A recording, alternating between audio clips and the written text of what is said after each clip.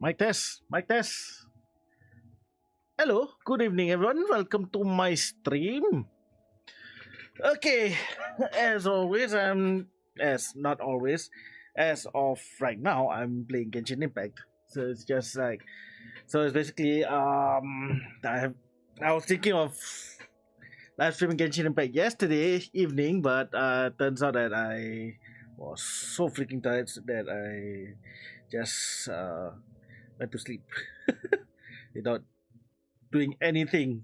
Even though I know that even though that I realized that it was Faruza's birthday yesterday, so yeah, I missed out on that birthday reward. So it is what it is. But in the meantime, I just want to coil up my long, long.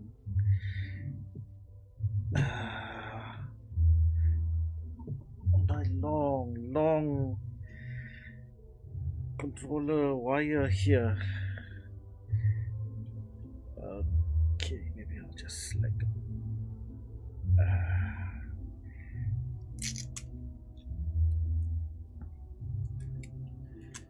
Those who are tuning in, how have you been? I hope everyone is doing fine and dandy. It's the weekend. It's the weekend, so I'm hoping that you guys are letting yourself loose for tonight. Hopefully, get some well-deserved break to make up for everything. That's for me. I got a vocal lesson tomorrow. Not gonna tell, not gonna say so much about what it entails. But in the meantime, let me just head over to Liyue and do a bit of figure slot just to clear up my my resins. Okay.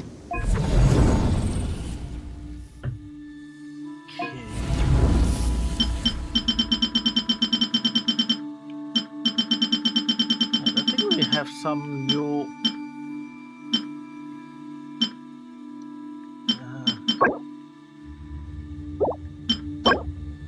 Oh well. I don't think we have any new. Oh, then again, I haven't even unlocked some of them. I haven't unlocked the domain for Snezhnaya, so I'm guessing.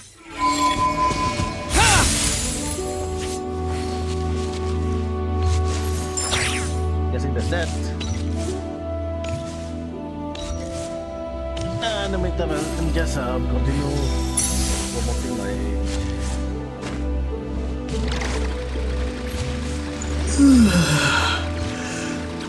Wait, I'm waiting while I wait for.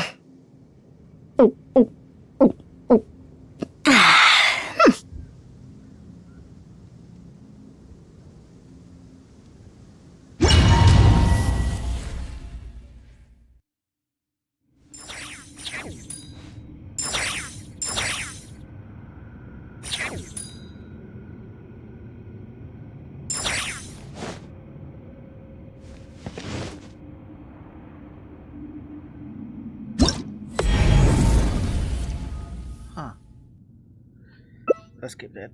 Where's my link?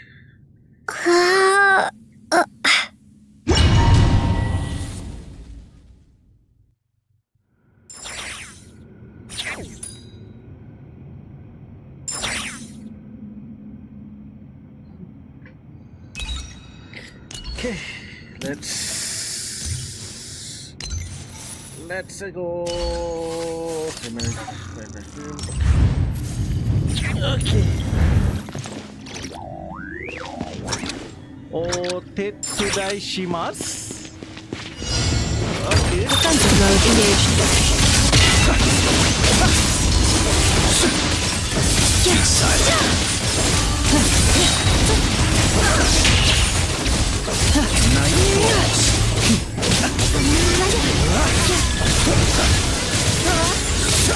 Cleanup sequence initiated. Preparing for double roll. Beware the creatures of the night.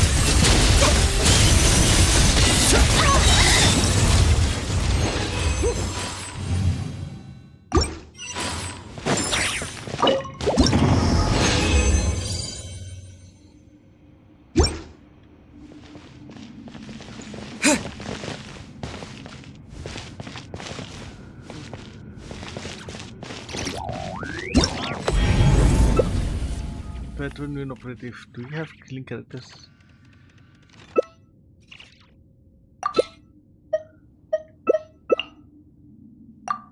Okay, never mind.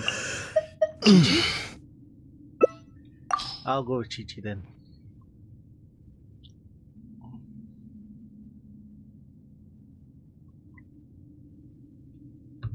I need a healing character. Oh, okay.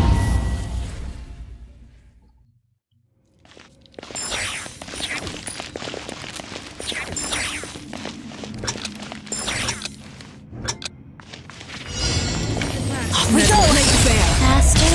Bring it! Okay, faster. I didn't feel that.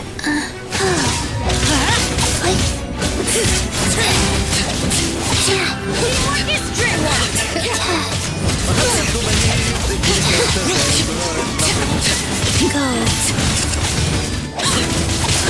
Transfix!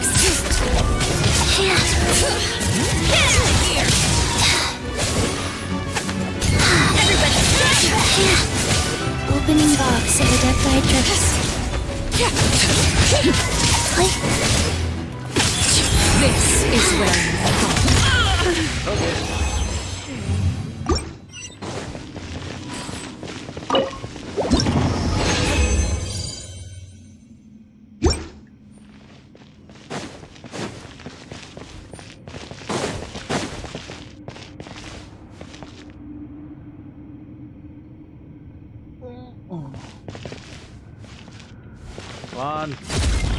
Come on, guys.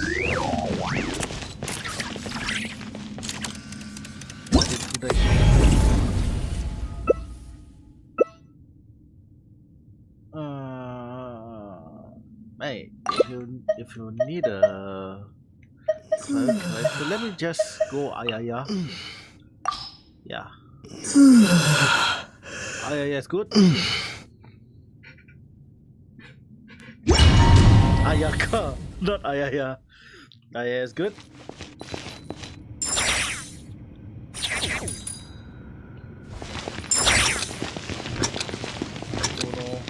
Vamos. Right now. Nowhere to run.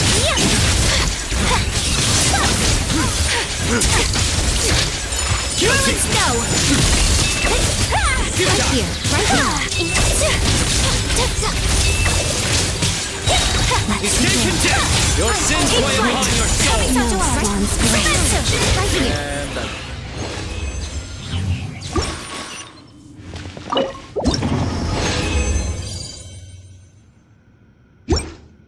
Okay, thank you. Just go. Many thanks. Adios. And I'm back to my own world.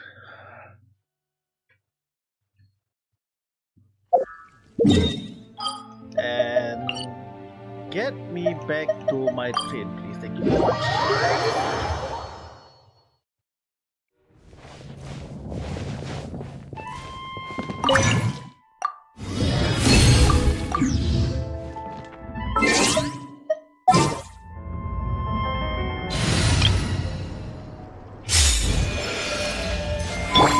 Welcome to the...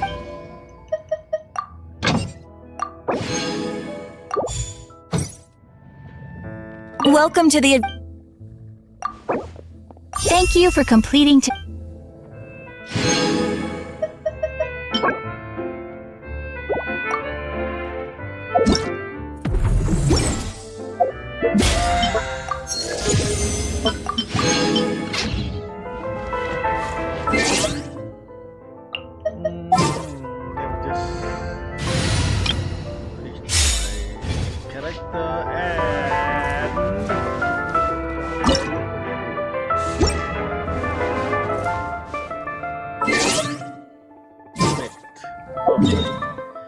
Maybe I should go back to my lodging at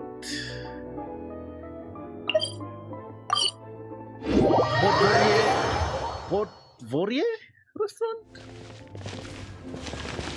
Yeah, let's go back to Port Vorier restaurant.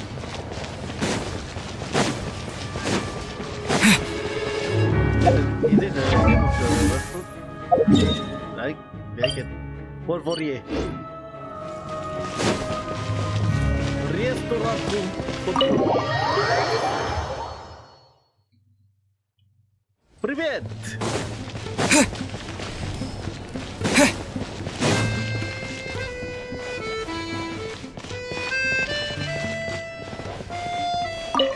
Okay, let's here and wait until 2 days later.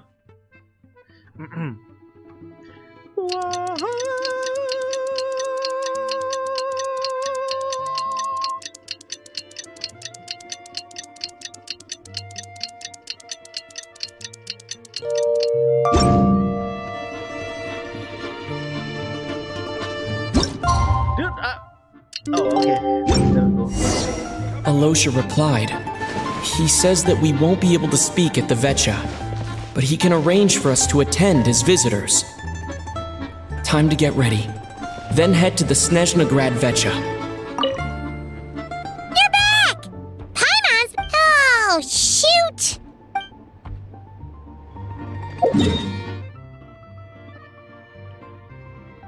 Wait, I remember there was something at tomorrow that piqued my interest.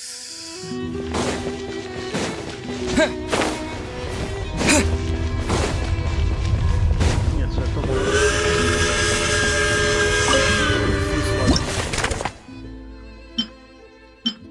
Hero at the helm or shocking secret?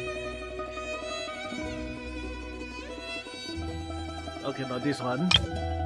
With Miller. This one. let me just do my bit let me bit acting. A bit of voice acting. Hiring private guard for top pay. Hiring urgently, top pay.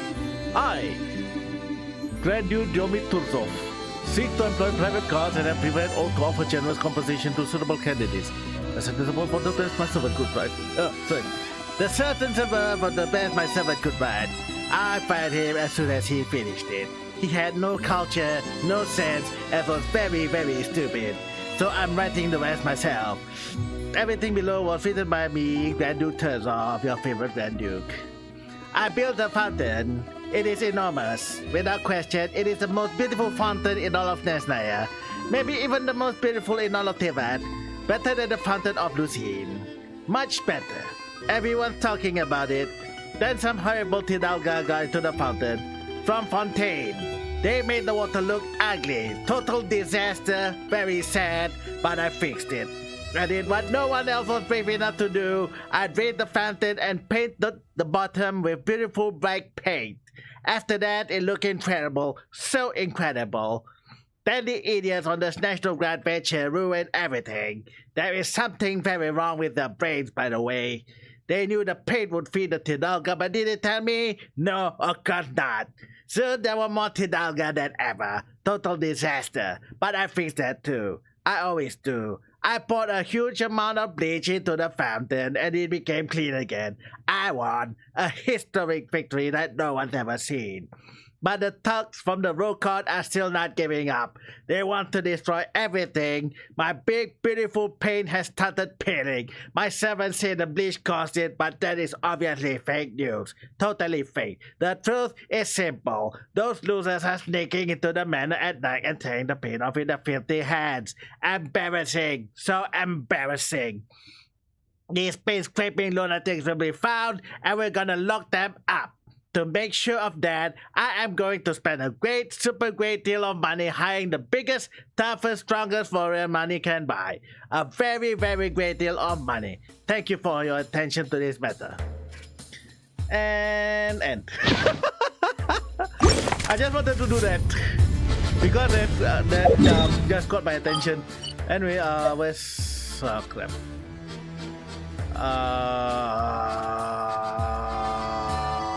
Yeah. Yeah, we're going to the National Grab Venture.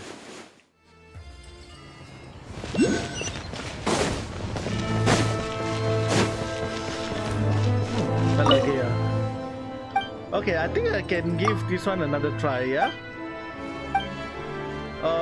Okay, $9. Oh, okay. This one's randomized, so...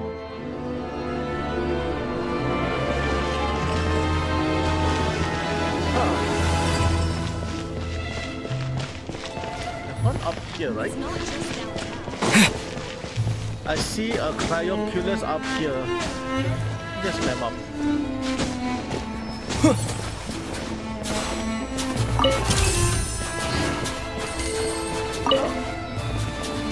Nice. Oh, he's here. Okay, I'm gonna do something stupid here. Let's put the text. Go to edit.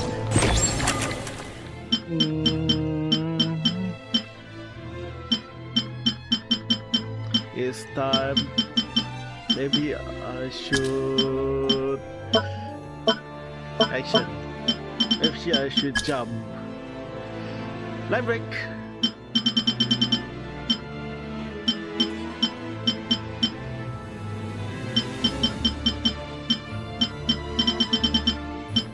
At the same time,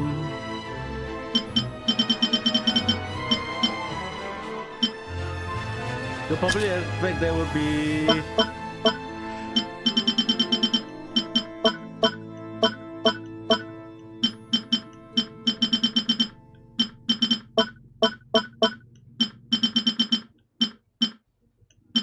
artifacts. Control.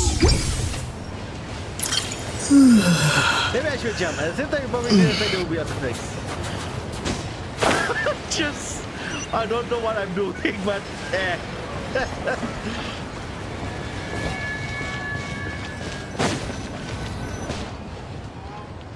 Vodyanitsa, what are you doing here? Miss Vodyanitsa, prima donna of the Korolievsky troupe. What a surprise meeting you here. Will you be sitting in on a session of the Vetcha? Sorry, I'm not taking interviews today. Oh good, you're here. The session's about to begin. Let's get inside. Please wait, Miss Vodyanitsa. Could you introduce me to your new friend? No comment.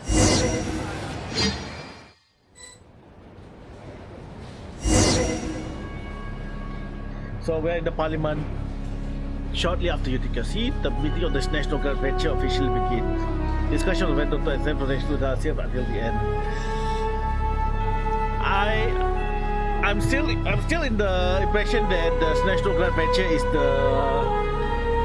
Snezhnaya Duma.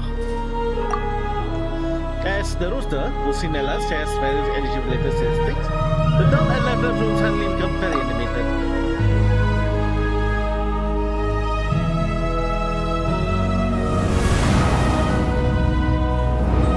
Parliament is in session, I think. In summary, the energy management commitments made for the outgoing period have been delivered upon. Furthermore, both the production and consumption of Kresnik Crystal show clear signs of stabilizing. The relevant agencies have assessed the present circumstances and determined that the status quo can be sustained until the next period.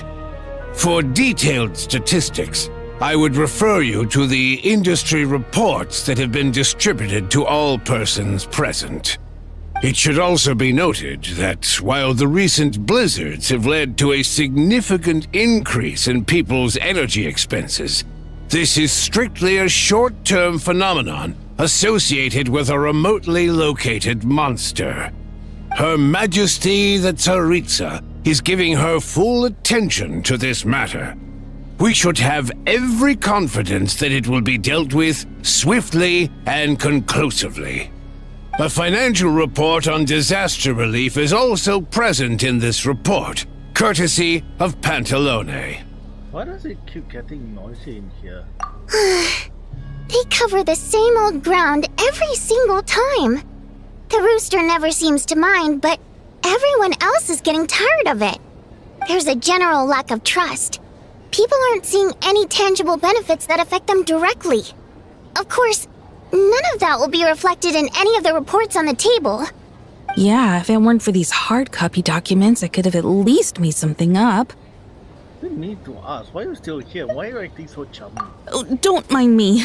I'm just out here trying to hit my interview quotas. Bring out the kvass. Ever read it? Best-selling newspaper in town. If I remember correctly, you guys don't even have a sales permit. You have to sell from stalls on the street. Okay then, best-selling street stall newspaper in town. Still counts.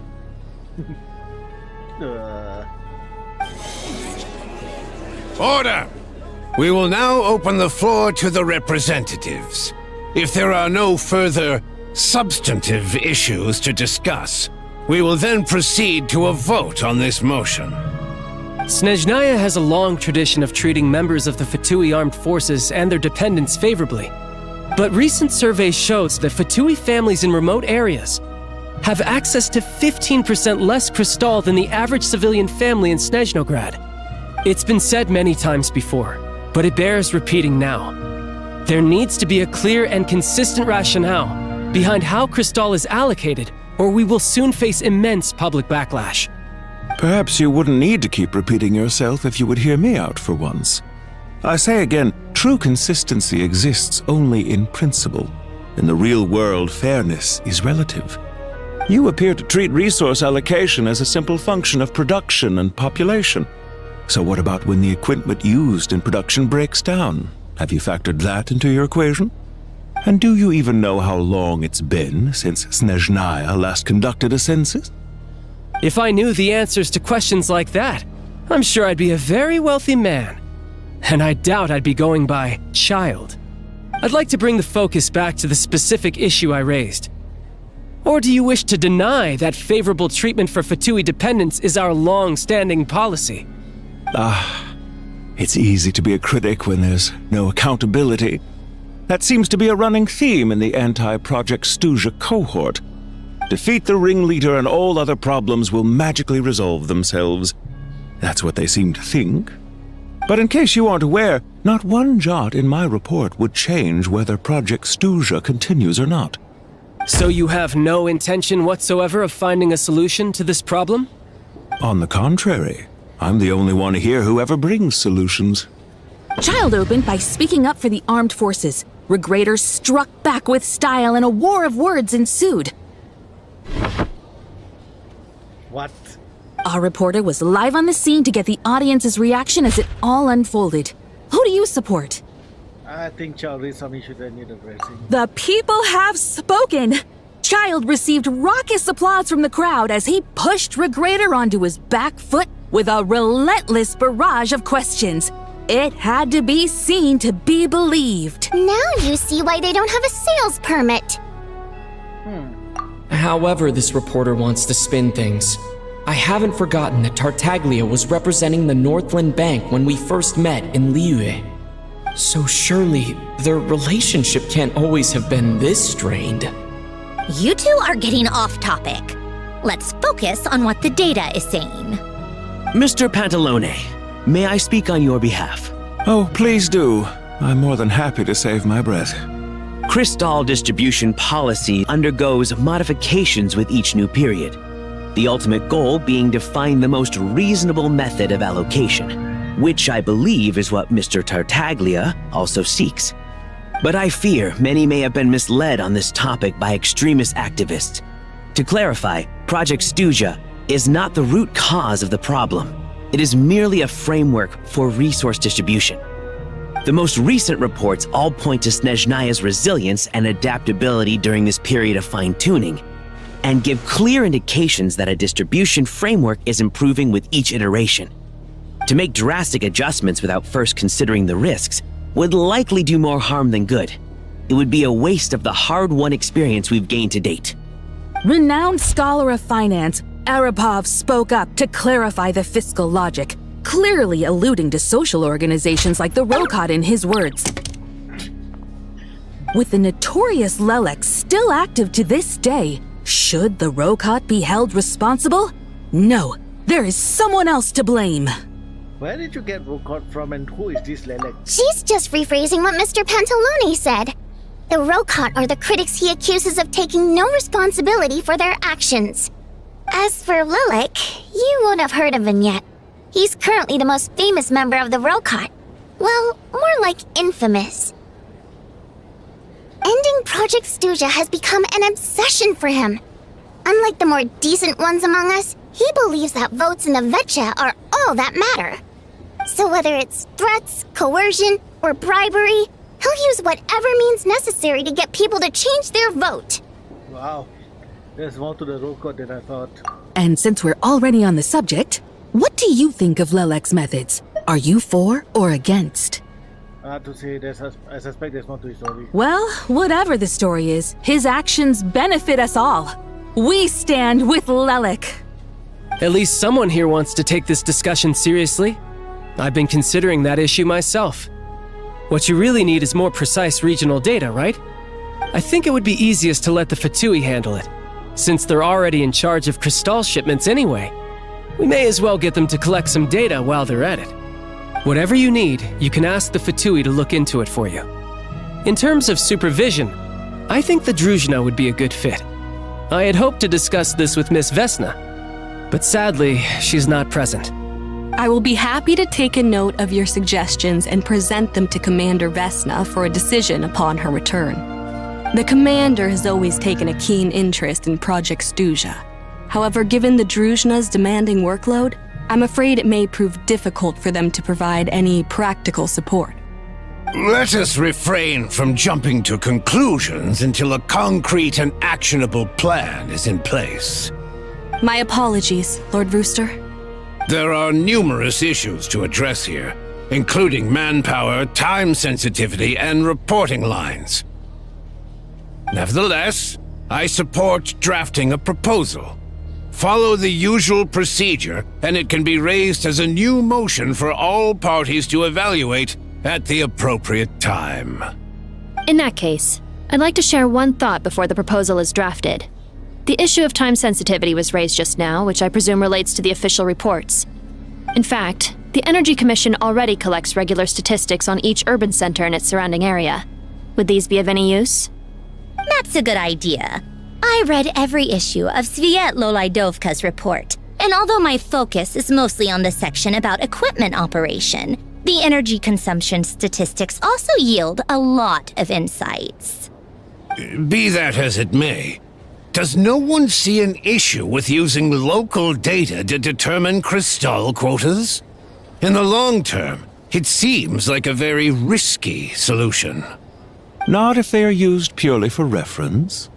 So long as we have the report from the Northland Bank's headquarters to corroborate it, no one will be able to fool me. Very well then. It appears that this arrangement is acceptable to all parties. Yeah, sounds good to me. The members reached a provisional consensus on the issue of improving treatment for Fatui soldiers.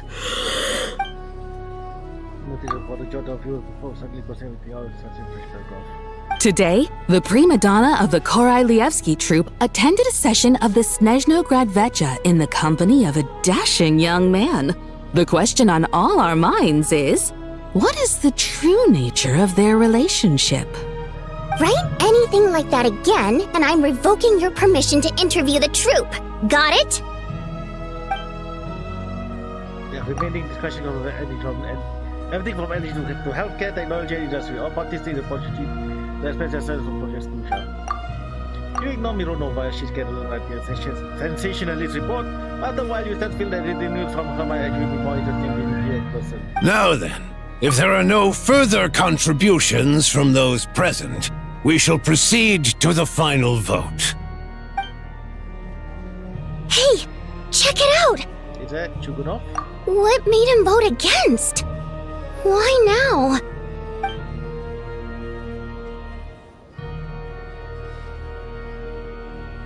The votes have been tallied. Those in favor of continuing Project Snezhnaya total 61%, securing a clear majority. That was too close. The margin has shrunk yet again. Chugunov was a huge loss. I'll bet Lelek is behind this. I wonder how Pulcinella will respond this time. Chugunov. I see. Lelek strikes again. Yes, go, Lelek. Once Project Snezhnaya is defeated, our unwavering support at Bring Out the Kvass will finally pay off when we make our comeback. I can taste our victory already! In accordance with the result of this vote, Project Snezhnaya will remain in effect until the next Vecha period. Finally, may I remind us all, we debate only for the greater glory and solidarity of our nation. May the aurora shine ever on, and the tundra always stand firm. The session is concluded. Tom. Okay. And where is Vodyanitsa? She's up there. Oh. Down and up. Really feels like it really feels like a parliamentary session. I have to say, I really wasn't expecting Chugunov to vote against Project Snezhnaya. Why? What's so strange about that? Well, in principle, Snezhnaya's business and political elites ought to be the ones least likely to oppose it. As we heard, Project Snezhnaya is basically just a resource distribution framework that requires everyone to cut back during the winter. But even if the policy got cancelled, the Tsaritsa's energy needs wouldn't suddenly go down. The extra demand from the public would have to be filled from somewhere. So logically, the factories would have to take the hit. I got a letter from Mr. Mitya just before today's session. He said he's confirmed that there are issues around overtime and excessive energy consumption at the Iskra manufacturing plant. In a situation like this, once the Rooster receives the report, he'll order the factory to halt production and submit to an investigation before issuing a penalty. But that's a week-long process, and thus didn't make it onto the Vecha agenda this time. I don't think he suspects anything so far. So for him, it's a choice between reducing production and stopping entirely. Exactly. And as you know, he's a very selfish person. I was originally gonna try and flip him after he received notice of the official sanctions. My plan was to convince him that the whole thing was completely unfair. Rather than just sit back and take the hit while his factory stopped production, he'd be better off voting to end Project Snezhnaya. At least that way, no one else would be able to make any money either, because all the factories would suddenly have more limited energy to work with. But now, he's already voted against it, which means someone must have used more forceful means to change his vote, just like with everyone else who flipped. You mean Lelek? Yeah, no one knows why Lelek is so obsessed with ending Project Snezhnaya, but by the looks of it, he's inching closer and closer to success. Lelek must have strong motivations, given how he'll stop at nothing to achieve his goal. Maybe he knows the full truth of Project Snezhnaya. Maybe my next step should be to focus on him. All right, what are your plans for the rest of the day? Shall we head out? Hey, comrade. I noticed you were here during the debate. I didn't take you for a political enthusiast. Greetings, Harbingers. I just happened to have some free time today, and my new friend here thought it might be fun to check out the Vecha. Ah, Odette must have introduced you. Looks like you two are getting along pretty well. I'll leave you to catch up. I should head back to the troop. Sure. Break a leg and all that. Thought it might be fun to check out the Vetcha, did you? Things are never that simple with you, Traveler. There's no way you're here for kicks and giggles. Tell me I'm wrong. I learned an interesting tidbit today. Some guy called Lelik. Oh, yeah. To some, he's a captivating enigma. To others, he's the bane of their existence. No one ever thought that some anonymous nobody from the Rokot could cause such a stir. Is it okay if I start digging around? Huh? You want to look into Lelik? Then I'm sure his days of anonymity are numbered. What do you think, Sandrone? Fine by me, I guess. If the Traveler actually manages to expose Lelik, it'll be doing Pulcinella a favor. In return, it seems fair to let him in on what we've learned so far. My thoughts exactly. Sharing is caring, after all. Head back to Glupov and grab the files on Lelik. It's easier to just pull the records than go through the rigmarole of getting the Traveler a visitor's permit. As you command, child, sir. In that case, since we're going to be waiting anyway, I'll have someone brew a pot of black tea.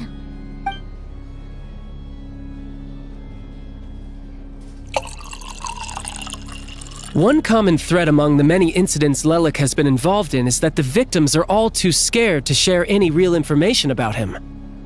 Clearly, he must have threatened them in some way. His modus operandi is to silently infiltrate the scene and leave a threatening letter behind. But neither the letters nor the crime scenes ever yield any clues to his identity. So all these files have to offer are short statements by the people affected. They don't give us a lot to go on. If nothing else, it shows we're dealing with a trained professional who's versed in counter-surveillance. Yes, and to that point, he often strikes in highly secure locations.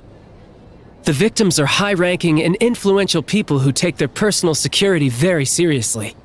Somehow, Lelik slips right into their rooms without making a sound. There's never any eyewitnesses, nor the slightest trace of a break-in. If he can get in and out undetected, it means he can strike without warning. Not that that's ever happened so far, but the thought is enough to scare these people sleepless. It's hard to believe that a human being could pull this off flawlessly every time, so they switched the focus of the investigation to Faye. Unfortunately, no one's found anything yet. I was saying you couldn't pull it off? Careful, don't underestimate me. Although truth be told, I'd probably find it hard not to blow my cover. Direct confrontation is more my style. We haven't ruled out the possibility of Lelik being human. It's just, there can only be a handful of people in all of Teyvat who'd fit the profile. Faye, on the other hand, plenty would have the ability, but few would have the motive. No, not as strong as me. You'll never find the culprit with criteria like that. Let's go with a little weaker than me. There's no denying that Master is strong, but meticulous. We can only hope. He's just trying to find a reference point. Stop getting fixated on who's stronger than who. But that's the most important thing. In my opinion, anyway. Alright, let's take it out a notch or two. About Odette as a reference point. She's someone we all know. I haven't seen her in action. Odette? Yeah, that seems about right. Her skills are solid, and she's always calm under pressure. Except she's Fatui, so the likelihood of her working against us is pretty low. But yeah, much more accurate than your previous example, at least. No, wait a moment. Maybe we should interrogate that assumption. What do you mean? Which assumption? Her Fatui identity doesn't necessarily exonerate her. And when you think about it, the Rokot would be precisely what she needs to conceal her identity. Plus, she wouldn't need to be such a pro at covering her tracks. She'd already know where the Fatui will be and when, so she could choose the perfect time to act. Oh, yikes. I was just thinking out loud. Why is this starting to sound like such a convincing theory? Still, what reason could Odette possibly have for trying to call off Project Snezhnaya? Arlecchino would be the best person to ask. She knows Odette best. Unfortunately, she isn't back yet. Rosaline used to open up to her in private about her struggles with Odette. As I'm sure you can imagine, Arlecchino is quite a lot better with children than Rosaline was. She gave her some tips on how to handle the situation, and Rosaline managed to reach a settlement with Odette before leaving. So I suppose there were at least no lifelong regrets left behind. Beyond that, I don't know the details about that side of things. But I do know that Odette definitely has a motive to hold a grudge against Project Snezhnaya. The reason being, her father passed away during the early stages of the project. That was back before it had been named Project Snezhnaya, when things were still being worked out. But in essence, it's remained the same ever since. Huh. The more you know. Rosaline was always so self-centered. I never understood why she started paying so much attention to Odette. Oh, yeah, but you didn't know about this? Is that such a surprise? If you cast your mind back, you may remember that Rosaline and I weren't exactly close. We had tea together a few times, but that was about it.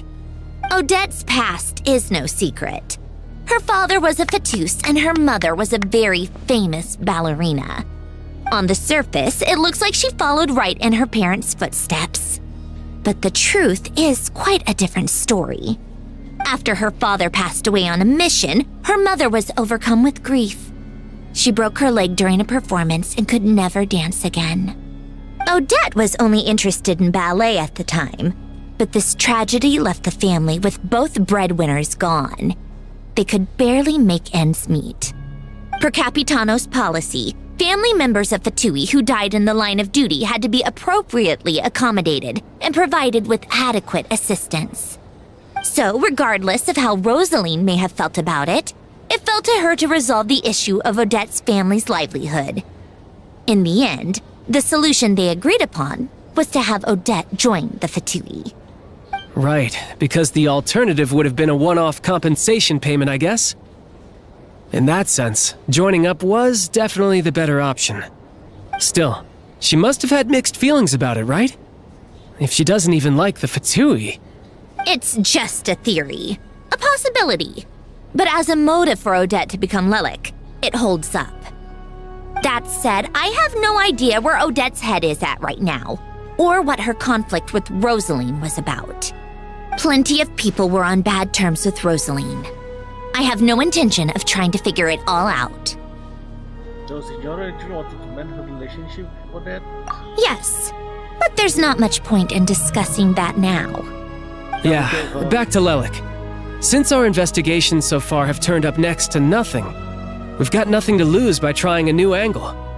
Funnily enough, Tonya and I had actually made plans to go to the theater tomorrow to watch Odette's rehearsal. Unfortunately, thanks to this Lelik situation, I'll be stuck working overtime again. Which means you can go in my place. No point wasting the ticket. Plus, you'll get to meet Tonya. What's the rehearsal for? Spirit Seeker. Quite the classic ballet. It was passed down through Odette's mother's family for generations, though it hasn't been performed in years. But Odette's been practicing it diligently, and it's finally ready for a return to the stage. Excitement is through the roof. Tickets for the official performance sold out long ago. Tonya's excited for it too. She's desperate to see it no matter what. Personally, it's not really my kind of thing, but since she's my little sister, I had to figure something out. I've actually seen it several times before. The story's pretty straightforward. The lead character follows a trail of clues left behind by a spirit, gradually recovering her memories along the way. It's a tale of love and regret. So not exactly reinventing the wheel, at least by today's standards. But when that classic melody kicks in and the lead character begins to dance, it always gets me. It really is beautiful. Not an easy dance to do justice to, though. I know it's always been Odette's dream to perform this piece, but I'm not sure she's really ready. In that case, I think that even if she is Lelik, we should wait until her performance is over before we respond. I'll let you take it from here, comrade. Only I had been born in a romantic time like State Hall.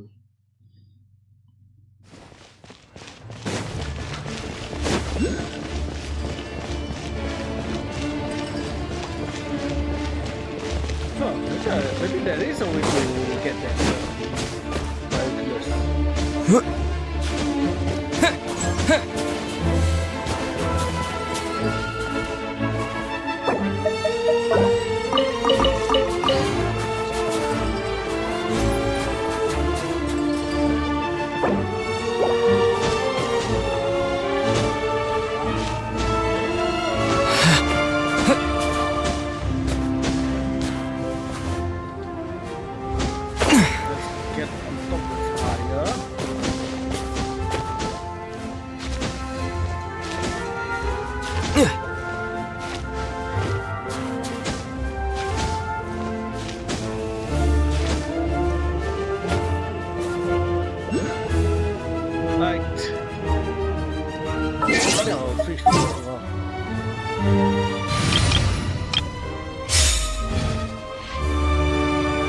The wind knows me.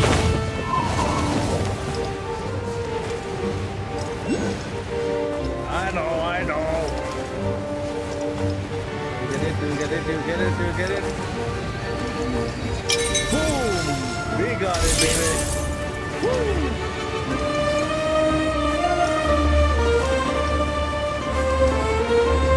Yeah.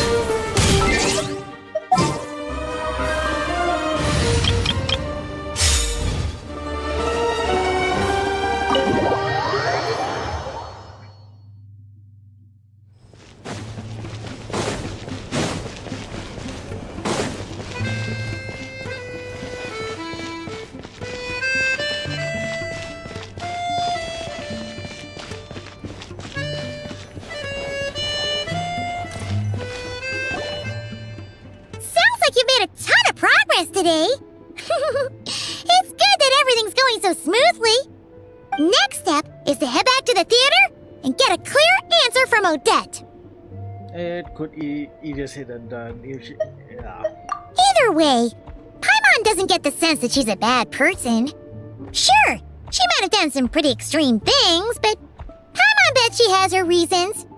Maybe this is going too far, but with everything she's managed to do so far, wouldn't it make more sense in theory to be even more, heavy-handed? Why leave a letter when she could, we know there are plenty of other ways to keep people in line, right?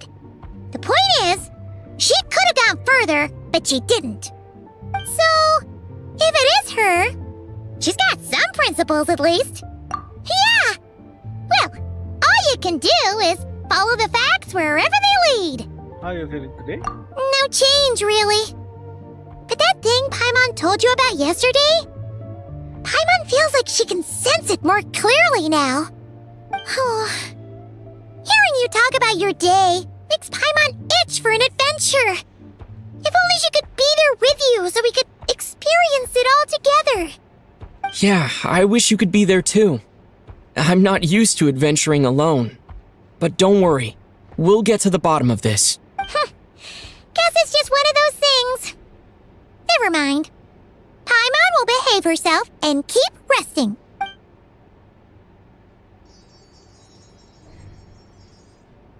If Odette is Lelik, she may well have inside information on Project Stuja. Her father was involved with the project's early implementation and tragically died in the process. Now, she's dedicated herself to bringing it to an end. It's hard to imagine she could have gotten this far without knowing anything at all about the Tsaritsa's true intentions. When she spoke to us as a member of the Fatui, how much did she let on? And how much was she hiding? Only time will tell. Maybe tomorrow, everything will be answered. Hey look! It's snowing! Could be a tough day ahead. Make sure you wrap up warm tomorrow.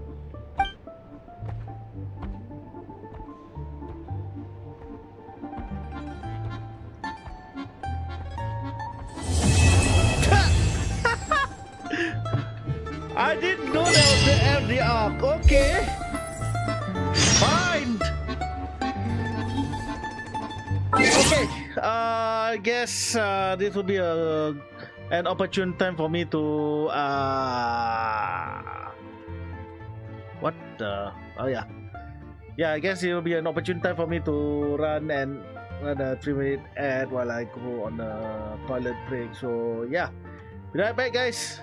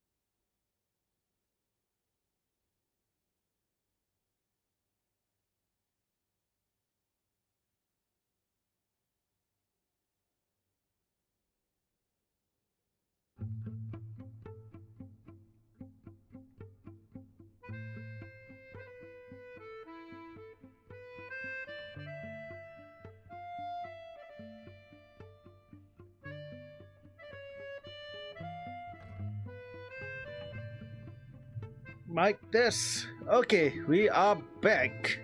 Okay, now that the first thing is done,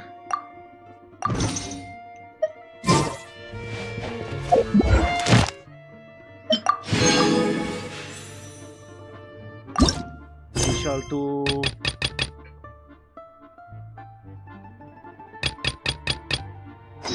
Act 2.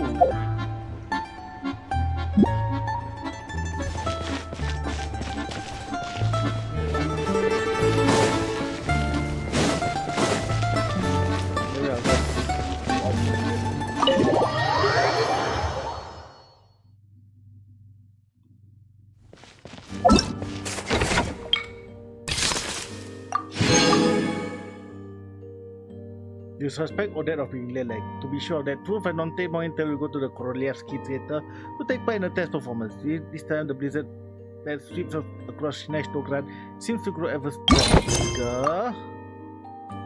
A bit. Now we go back to the restaurant.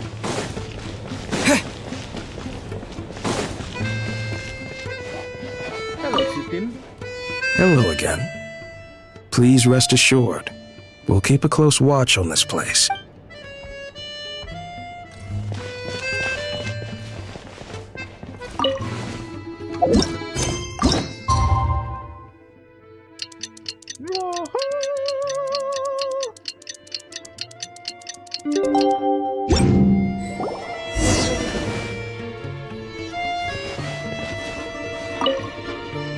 You're back!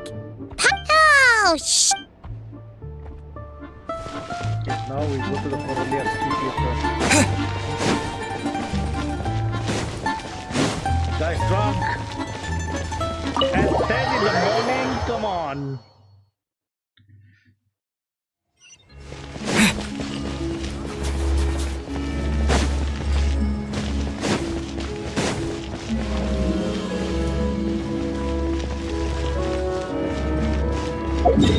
Actually, no, you can wait. No. That really doesn't the mission marker is like, what the Anya? Oh, fire water. One more glass. No, just one more. Yeah, look at the trunk also. How does one supposed to get away with that? Yeah, let's get what with him. Whoosh. Huh? Who are you? What am I doing here? You passed out of all that drink. Out here? Oh, thank you. I would have caught a terrible cold if left lying out here any longer. Thank you. Damn it, Manya.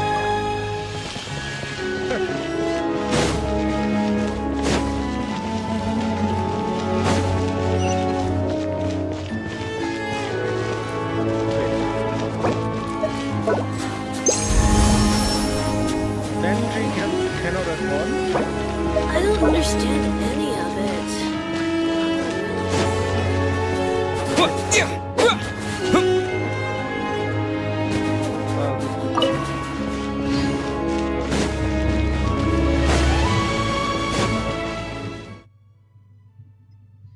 I have a feeling that there's something afoot. Oh.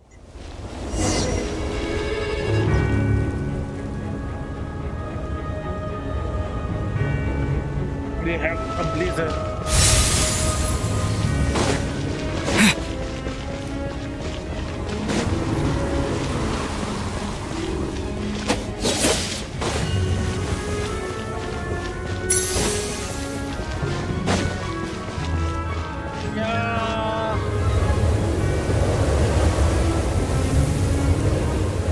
Ooh, it sure is cold today. I wonder how much heavier the snow's gonna get. Here to see Odette? I just need to see your tickets for the preview. Perfect. Thank you. I'll hold on to your tickets. Come on in. It's freezing outside.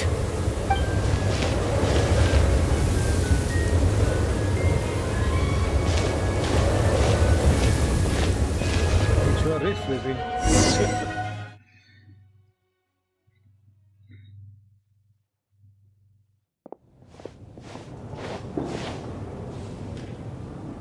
I think I'll leave the Lelic question until after the show's over.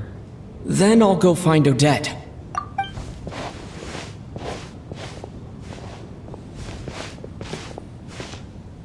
Child said he was originally going to come with Tonya. So I'm guessing Tonya's already here somewhere. Is there anyone here who looks like a Tonya? Let's see. It's a small audience. Makes sense for a preview. But wait, I do see some familiar faces. Mr. Chuganov's back again by the looks of it. Oh, and is that Mitya? And that Fatui officer, Valeri. Guess he must be playing cat and mouse with Mitya again. Oh no, it looks like the show's starting and I still haven't found Tonya. Never mind. I'll just have to take a seat for now and see if I can catch her afterwards.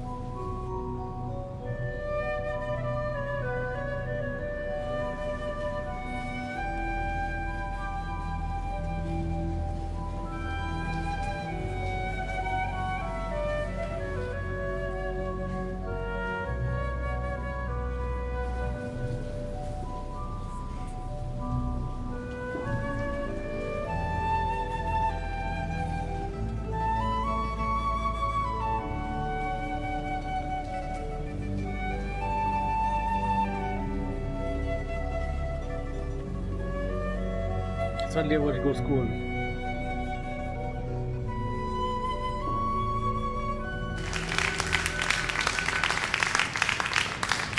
Hello, members of the audience. I'm a staff member here at the theater. Today's performance was a very special one for us, as it marks the first attempt in a long time to revive the classic Snezhnayan ballet, Spirit Seeker. To commemorate this occasion, we would love to take a group photo of the cast, crew, and audience members present today. Could I kindly ask the audience to please come up onto the stage?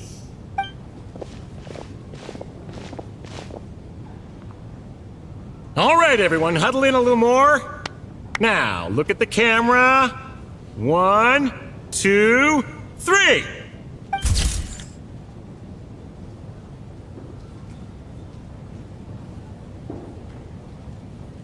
Oh, okay.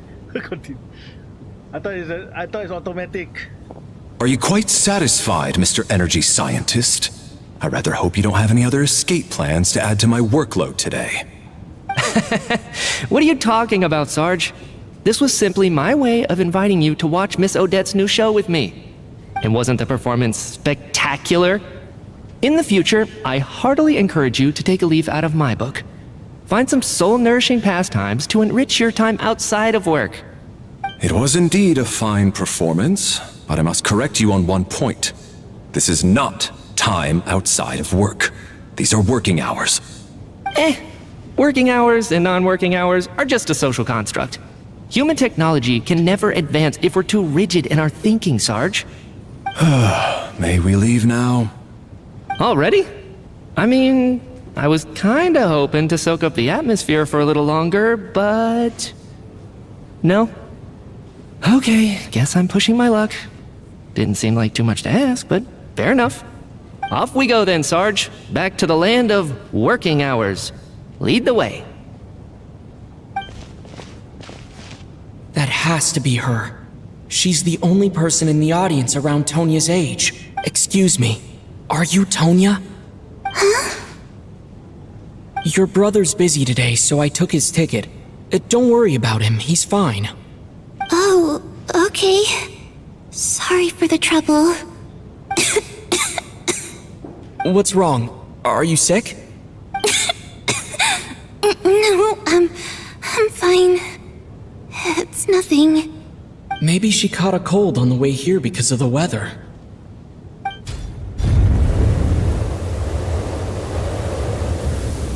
I haven't seen snow like this in a long, long time.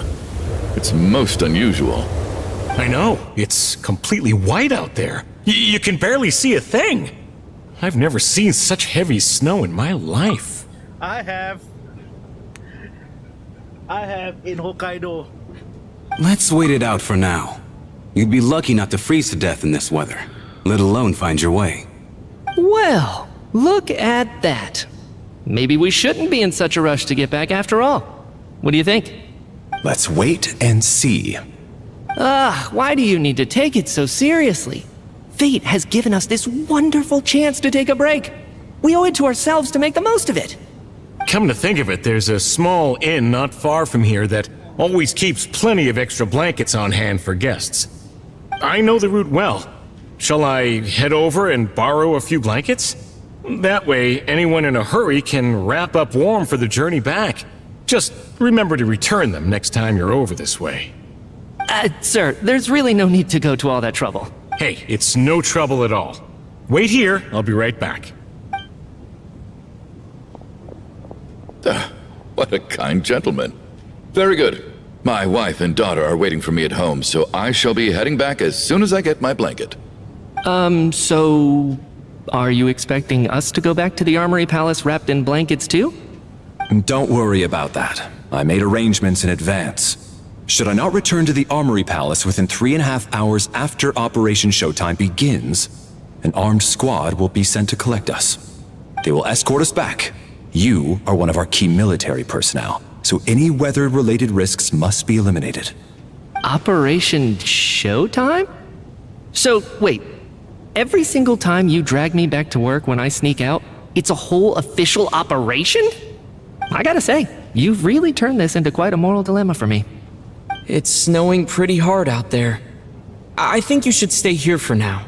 You seem a little under the weather. Sure. My brother might come pick me up in a bit anyway. Time to get to work. I should head backstage and find Odette. I need to look her in the eye and ask her about Lelik. Excuse me, are you looking for someone? I'm looking for Odette. Ah, a fan, I'm guessing? Today is just a dress rehearsal, so Miss Odette won't be meeting with fans. She's taking a well-earned rest right now. Sorry, but that area is currently off limits to everyone except the cast and crew. Bad timing, I guess. Well, I might as well stick around. I doubt Odette will be leaving before the snow lets up in any case. An hour goes by, but the snowstorm no show, no sign of stopping. And What happened to the gentleman who went to fetch the blankets? How has he still not returned? I was thinking the same thing. It's still snowing very hard. Do you think something might have happened to him? Whatever the reason for his delay, I must say I hate nothing more than people who make empty promises and fail to deliver. Well, I have to treat my employees like that on occasion, but that's different.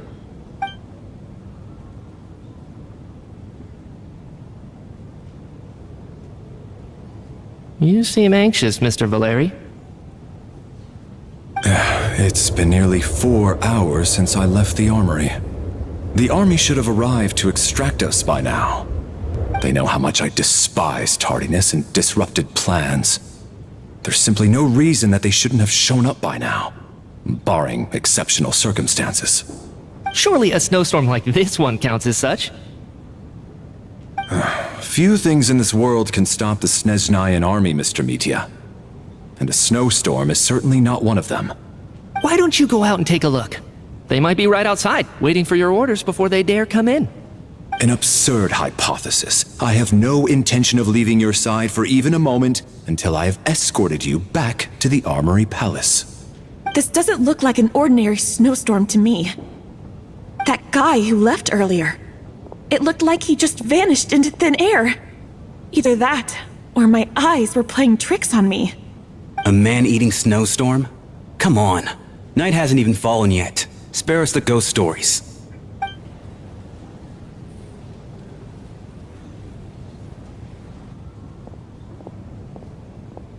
Traveler, didn't know you were coming today. How come you didn't say anything? I'm not sure how to see it. What is it? Something the matter?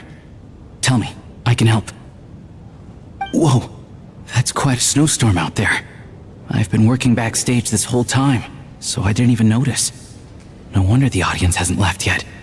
Is weather like this rare, even in Snezhnaya?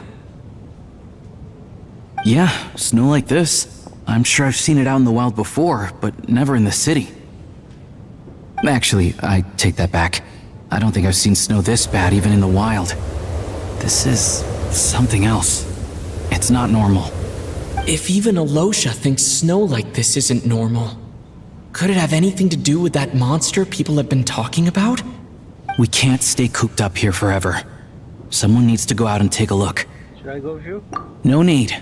I have plenty of experience with snowstorms. Besides, I work here while you're an audience member. I should be the one to do it.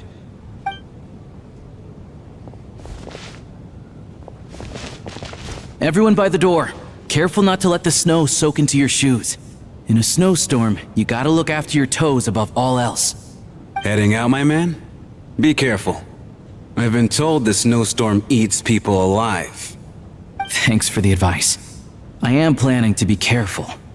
I just want to take a quick look at the situation out there.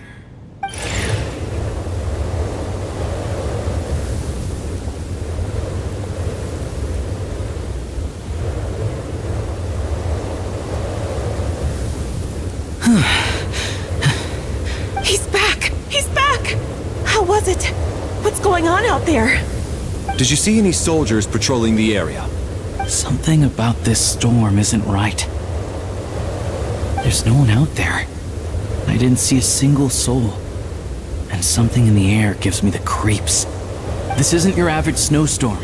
I suspect it might be related to recent events in our nation. I strongly advise everyone to stay here until the snow dies down. Are you serious? So all of us are trapped here now? That sounds a little far-fetched to me. You want to go outside and see? I, for one, am not risking my neck in that weather. This just turned from a minor delay into a major hassle. We can only hope that our friend who went to fetch the blankets just ditched us and went home. Is it really that bad? But my daughter, I won't be able to read her a bedtime story tonight. Huh? What are you all still doing here? Whoa! It's snowing hard! So now we're stuck here? Oh, this is terrible! Luckily, it was just a dress rehearsal today, so there aren't too many people here. On the bright side, the theater's always well stocked with supplies. If the snow still doesn't let up as we get into the evening, you can spend the night here, everyone. At least, I assume that's alright? Odette? Fine by me. This seems like a sensible backup plan under the circumstances. My thanks to the theater for being so accommodating. What are you staring outside and praying for, my man? You anxious to get home too? Oh, Your Majesty the Tsaritsa, I beg you, please do not let tonight's snowstorm stop. This is a golden opportunity to spend the night under the same roof as the two top stars in all of Snezhnaya. It's a once-in-a-lifetime experience. I think I've changed my mind. Sir, if you so much as look at us funny, you'll be seeing stars in a whole other way. Behave yourself, or you'll be begging for that blizzard. It's getting colder. We need to keep the indoor temperature up. Close the door and lock it tight. Let's head somewhere warmer.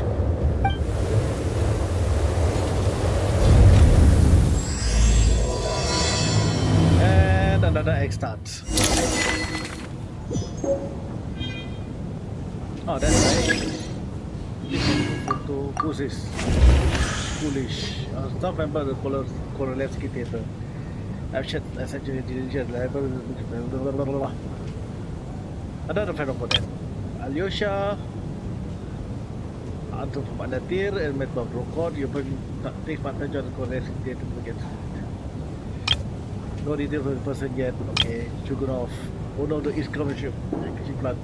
The member of the National Government. Tonya, younger sister of Tartaglia. Me, the fourth descendant, a traveler from beyond the stars.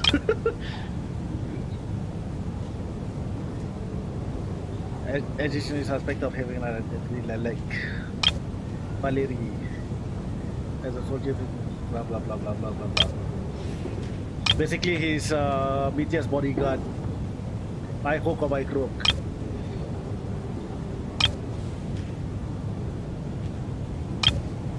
No details of this lady and no details of the guy. Rampana, a staff member. Okay. See what's going on. Check the group photo with the inventory for details on everyone.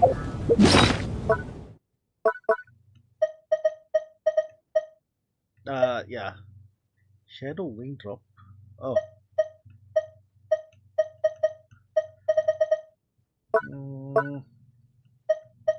Wait.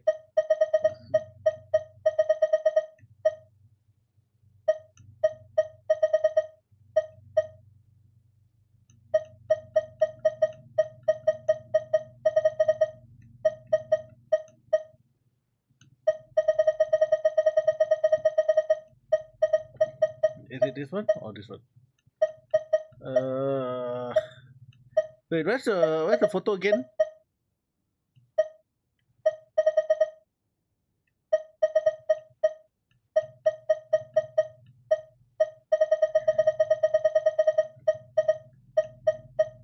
No, this one. Ah, this one.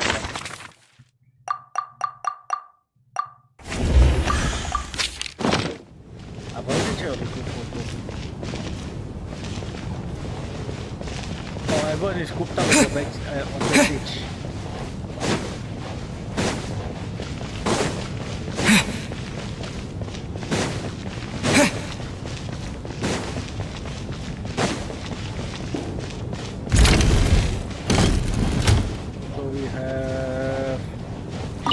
Chugunov. And then there's the aristocrats. Easiest of all to deal with. You don't need to use any force whatsoever. All you have to do is show them the rope you plan to tie them up with. Do you know why? I don't. Do tell. Because nothing horrifies them more than the thought of a cheap, coarse rope leaving creases on their precious million Mora coat. They'll do whatever you ask to avoid that fate. Unexpected, but funny nonetheless. Tell me another one. Well, look at that. I got myself a new listener. Hey there. Let me introduce myself. The name's Shram, and I'm a mercenary. The kind that gets paid to do odd jobs for rich folks. And I am Chugunov, an entrepreneur. If my name is unfamiliar to you, you will no doubt have heard of my factory, the renowned Iskra manufacturing plant. I'm me. Enjoy the conversation. Are you really that famous, Mr. Chugunov? How come I've never heard your name before? Excuse me? Is that a joke? Or are you being serious? Oh, I'll have to ask my rope later. It's probably tied up more entrepreneurs than I've ever heard of.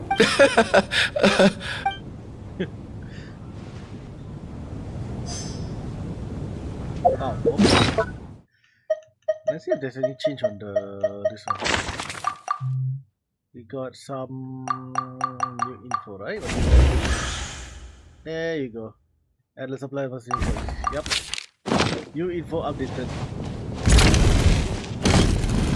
Yeah, this is Tonya. How are you feeling, Tonya? I'm fine. Sorry to worry you. I'm used to it by this point. I take medicine for it. My brother usually helps to get it ready for me. Child must take great care of his sister. He's never mentioned Tonya's illness, though. You know, I actually find this whole thing kind of exciting. Stuck in a strange place thanks to a snowstorm, having to spend the night with a bunch of interesting characters. It's pretty cool, don't you think? Kids, huh? My brother always says I'm not mature enough. Maybe he's right. I'm fine, really.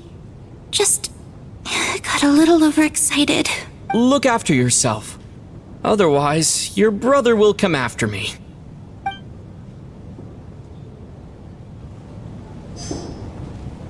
Oh.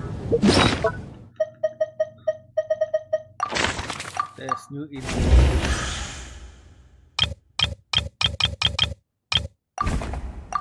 Oh, there's new info here. My husband has major trust issues. To him, I doubt even this snowstorm is a good enough excuse for me to stay out all night. That's the price of marrying into wealth. You'll get used to it. I'm not about to stop you if you want to leave. But don't drag me along. Hello? Can I help you? Wow. Any new info on this? Torkov, a wealthy businessman made his fortune in energy industry. Support from the Northern Bank, Sobolieva, wealthy businesswoman can careers and fashionable the clothing. Yeah. Well, there you have it. There's comment. And here we have. Yeah, that's not that. This is highly irregular. A delay of over an hour during an operation like this theoretically warrants a Harbinger-level response. I wonder what the issue is. Sarge, the day you learn to let go and just enjoy moments like this is the day you'll finally understand the meaning of life. Why, hello, sir. I believe you were the one sitting at a nearby table back at Podvorye Restaurant. Any friend of the theater's star performers is a friend of mine. It's a pleasure to meet you. I'm Mitya from the Energy Commission. Greetings. Major Valeri, head of the Special Assignments Battalion. Armory Palace Royal Grenadier Guards, 1st Regiment. I am here to ensure Mr. Mitya's personal safety. Please let me know if I can be of any assistance. Mr. Traveler, I cannot help but notice that Miss Odette is stealing glances at me. Any idea what that could be about? I've racked my brains, but I can't think of anything I might have done to offend her. Perhaps she noticed me spacing out during her performance? Yeah, okay, but I can figure it out. What? You mean I really did do something to upset her? Well, thanks for letting me know. So, Mr. Mitya, is your work related to Project Stuja? Yes, that's right. The higher-ups in the Fatui transferred me from the Energy Commission to the Armory Palace because they wanted me... Really? I can't even talk about that? Pretty sure it counts as part of my private life. All right, I won't say anything. Sorry, traveler. As you can see, I'm afraid this pleasant chat will have to end here.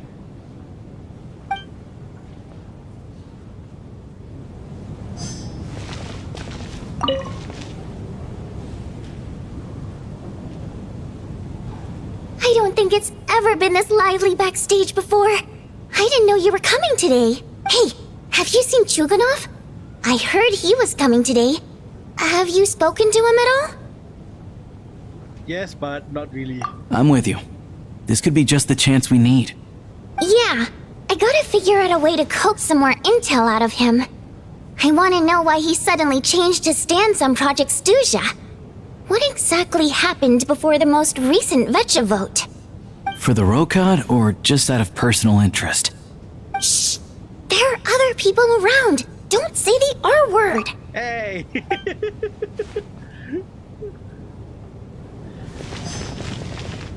And here we are. Odette. I have to say, even though today was a rehearsal and there were some hiccups along the way, Miss Odette's performance was one of the best I've ever seen, even compared to an actual show. Oh, I couldn't agree more, especially considering the weight of the subject matter.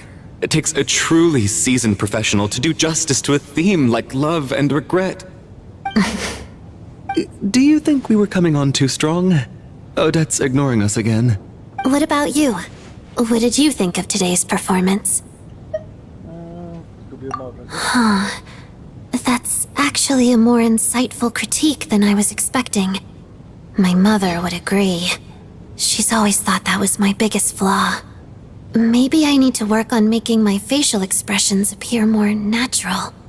I'll make sure to save a ticket for you when the show's performance ready. This doesn't seem like the time or place to bring up the subject of Lelik. I need a chance to speak with her in private. So unfair. Talk about double standards. And now it looks like I've been spotted. You know Mitya too? No, I don't. I just have a feeling that he might be dangerous.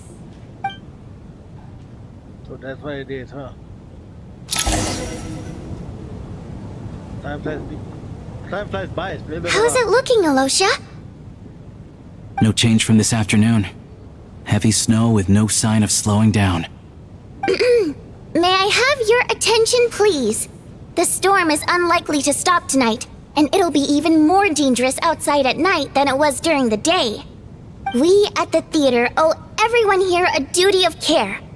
Therefore, we strongly suggest that you stay on site overnight and avoid going outside unless absolutely necessary.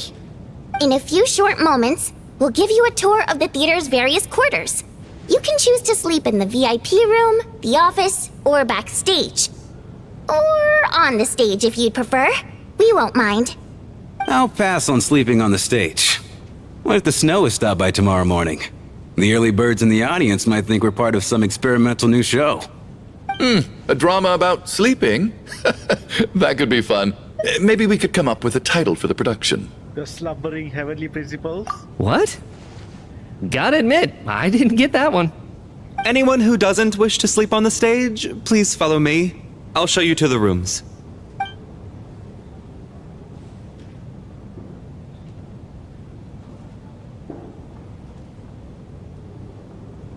I guess I'll call it a night. Though I feel like I won't sleep very well without Paimon here. I'm sure she'll be worried that I haven't made it back yet. But as long as she looks out the window, she'll probably realize what's holding me up. I wonder if she's feeling any better yet. At least she hasn't been getting any worse. Still, I should try and get back first thing tomorrow morning.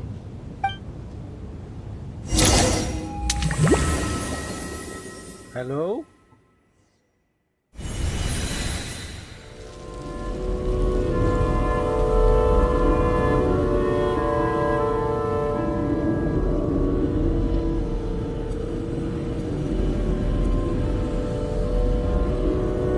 Ah, finally!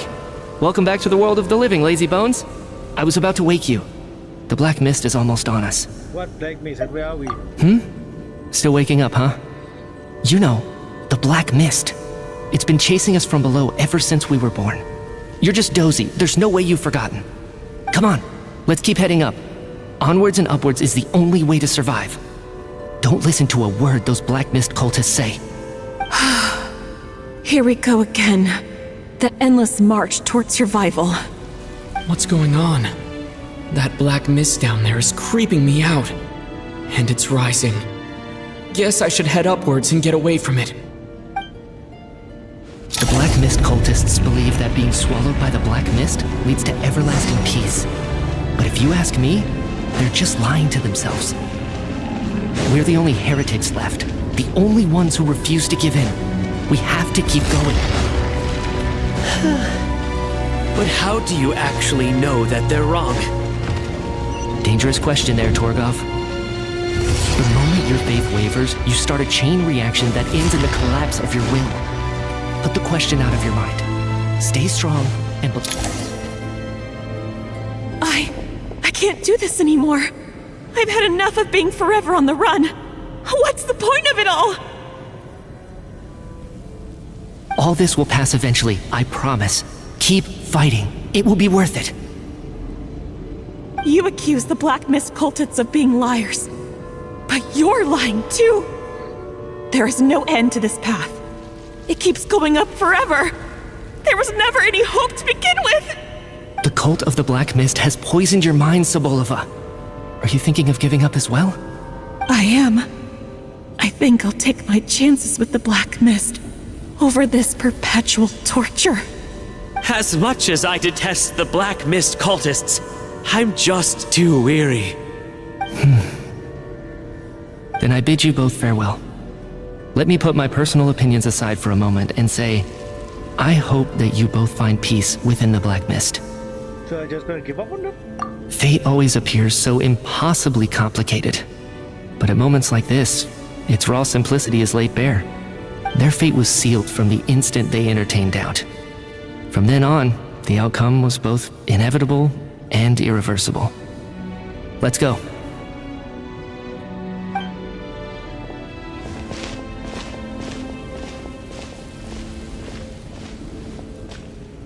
Torgov and Sobolova are gone. I never thought the day would come when even they would be swallowed by the Black Mist. It's just you and me now. Just me, or has a Black Mist stopped moving? Yes, it looks like it's satisfied. For now. This happens from time to time, but it won't be long before the Black Mist starts chasing survivors once again. No one knows how to stop its advance for good. Well, we should make the most of the precious moments of rest that those two bought for us. Huh? Are you really that sleepy, traveler?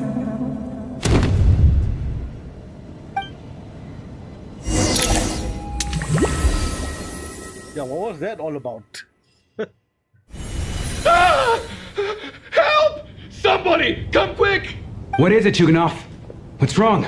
Huh? Is it morning already? What's all the commotion?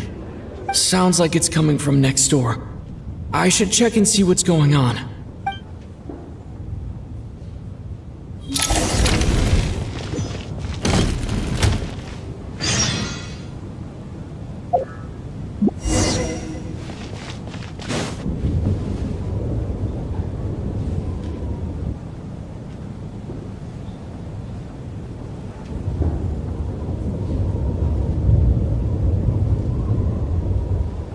Don't look, Miss Tonya. Stay here. Okay. What happened to them? They just passed out. Two people laying down completely in the sleep. But your gut tells you that they are not sleeping. Somehow you can say that what is what death looks like. These two people have passed away. And the strange thing is that somehow, I knew this was going to happen. I knew that they would be the ones to die. Have I seen this moment before? Or did I have some kind of premonition? I can't remember what it was. Let me take a look.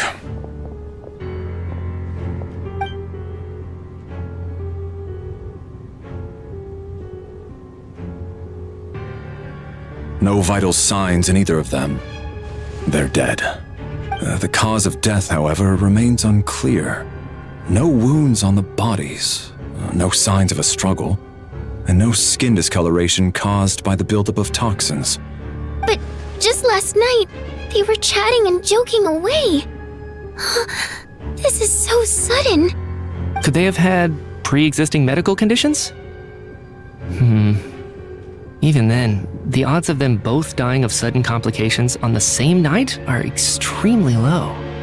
It's hard to believe that they died of natural causes, nor does this appear to be a suicide. Who was the first to discover the bodies? It was me. But these deaths have nothing to do with me, officer. I got up early because I wanted to see if the snow had stopped. Then I noticed that the door to this room was open, and it looked like there was a man and woman inside. I just went over to see what was going on. I had no idea they were... I can corroborate this. I was doing my morning exercises near the stage. When I saw Mr. Chuganov heading this way, I followed him. I can also confirm that I didn't see a single person approach that room before him. The snowstorm was raging all night, and it's still going now. There's no way someone could have come in from outside, correct? You mean an intruder? No, not possible. I slept by the door last night as a precaution. There's no way I wouldn't have noticed if anyone had tried to open it. Everyone, split into pairs and search the theater for anyone in hiding or any signs of suspicious activity. I'll follow up with a full search of my own shortly. Go, there is no time to waste.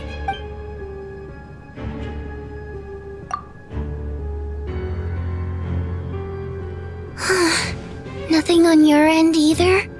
Backstage is clear. No signs of suspicious activity. We checked the basement. Also clear. I don't think there's anywhere here that a living person could hide. I didn't find anything either.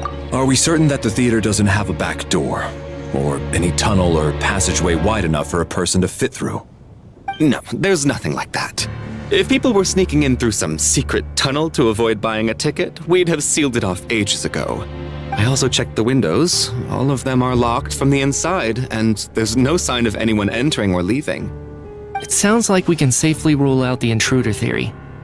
If anyone came in during the night in this weather, there'd be no way for them to avoid leaving footprints or water stains. This can only mean one thing.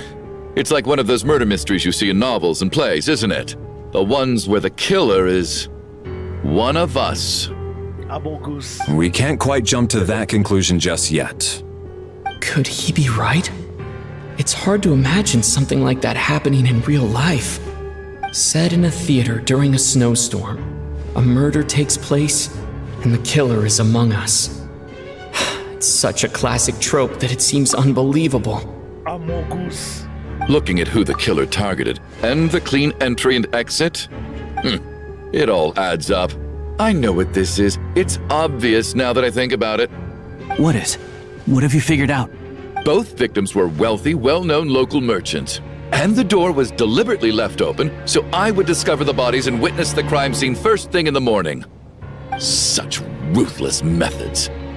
This was your doing, wasn't it, Lelik? Lelik? You mean Lelik is among us? And he's the killer? Lelik. I know this code name. Member of the Rokot, anti-Project Stuzha. Always works alone.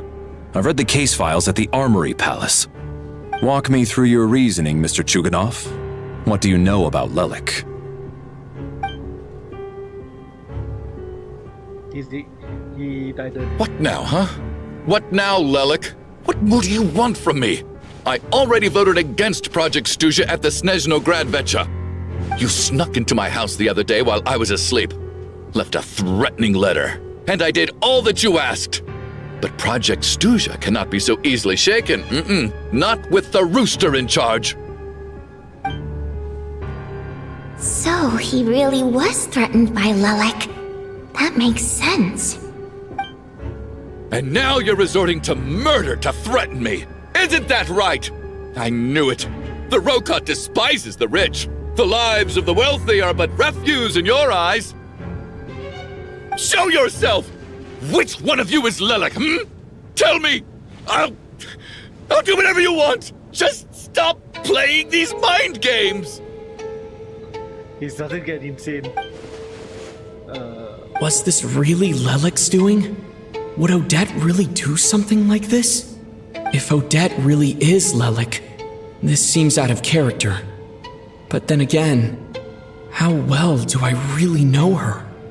I'm probably the only one here with a compelling theory about Lelek's true identity. But if I reveal it now, I'll be putting Odette in the line of fire. What should I do? I don't think it's likely that Lelek killed anyone. At least from the stories I've heard, he's never killed anyone before, and his name has never come up in connection with any murder cases. Besides, even if Lelek did want to threaten you, why resort to such an extreme and roundabout method? It's not his style at all. Vodyanitsa doesn't know that Lelek might be Odette, but her assessment is pretty much identical to mine. Miss Vodyanitsa, why do you suddenly feel the need to speak in Lelek's defense? Defense? Oh, no, it's just... I'm worried that we're jumping to conclusions here, so I wanted to share my point of view. Also, I don't think the Rokot is as bad as you're making it out to be.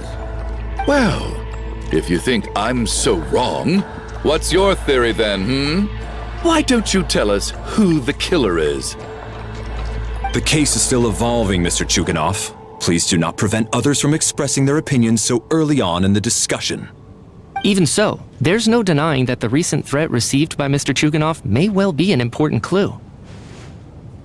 So there's still a good chance that Lelek is right here among us. I can't do this anymore. I don't care if it's still snowing outside. I have to get out of here. Whoa, take a beat. We all know it's far too dangerous out there. Even the soldiers couldn't get to us. Go out that door, and you might not live to tell the tale. And whoever this Lelek is, they're surely not going to murder anyone in broad daylight. Be sensible, my man. You're safer inside. As much as I regret having to say this, I'd like everyone to cooperate and refrain from exiting the premises until further notice. Because as things stand, every one of us is now a suspect. Unless anyone has further information to share, let's adjourn for now. Feel free to keep searching for clues, but make sure you don't go off alone.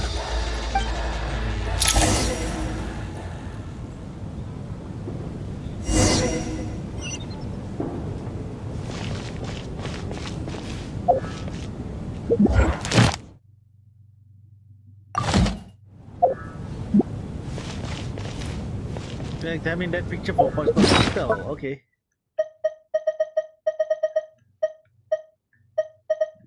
Let's refer to the picture again. Where is the picture now? Oh, it's here. Nothing much. Valerie, Vodyanitsa, Mitya. Deceased during the night. Deceased during the night. And now it's Rampana.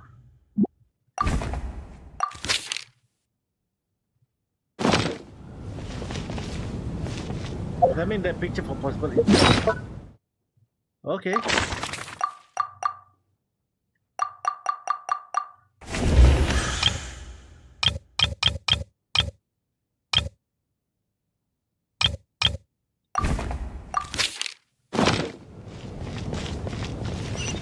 Oh, it's not that.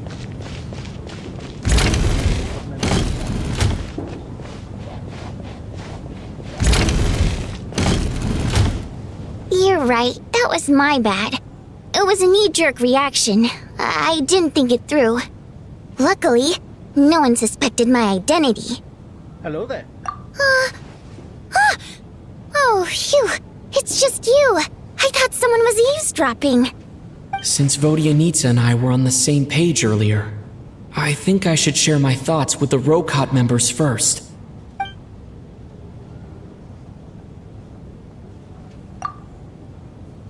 Whoa, whoa, whoa. Are you serious? I don't know if this counts as gossip, but it's definitely on track to be the juiciest this whole year. Odette? Really? Odette? Oh god, how dumb does this make me look? Lelek has been right under my nose this whole time, and I didn't notice a thing.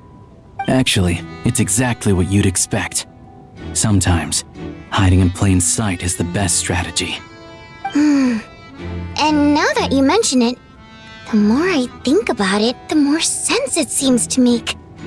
It all adds up. What are we up to now? 1, 2, 3, 4... What are you counting? Odette's identities. She's my coworker, specifically a ballerina, and also a Fatous, a member of the Rokot. Now, Lelek. It must be so exhausting. I just want to give her a hug.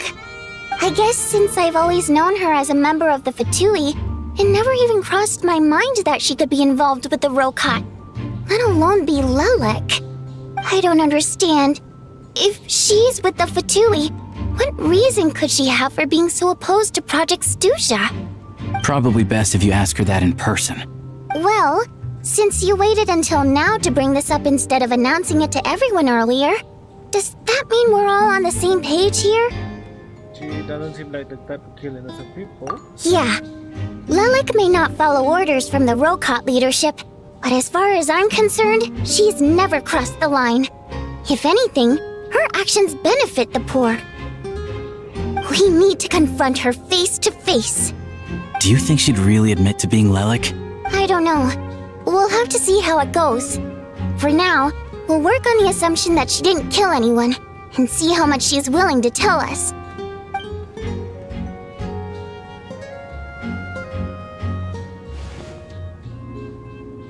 Now's our chance. Odette's alone. Let's go. Hey, Odette! What is it, you guys? Shh! Keep your voice down. We need to talk. So, you're Lelek, aren't you? Alright, fine. You don't have to say anything or explain yourself. Just hear me out first. None of us believes you kill innocent people. Whoever murdered those 2 people last night, it wasn't you. The Traveler was the first to figure out your identity, but he kept quiet during the discussion just now. Still, it's clear where the group consensus is heading. Everyone believes Lelek is the culprit. If your identity is exposed, you'll be in a really bad spot. We're your colleagues, and we know what kind of person you are. I don't want anything bad to happen to you. So, can you clue us in? Tell us everything. The more we know, the more easily we'll be able to cover for you. All right. Oh, wait.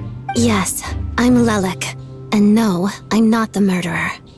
And thanks, but I don't need you to cover for me.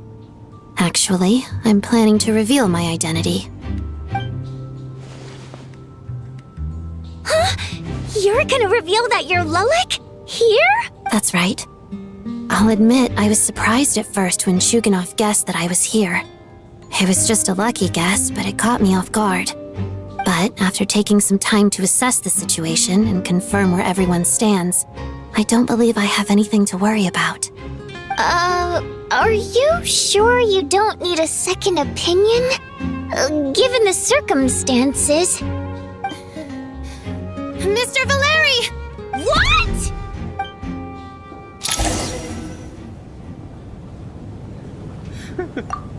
That's... So...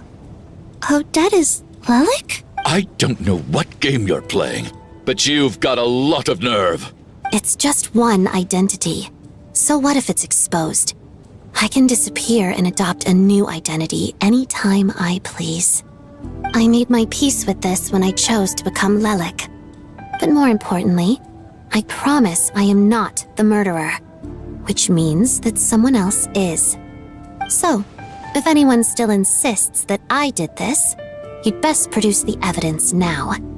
Otherwise, I suggest that you bite your tongue. Because if you really believe I killed 2 people without making a sound or leaving a trace, pointing fingers at me would surely only make you my next target. Is this really the truth, Miss Odette? That's confidence, all right. I believe you. A real no-nonsense attitude. I can see why Marionette said that she's on track to inherit the title of the Fair Lady. Are you seriously buying this? Hey, officer! She just admitted to being Lelik. Aren't you going to do something about this? I do have one question, Miss Odette. Why have you chosen this moment to come forward and reveal your identity? If I didn't say anything, everyone would be focusing all their efforts on finding Lelik. And that is exactly what the real culprit wants. I don't want to be the scapegoat who lets the murderer get away with this crime. Despite all the accusations, she made the smart choice. A remarkable display of rational thinking under pressure. Clearly, Odette's talent extends far beyond the art of dance. She thought so far ahead. Ugh, why do I always feel like I'm one step behind her in everything? You've convinced me. Dealing with the murder case remains the top priority right now. Let's put the name Lelik and all related incidents aside until further notice. Nevertheless, the group still considers you the prime suspect. I assume you have no quarrel with that, Miss Odette? I understand. You're welcome to keep an eye on me around the clock. I have no objections. Mr. Chuganov? For my wife and daughter's sake, I'll let you off the hook for now. But don't think you're forgiven for breaking into my house and threatening me. Just wait till we get out of here, Lelik. We'll settle the score then.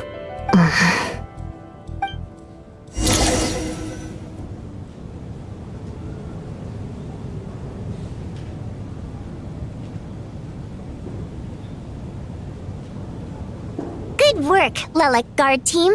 And Lelik too. Here, have some hot water. Turns out Valeri knew about my exploits. So now I've been told I have to guard Lelik with him. Shouldn't you be facing my way if you're guarding me? At the moment, it looks more like you're my bodyguards. If the true culprit is indeed still at large, as you have claimed, we must keep our guard up against them also. Don't worry, Tonya. We'll get through this. Once the snow stops, the officials will step in. The investigation will get easier, and then we'll be safe. But once the snow stops, won't everyone just leave? You're gonna miss us, huh? Well, some of us work at the theaters, so we'll still be here.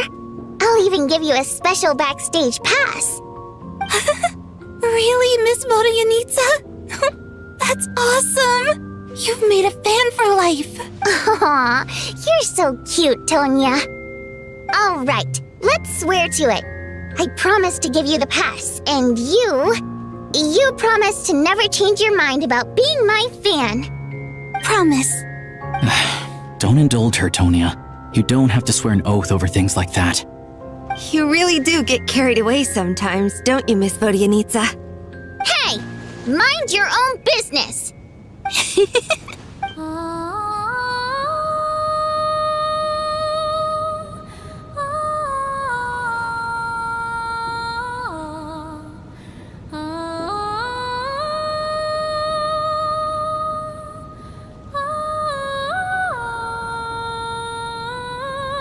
Don't be nervous, Miss Wateramp. Everyone's here. There's nothing to be afraid of. Excuse me? Do I look nervous? Don't be ridiculous. No. You sound nervous, lass. Oh. Wait, but how... Okay, plenty of people know that I'm a water imp, but still... How come you understand our primary mode of expression? Primary mode of expression. I've not come across that concept before. Do enlighten me, Vodyanitsa. Well, it's just... We water imps tend to communicate our emotions to each other by singing rather than facial expressions. The emotions we convey through song take precedence over our facial expressions. So, we think of it as our primary mode of expression. I'm impressed, Shram. I didn't take you for a man of culture, but you're clearly rather learned. It's not about being cultured or not. The thing is, this mode of expression can usually only be understood by other water imps. It's not a simple case of a song sounding happy or sad. And yet, you're clearly human, Mr. Shram. It's really not the big deal you're making it out to be. I think I just have a knack for it. Plus, I have a... very close friend who's a water imp. A delightful lady. But keep that a secret. Anyway, we spent so much time together that before I knew it, I noticed I could understand her expressions. Oh, I guess that makes sense. Still, the fact that you have a water imp friend is even more surprising. I'd better watch what I'm singing when I'm around you from now on. Hey, what are you implying? You're not secretly insulting the audience in your songs, are you? Heavens, why would I do a thing like that? It's getting late. We should discuss our sleeping arrangements for tonight. To guard against the killer, someone needs to keep watch. I suggest that we don't sleep in separate quarters tonight. It will be safer if we all stay together. As long as someone keeps an eye on Lelik, I'm quite sure we won't have any trouble. Are you saying that you wish to bet your life on Miss Odette being the killer? Nonsense. Of course not. Then I propose the following arrangement for tonight. The Traveler, Odette, and I will form the Night Watch. We'll sleep in shifts, but 2 of us must be awake at any given time. An excellent idea. This allows us to handle the Night Watch while also keeping an eye on Lelik. Meanwhile, the rule of taking shifts in pairs resolves the other issue. Namely that we can't necessarily trust the Traveler or Valeri either. I expect that plan took you quite some time to come up with, didn't it? Actually, our field combat manual outlines a similar approach. Although the scenario there involves guarding prisoners overnight during field operations. That being said, I must clarify that I harbor no disrespect towards you personally, Miss Odette. In fact, Lelik's numerous covert operations make fine textbook examples for military agents. I care less about respect and more about the fact that you just robbed me of 2/3 of my sleep tonight. I'm calling dibs on being the first to rest. Good night.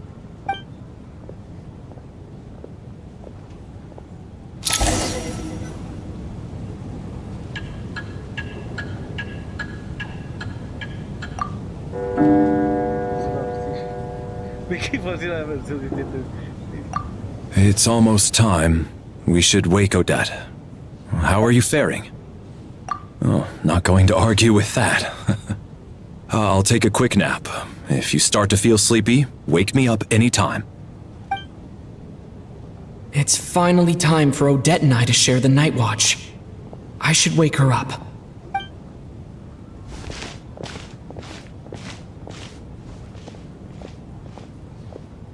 I came here to get information from her in the first place.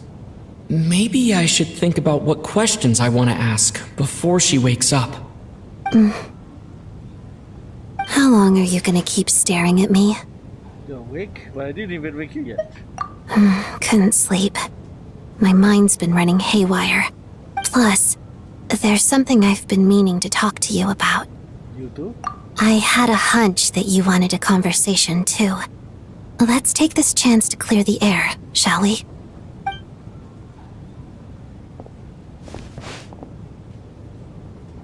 I just had a simple question for you, really. It's, Rosaline. In her final moments, did she have any last words or anything? It all happened so fast. I see. Well, that was all. I have no other questions. Do you miss her? No. She was utterly ruthless in pursuing her goals. That kind of person should be hard to miss. And yet, even though I never approved of her methods, and she was an abrasive person, the fact remains that I am indebted to her. Oh, she told you. I guess that makes sense. I think she and Rosaline were on pretty good terms. Yes, Rosaline wasn't the kind to gossip about this sort of thing. Not that it's any huge secret to me, though. When I was a child, I had to join the Fatui for the sake of my mother and me. I trained under Rosaline. It was extremely grueling, and it didn't exactly come naturally to me. All I could do was try to ignore the biting cold and practice. I was a newcomer who'd managed to make a good first impression on a harbinger. There was pressure to live up to her expectations, to be worthy of the fair lady's reputation. Every day was a struggle against the cold, pain, and fatigue. And most nights, I struggled to fall asleep. After enduring all that, I've become almost immune to the sensation of pain. I suppose that was the cost of survival. Surely, any child who had to experience that would grow to hate her lot in life, don't you think? So, I put an equal amount of effort into my ballet. Because in my young mind, that was the only way to defy my fate. It was my way of telling her, the Fatui's demands and your expectations of me are not what I wish for. One day, I will leave. I think she probably blamed my poor performance in training on my passion for ballet. She knew my heart wasn't in it. One time, when I was secretly practicing a dance at night, she suddenly showed up. I knew she was there to catch me red-handed. I told her, "You don't deserve to watch the dance I learned from my mother." She looked stunned. I guess she was surprised that I lashed out first, before she had the chance. But strangely enough, on that occasion, she wasn't fierce with me like she was during training. Instead, she fell silent for a moment, and then left. After that, she never interfered with my dancing or asked me how it was going. She never came to watch me dance again either. Not even once. She was. But even now, whenever I take out this core Ignis, I can't help but think of that night. Of the look on her face. Sort of. Although gift might be too kind a term. This is her flame sealed within ice. A symbol of her favor, yes, but also her way of keeping an eye on people. She knew the location of every piece of core Ignis. If any recipient started acting suspiciously, she'd be on to them immediately. Trust her to make even a mark of approval feel suffocating. So, when news of Rosaline's death reached Snezhnaya, many people immediately crushed their core Ignis. It gave them a profound sense of relief, like they'd broken free from her shackles. But I kept mine. With my sensitivity to pain being as dull as it is, the warmth from this core Ignis is one of the few things I can still feel clearly. I still wonder, did she really come to stop me that night? I wasn't sure, but I was scared. So I said some really awful things. I guess she didn't leave anything behind. Not that I expected her to. It's fine. It's just a bit of a shame that we couldn't settle our differences before the end. But Sandrone told me you two had settled things. She did. Are you sure she was talking about this event?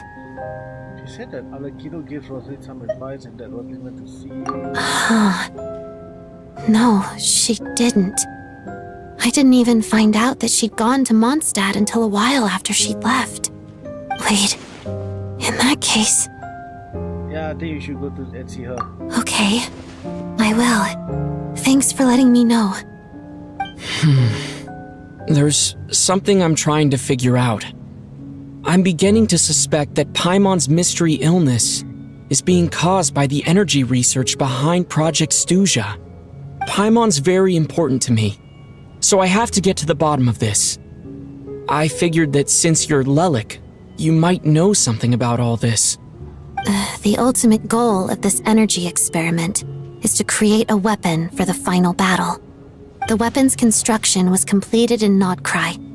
Now, all that remains is to arm it with a sufficiently powerful energy. That's what they were doing at the experimental design bureau. Yes. The weapon's development and all the related experiments are overseen by Lord Piero, the Jester, and the lab is located deep within the Armory Palace. I'm not sure why this experiment would be making Paimon feel unwell, though. The best way to get to the bottom of it would be to go there in person. Once we get out of here, I'll help you apply for an entry permit. Are you sure? Let's not forget they also offer tours. And I'm hardly the organization's proudest member, as you know. You answered my question about Rosaline. I want to do you a favor in return. It's that simple.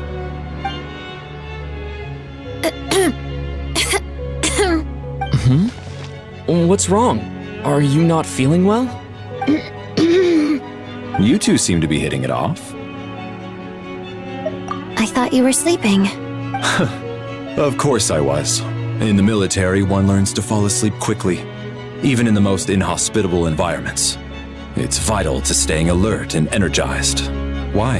Is something wrong? No, nothing. Even if he was awake, he can't have overheard us, right? Well, thank you both for keeping watch. Traveler, I'll take over for now. It's your turn to get some sleep. Sure.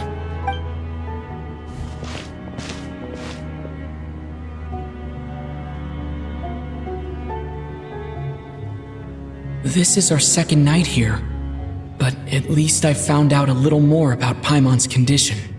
I hope she's been sleeping well the past couple of days. Why do I feel like I'm being watched? Seriously? Is this payback for when I stared at her earlier? But I thought she was asleep. Never mind. I'd better try and get some sleep myself.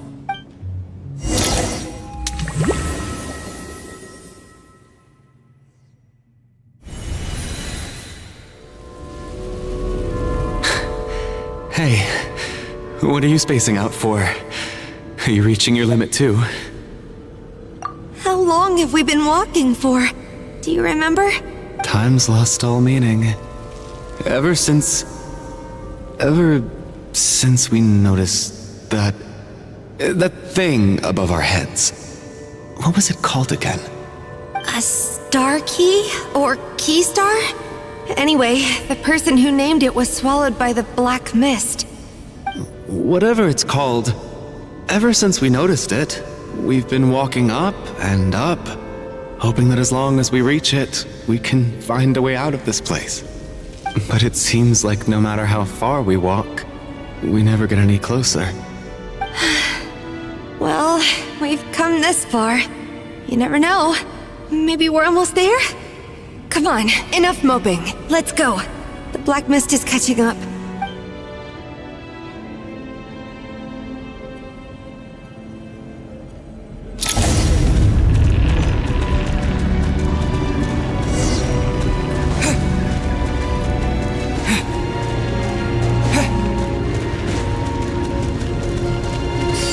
Monsters! Watch out! Not again!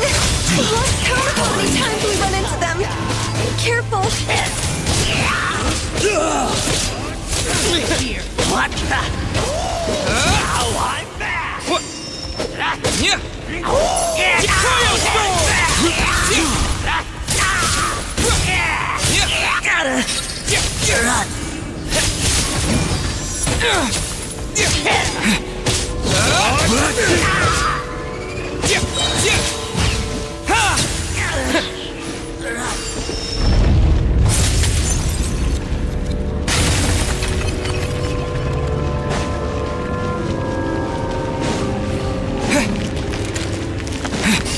Here they come again!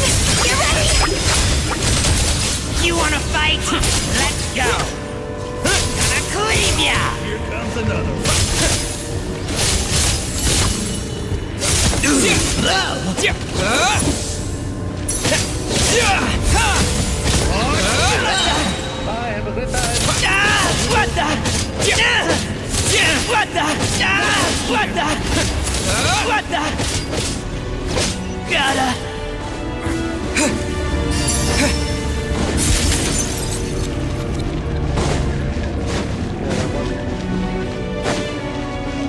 Monsters ahead of us.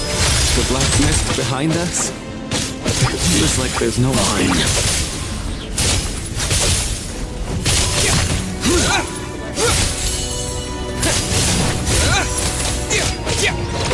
Shut up!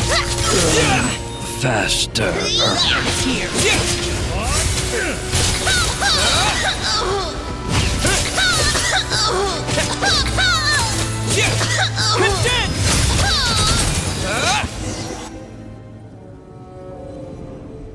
Are you hurt, Coolish? No. I'm fine. It's just... Suddenly I don't want to walk any further. I get you. In fact, I reached my limit a long time ago. Sometimes it feels like there's hope where there shouldn't be. Yeah. The hope that the star gives us is the only thing keeping us going. But I'm not sure it's real at all. It may just be a collective illusion. Otherwise, why would it always be out of reach? We know you mean well, but you're only saying that to try and encourage us to keep going, aren't you? Thank you, friend. But enough is enough. Please don't give me any more false hope. Hope is poison in this place. You're going to continue, aren't you? I admire that. I've given up, but I wish you the best. May there come a day that you catch up to the star and leave this godforsaken place.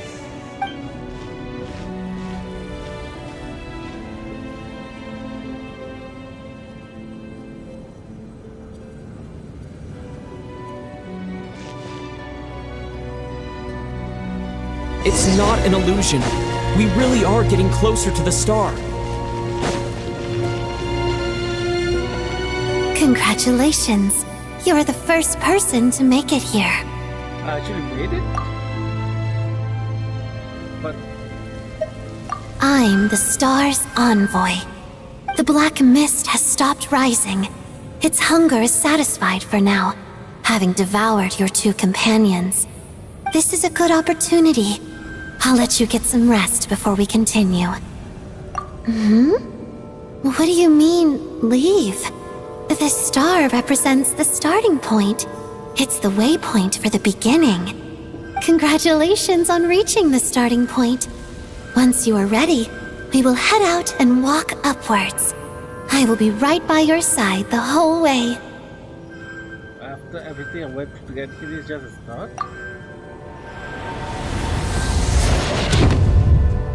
Huh? What's wrong? Hey, don't give up before the journey's even begun.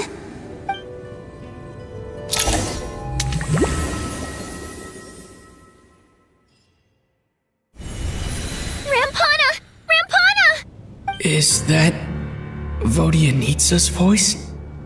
What happened? Coolish, wake up! Please wake up!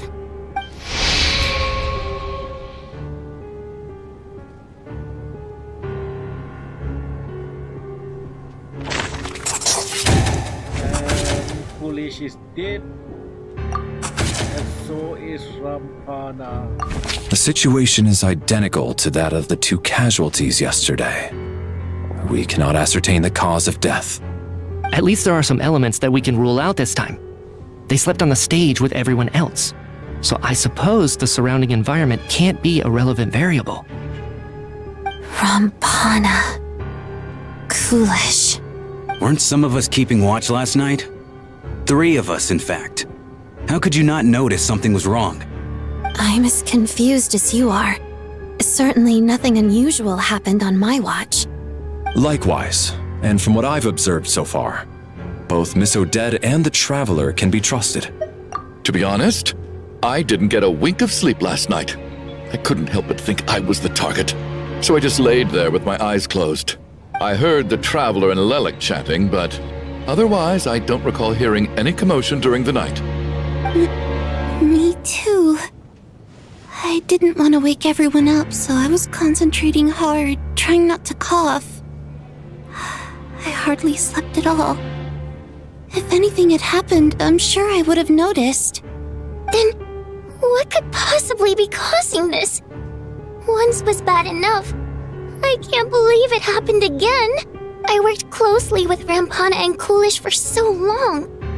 I never imagined that one day they'd... And on this stage of all places... Florianitsa. 4 victims in just 2 days. And we still don't have a single lead. I need to get to the bottom of this as soon as possible. And above all, keep Tonya safe. I'd never be able to look Child in the eye again otherwise. Still snowing? Yes, I just checked. Still no sign of anyone outside either. So we only have ourselves to rely on. If you ask me, this killer can clearly strike whenever they please. The Night Watch was a useless endeavor from the start. Lelik must be an expert in poisoning. Clearly she used some poison that can't be detected on the corpse. Here we go again. Listen, I was already thinking to myself last night, was Lelik's reason for revealing her identity the real story? Well, now I have my answer. It most certainly was not. She's been playing us for fools. You get off on this, don't you? Revealing your identity, only to carry on with your killing spree? That's a hideous thought. One that only a hideous mind like yours could dream up. How dare you! That's enough! Yesterday, you named Lelik as a suspect because the victims were both wealthy merchants.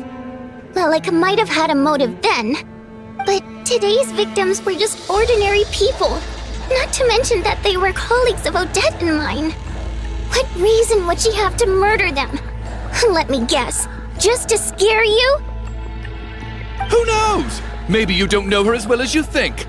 I implore you all to ask yourselves, how many people are there really in this world that have what it takes to kill another person? Not many, I'd wager. Lelik is well known to be a ruthless operator, and now she has revealed her identity. How could it be any more obvious? Everything you said so far is still just conjecture, which doesn't constitute a concrete lead. You need to back up your claims with some evidence. How can you defend her, officer? What did she say to you while you were on night watch? Maybe I shouldn't be so surprised. You military types are always colluding with criminals to target the rich. All so you can get your grubby paws on our hard-earned fortunes, then tell us to fall in line. The Fatui, the Druzhna, and the Rokot. Thugs, the lot of you. Don't you dare. Sir, but... You were the one who told us not to stop other people from expressing their opinions yesterday. 4 people have already died. Only yesterday I was chatting with Mr. Coolish. Then we woke up in the morning and he's... Turning against one another is the last thing we should be doing right now. Little girl. Even if Mr. Chuganov is a puffed-up, pig-headed windbag who doesn't have a clue what he's talking about, he's still one of the victims here, isn't he?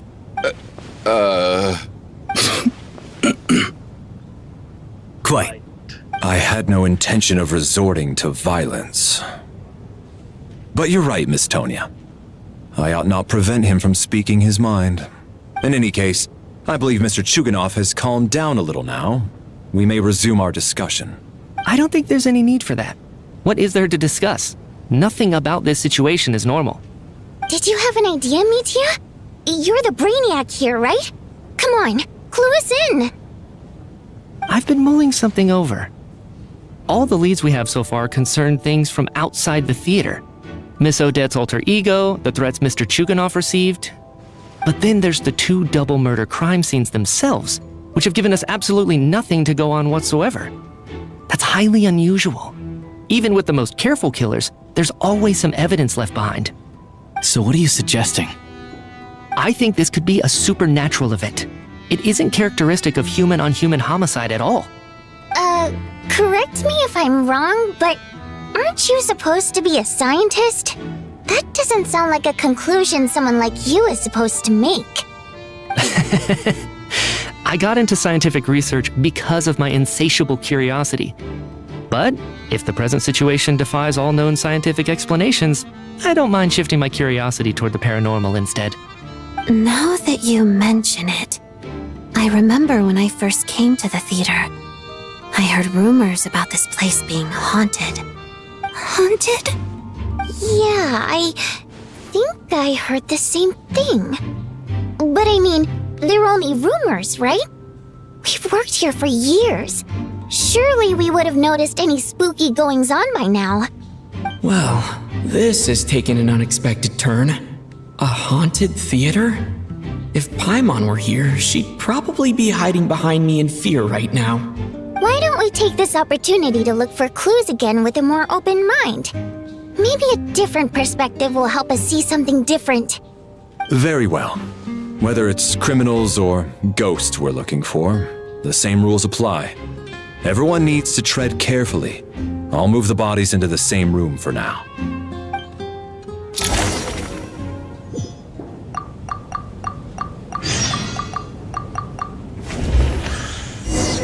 I'm guessing she's confirmed to be Lelek. Oliver, disease. Ogok, disease. Ampana, disease. Foolish, disease.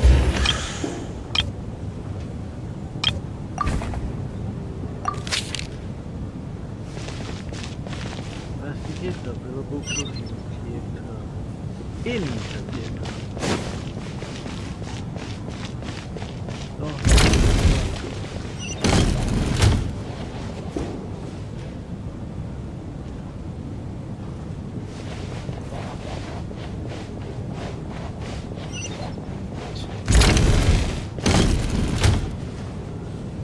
Valeri, come take a look at this.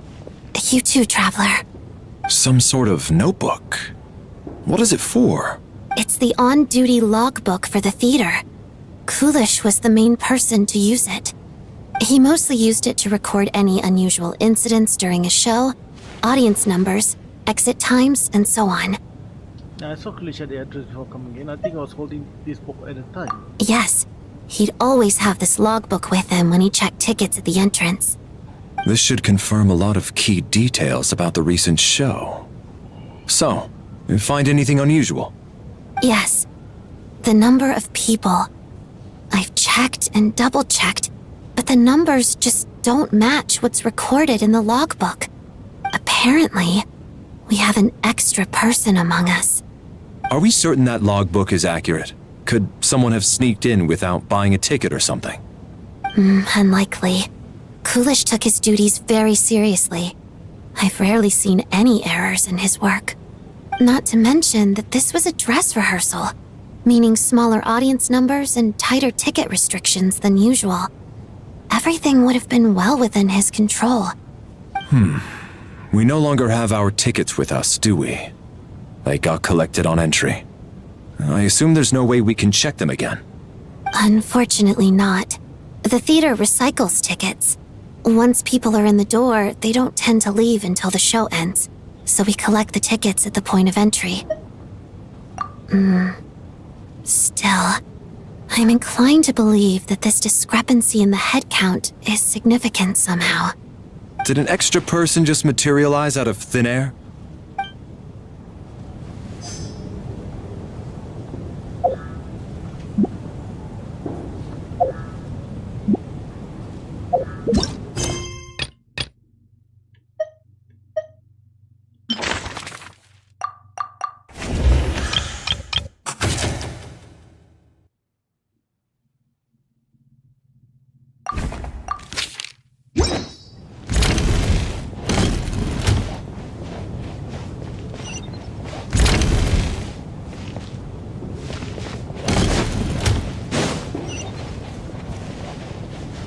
Oh, there's one.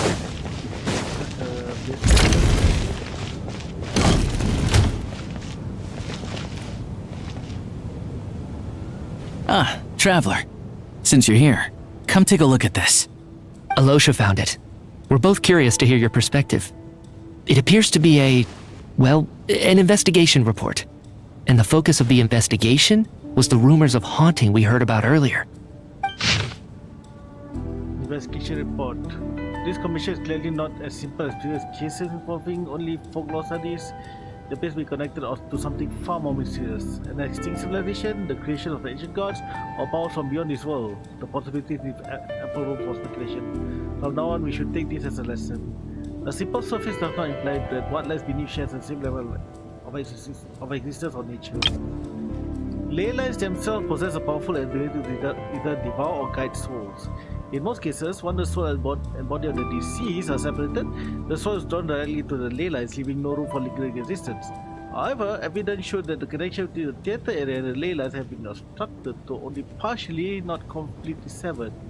Still, this has granted certain souls unwilling to return the ley lines an opportunity. If their resistance is strong enough, they may even linger within the theatre indefinitely. In theory, however, these souls within the theatre are incapable of influencing the physical world. Only under extremely rare circumstances can they produce phenomena observable to the human eye. Overall, they can be considered harmless. This assessment they conveyed in advance to the theatre's management to reassure them. But for me, the investigation does not end here. Uncovering the reason why the ley lines have been obstructed is the true focus of this inquiry. After consulting multiple sources, the most reliable hypothesis at present appears to be the existence of an angel civilization and its preliminary attempts at ley line renovation. There's too little information available over here. I must return home as soon as possible. An investigation report, huh? Looks quite old. This person's name looks to be of Sumeru origin to me. Was the investigator from Sumeru? The theater manager must have hired an investigator once specifically to look into this issue. But it doesn't look like anyone ever looked at the report. Presumably, the manager wanted to know if the supposed haunting was dangerous, while also being fearful of word getting out in case it affected the theater's business. Anyway, the bottom line is, the haunting is actually real after all. It's caused by an obstruction in the ley lines. Is there any chance this is the key to finally making some progress with the murder cases? Ley line problems are pretty unexceptional to me by this point. And while it certainly offers an explanation for the ghosts, it's hard to imagine what connection it could have to these two murder cases. Some of the language that appears at the very end of the report caught my eye. Angel civilization, ley line renovation? My area of research doesn't touch on any of that, so it's completely outside of my wheelhouse. Huh? A piece of paper just fell out from the report. It landed right by your feet. Let's see. Death is near. Speaking of business, no matter how you look at it. How unnerving. It was tucked inside the report, so it must be a note left by the author. Death is near. Is that supposed to be what's going on here? With us, in the theater? But if so, how did the author foresee it? Could he predict the future somehow? Maybe things are more complicated than we thought. No, wait a second. If we take the report and the note at face value, they completely contradict one another. The report definitively concludes that the hauntings in the theater are harmless and cannot affect the real world. But the note seems to be warning of potential danger. The question is, what exactly does the note mean by death? The various ways we could interpret this keyword lead in completely different directions. Let's pause our analysis here for now. I think we need more information.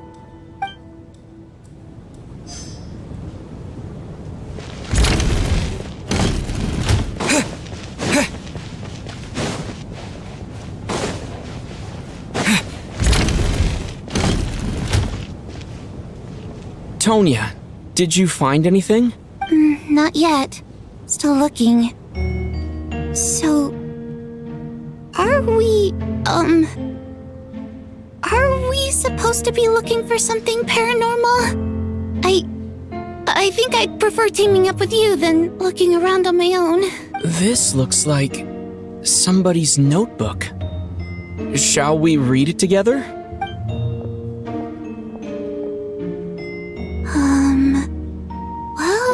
doesn't look scary or anything, so I guess it should be fine. Alright, let's read it together. Left eye, right. He wants to make me understand something, but even now I still don't. I don't believe anyone should be forced to abandon their homeland because of a change in power. She never considered the feelings of us water ignobles. Every inch of this land fragment of my childhood. But I close my eyes, I can still hear everyone's songs echoing everywhere. I'll not forget those who drove us away, and I miss you very much, Mata. I often find myself missing that fresh with the tassel, the heavy back curtains, and the first rays of sunlight will stream to the manor each morning. But it's alright now. If I narrow my eyes just a little, the light seeping to the glad prestige feels just like the one in our manor. I know that life is gone forever, and I can miss it all I want, but I also feel that what I have here now is no less than what I lost. The fantastical sets designed by the prop master, the men fans who come all these way to see me, and the quiet dancing girl who doesn't talk much. These are all mine. I would lose any of it again. Never. Absolutely never. I've joined a rather remarkable organization, though I can't tell you his name. Whatever the great figure that will do this time, there should always be someone looking out for his misfortunes of the ordinary people. That's what our organization exists for. Even now, I still don't understand her. Why is it that those in power always seem this way? They clearly have the ability to bring greater happiness. Some say share their own difficulties, but what could probably trouble someone so seemingly omnipotent? Never mind. I should just focus on what I can do. I suppose you'll never hear about our organization sooner or later. His name is... never mind, I'll leave it a mystery for now. Huh. This has to be Vodia Nitsa's writing, surely. Whoops. Maybe it's a little rude for us to peek at this. I feel like I just read someone's secret diary by accident. It sounds like she's writing this for her parents, right? I don't understand. Why put this stuff in a notebook instead of mailing it in a letter? Because her water imp parents belong to the aristocracy, who were driven out of Snezhnaya by the Tsaritsa long ago. And now they live somewhere new, where the postman can't get to. Hey, We're sorry. It's fine. My fault for not storing it properly. I can't leave things lying around and expect them to get ignored when everyone's scouring the place for clues. All right, give me my notebook back. I'll take over the investigation in this room. The whoops. Big whoops.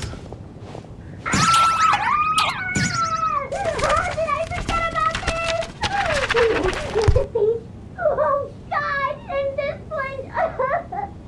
Oh my. Why am I so embarrassed? Whoops. The big whoops. If we take all this together, it's not impossible, is it? If anything, it's the natural conclusion. Oh, I beg to differ. This sounds to me like a product of a researcher's vivid imagination.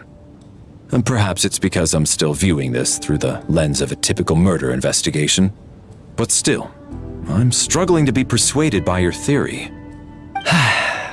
Does it really sound that far-fetched? Alright, well, let's treat that as speculation for now. I do agree with what you've said, so let's go with your idea for now. Good. Okay, now that we finally have some meaningful leads, I think it's time to reconvene. Let's get the others.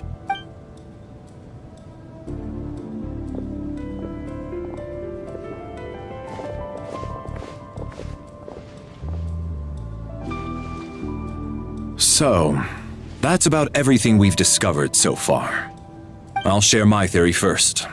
Based on what we've learned from the logbook, I believe the extra person among us is most likely the killer.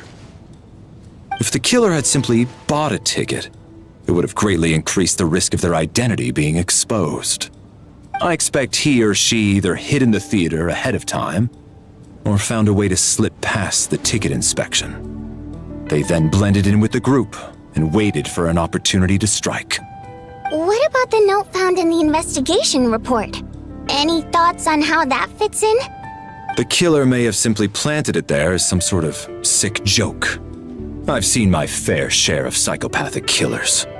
They love playing cryptic mind games. So, it has nothing to do with the haunting of the theater after all. This theory makes sense to me. If we have an audience member unaccounted for, chances are they didn't come here to watch the show. Could it really be that simple? So, in other words, all we have to do is find out who got in here without a ticket, and all our problems will be solved? Then let me make one thing clear. All the theater staff should be well aware that I came here for the rehearsal legitimately, yes? There's no way I'm the one who didn't have a ticket. It's true. I hear you used every trick in the book to get a hold of that ticket, too. Everything short of throwing a temper tantrum and rolling around on the floor at the entrance. I most certainly did not degrade myself in such a way. Probably a stupid question, but I might as well ask. Did anyone here get in without having their ticket checked? Guess it was naive of me to expect them to just admit to it. Especially after the unprompted Lilac reveal. Once was already a miracle. Twice would be unfathomable. The most likely person to enter without a ticket is...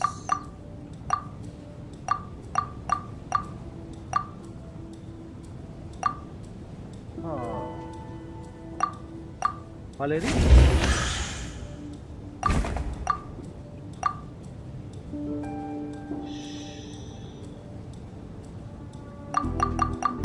He's a staff member. Mercenary. Okay. Nichafna has a ticket. Tonya has a ticket as well. Staff member. Let's go.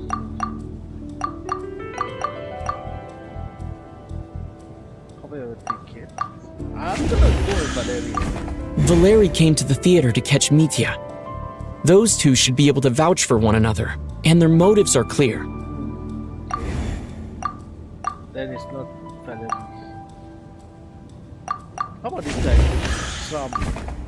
I don't believe any of us here knew Shram before all this. If no one can verify Shram's identity... Mr. Shram, did you really go through the ticket inspection to get in here? Huh? Me? Why am I being singled out, my friend? Do I seem that suspicious? It's not that you stand out as suspicious, more that everyone else has been ruled out as trustworthy. Okay. Well, we spent the best part of 2 days together now, so I'm sure you can all tell what kind of person I am. I'm a true gentleman. I never dream of doing something like sneaking to the theater without a ticket. Yeah, I have no doubt that you're a good person. But the problem is, none of us here actually know you, so no one can say for sure that you are who you claim to be. Although, actually, what was it you said last night? Yeah, you're friends with that water imp, which is why you understand our primary mode of expression. Last time I checked, there were barely any of us remaining in Snezhnaya, since most of the water imps left. Could you tell me a little bit more about your friend? There's a good chance I actually know her. And I suppose it's also kind of a way for everyone else to get to know you a little better.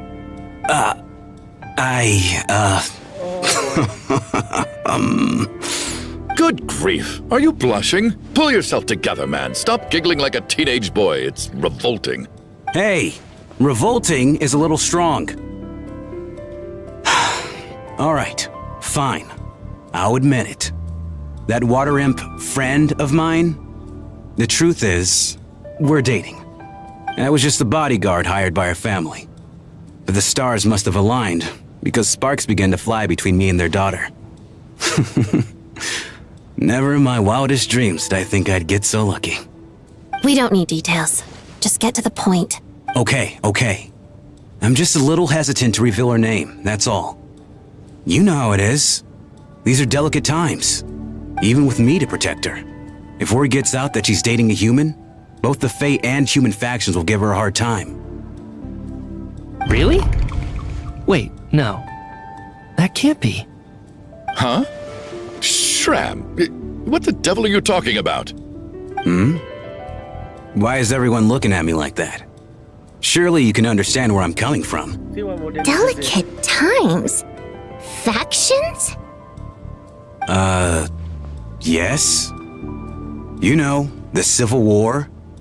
Last time I checked, the Fae and the humans were still at each other's throats. Wait a If I'm not mistaken, the last significant civil war in Snezhnayan history was over 400 years ago, when Her Majesty the Tsaritsa had just taken the throne and was consolidating her reign. What do you mean, 400 years ago? What's going on here? Is Shram from the past? All right, Mr. Mitya, you win this round. As far-fetched as it is, it appears that your theory may be correct. I'm just as amazed as you are. I didn't even believe it myself, to be honest. Is someone going to explain what's going on here? From the look on your face, you figured it out too, haven't you, Traveler?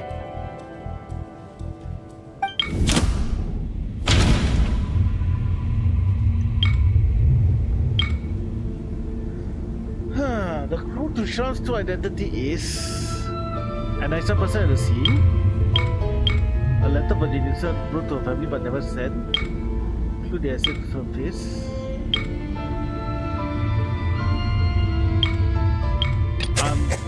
No. The truth lies within the clues we've already discovered. Okay. I'm guessing option 2. No. Vodyanitsa's private letter touches upon the history of the Water Imp aristocracy's exile, but reveals nothing about Shram's identity. Okay. Then rules that out.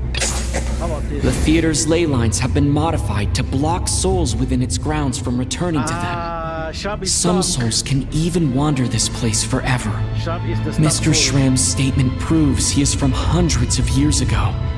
And according to the investigation report on the theater hauntings, Mr. Shram is very likely a lost soul wandering the theater.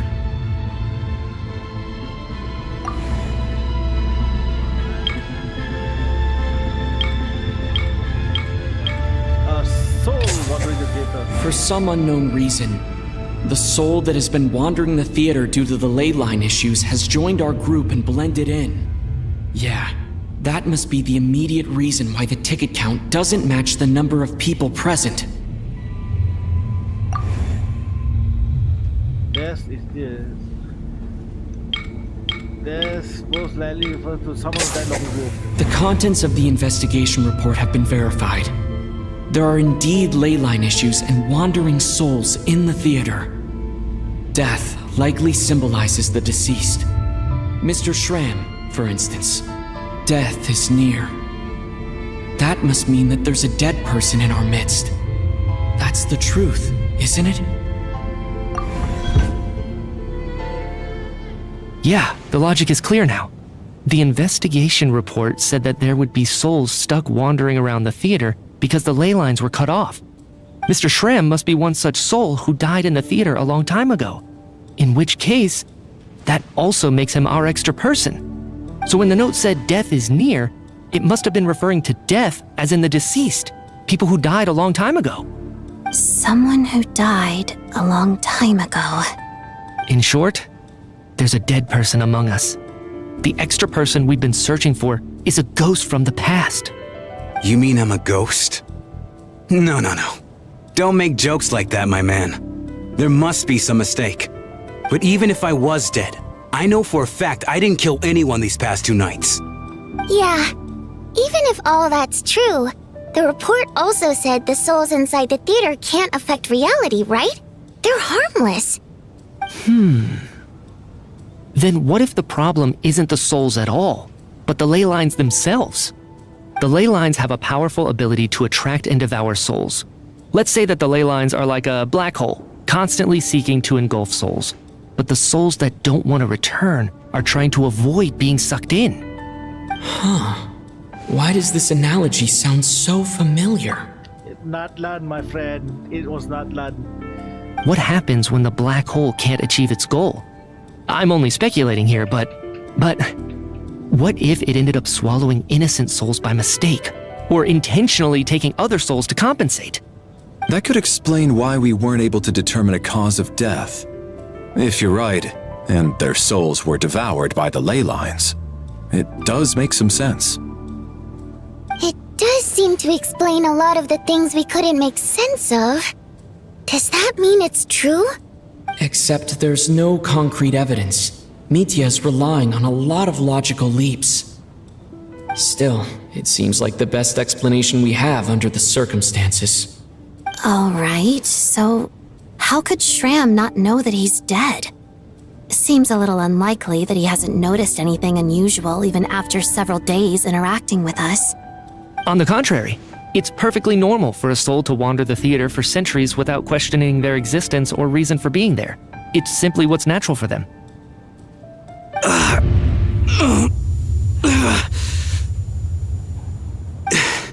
You know what, Mr. Brainiac? I think you might actually be right after all. I'm trying to remember and... even though my head feels like it's going to explode, I think... it's all coming back to me.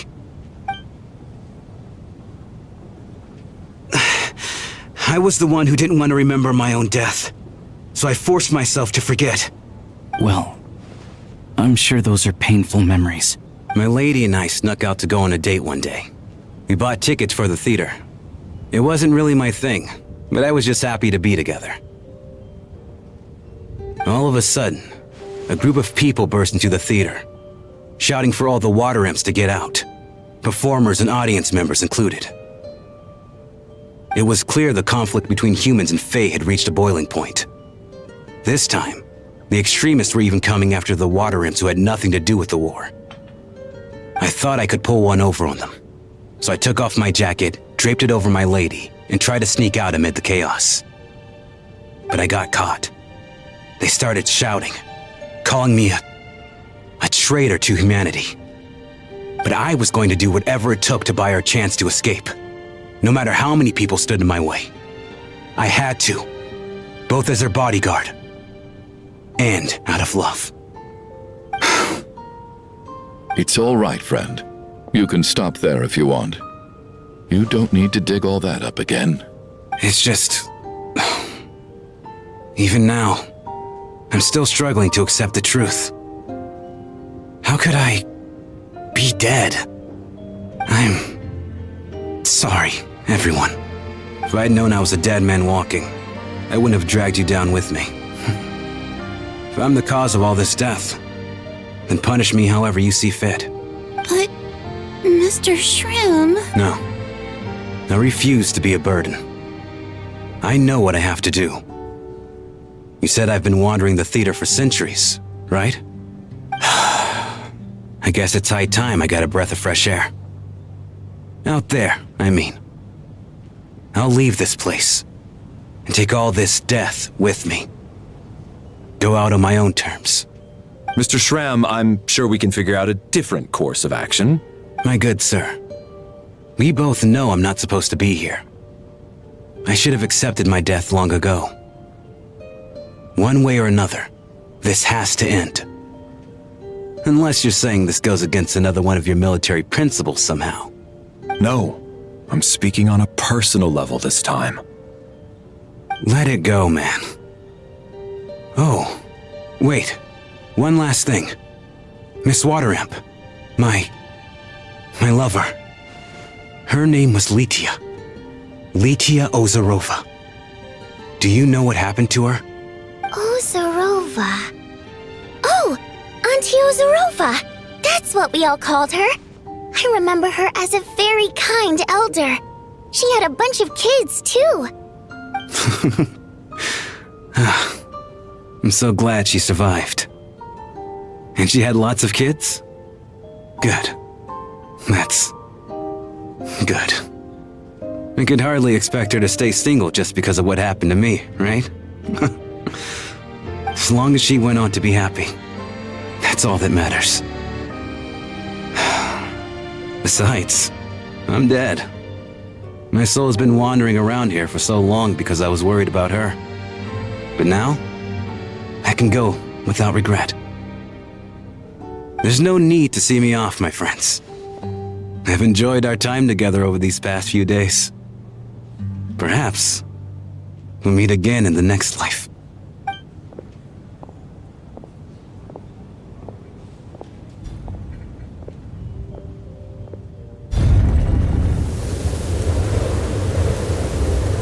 Take care, my man.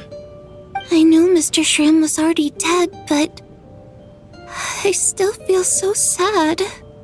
Death is cruel, no matter how we might try to make sense of it. So, was the conflict between Fae and humans really that bad back then? I was only little, so I don't remember much. It's terrible to think that so many innocent people had their lives turned upside down. Even the historical records about that time period don't say much about it. All people know is that the Tsaritsa founded the Fatui, drove out most of the Fae aristocracy without explanation, then used her terrifying power to suppress the humans. It seems to me like the Tsaritsa chose to make herself the enemy. She downplayed the conflict, directing whatever animosity both sides had for each other at herself instead. That's also why, despite how brutal the conflict was at the time, there hasn't been much lingering tension between humans and Fae since. Things have been fairly harmonious for the past few centuries. So, the Tsaritsa banished the Fae to protect the Fae living in the city? She offered herself up to be hated in exchange for peace. Maybe it's not quite as bad as it sounds. I don't think Her Majesty is too concerned if mortals hate her or not. And besides, there are very few who truly do. All this time, I had no idea. All right, if Mitya's theory is correct, then I think we can consider this matter settled. Let's all take a break. Ugh, if only this blasted storm wasn't still raging on.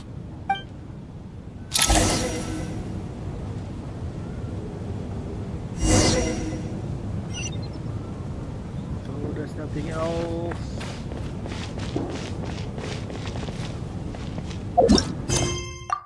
Oops.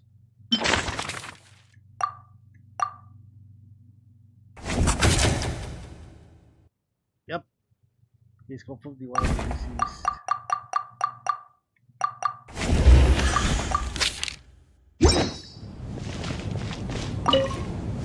Even though Shram was already deceased. This is one of the few times I don't feel at all.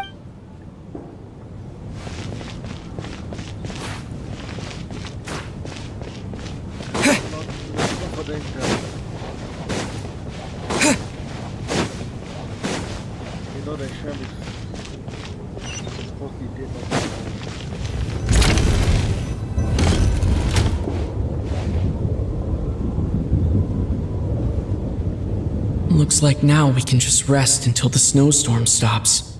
I still can't believe Shram turned out to be a ghost who'd been in the theater for hundreds of years. To think he was dead this whole time. What a strange turn of events. Knock knock. Who's there? Huh? Knock knock. Who's there? You know the door isn't closed, right? You don't have to knock. You're supposed to be Think who's of there? it as a signal then.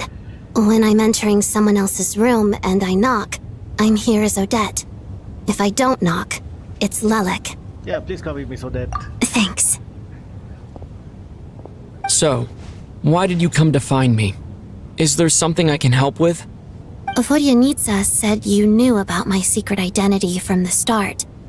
But when everyone was discussing who Lelik could be, you were worried that revealing what you knew would be unfair to me. So you kept it to yourself, right? That's what you wanted to talk about? Yes. I'm extremely grateful for that. It's nothing. I mean, you didn't hold what happened with Signora against me, so I should thank you for that as well. Actually, there's something else as well. I found myself in a situation similar to the one you were in when you helped conceal my identity. So I thought I'd come and ask you for advice. What's the situation? It's about Mitya. Before all of this, the last time I saw him, he was dead. What? As I'm sure you know, my goal as Lelik was to stop Project Stuja. Well, when I found out the tech lead for the experiment behind Project Stuja was Mitya, I immediately started planning to track him down and threaten him to back out. I often saw him around the theater, but I soon concluded that making my move there would risk exposing my identity. So I decided to infiltrate the Armory Palace and go directly to his lab. That way, the threat would be much more effective. Well, I suppose there was a bit of luck involved. But I am a Fatus, so I already had some familiarity with the building's layout. But when I finally made it to his lab, Mitya seemed to be dead. Are you sure it wasn't just dozing off? I checked his breathing and his pulse. He had no vital signs whatsoever. I'm certain of that. That's calm. I thought maybe another anti-Project Stuja activist had beaten me to it, and chosen a much more brutal method. So I made myself scarce. That's why you were so on guard around Mitya that first night here. Yes. When I saw him sitting in the audience during the performance, I could barely contain the shock. To me, it was a miracle. Somehow, he'd come back from the dead. But then, the murders started happening and things got so complicated that it wasn't really at the front of my mind. That is, until Mitya himself said there must be a dead person among us. Then, I couldn't ignore it any longer. And yet, you thought that bringing it up right away would single Mitya out. Just like when everyone was suspecting Lelik. Exactly. I thought there could be something I was missing. Besides, we soon figured out that Mr. Schramm was a ghost, and we knew there was only one extra person, so we thought he had to be the one. But now, it seems like there's another candidate. I understand why you kept it to yourself. There was so much information being thrown around during that discussion. Bringing up Mitya would have just introduced more confusion. So, what do you think we should do? Let me confirm one thing first. When was it that you found Mitya dead? Around a week ago. Sometime in the afternoon. A week ago? That's earlier than I thought. I saw him just a few days ago at a restaurant. That definitely would have been after you found him dead. He seemed completely normal to me, chatting with Vodyanitsa, trying to avoid Valeri. So he was definitely alive on that day. Huh. Well, all I can say is I know what I saw. Here's a thought.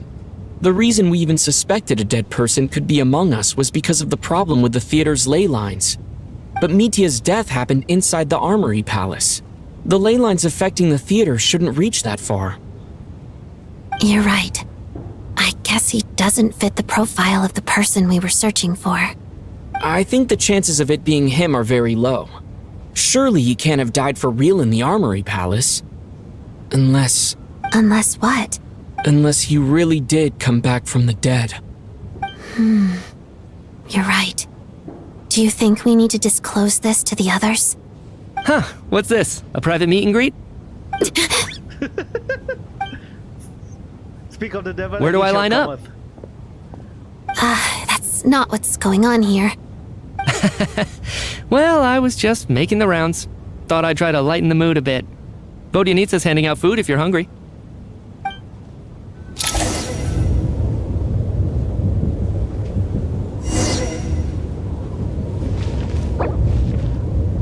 Wait.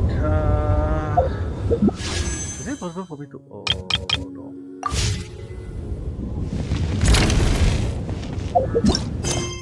Okay. Whoops. Yeah, she got a bit...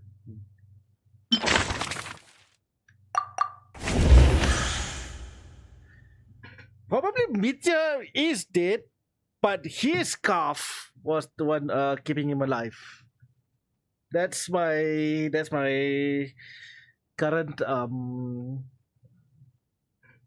speculation. So you know what? I think I just want to run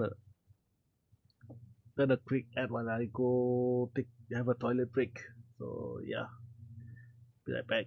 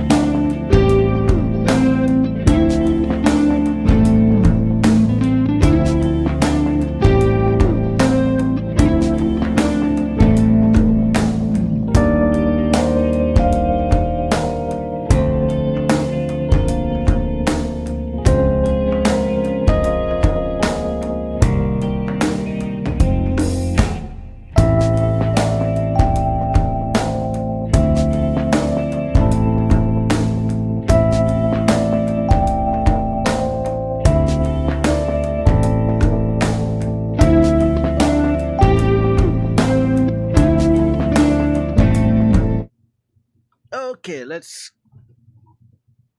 get back to business. I think we can finish the story tonight.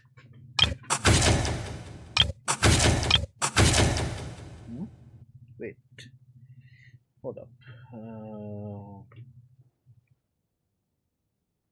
There we go.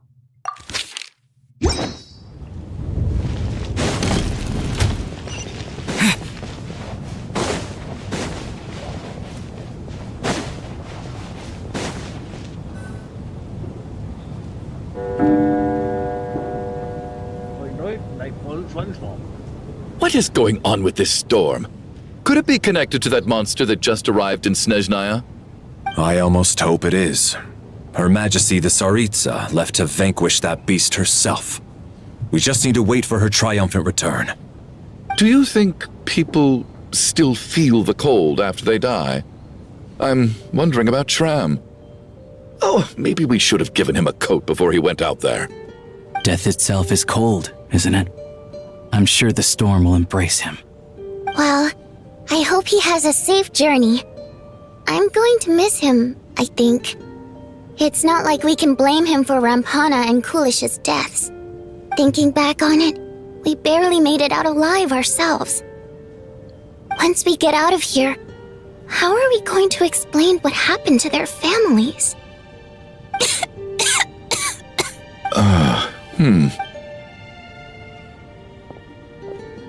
Are you okay? Here, take this. I've never used it. Thanks. Look who's Mr. Nice Guy all of a sudden. Is it because Tonya stood up for you this morning? At least you know how to return a favor. Yeah, without Tonya, who knows how badly he would have been hurt. I told you already, I never intended to resort to violence. Bunch of rascals. Little girl? I was rather surprised when you spoke up for me this morning. I didn't think I had many admirers here, so, thank you. Oh, no need to thank me. I said some bad stuff about you too. I've been, too embarrassed to admit it, but, you remind me a lot of my daughter. So kind to everyone, but never lets her old man off the hook. Unless my wife and I are having a fight, then she's always on my side, especially when she was little. Every time I took her out... All right, easy now. How long have you had that cough, Tonya? I don't know. It's probably been a while. I'm fine. Are you taking anything for it? Yeah. I'll be fine once I see my brother. He's gonna pick some frost fairy flower leaves and brew a tonic for me. I'll feel much better once I drink that. I see. That's good to hear then. We should probably discuss arrangements for tonight. Now that the deceased has left our midst, there shouldn't be any more incidents. However, out of an abundance of caution, I'll keep watch. Shouldn't we take shifts? I can take one if needed. No need. I managed to get a nap in earlier, so I have plenty of energy right now. After all the tension of the past few days, everyone else should just focus on getting a good night's sleep.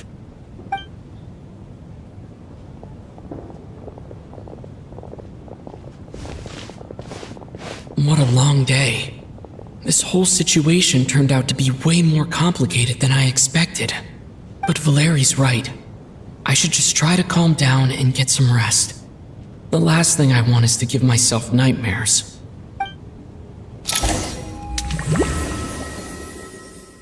Let's see what's going on now. He's awake! He's awake! Get over here, you big lug, and take a look! If you must call me something, call me Mr. Door. The Black Mist is coming. You need to go. Are you all right? Can you walk? We just got attacked by monsters on our way up. That Mr. Door fellow protected us. He just seemed to come out of nowhere. Not much of a talker, but when it comes to taking down monsters, that man doesn't hold back. Curses! The black mist is catching up to us. We need to keep going. Mr. Door, I don't believe I've ever seen you around here before. Why is that? There's no need to try to get to know me. I'm just Mr. Door. Mr. Door! Looking for trouble! Get rid of them! I can just push these ones Oh. Well, anyway, we're lucky to have you here. Thanks for saving us earlier. No need to thank me. This is where my duty lies.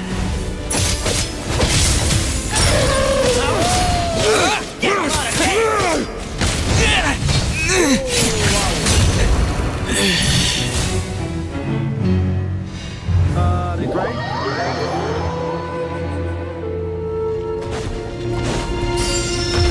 Looking for trouble?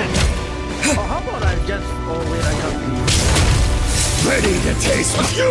Yeah!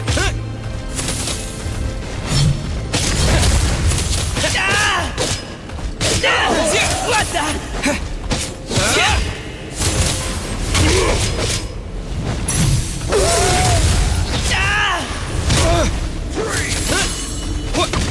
Free!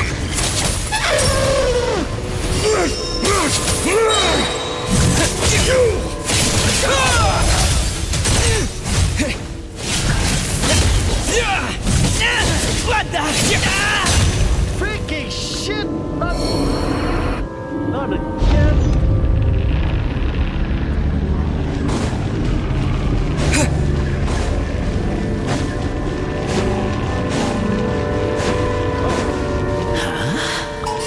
Looking for trouble?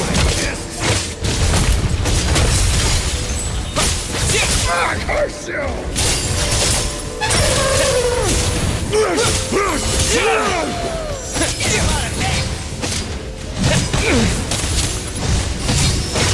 Just you wait.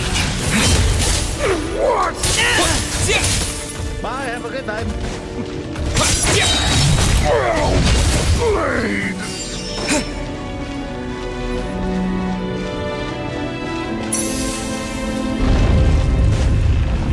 I didn't know Valerie was there. So we're doing this the Condense! Cryostorm! Just you wait.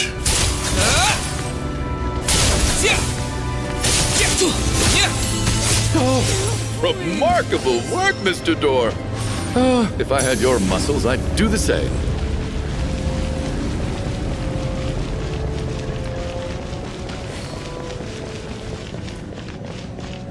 Are none of these doors the one you're looking for? No.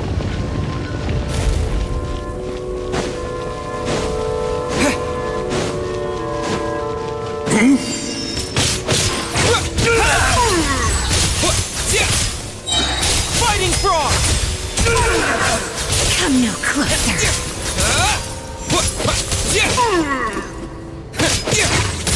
Dense and crystallized. Cryostorm!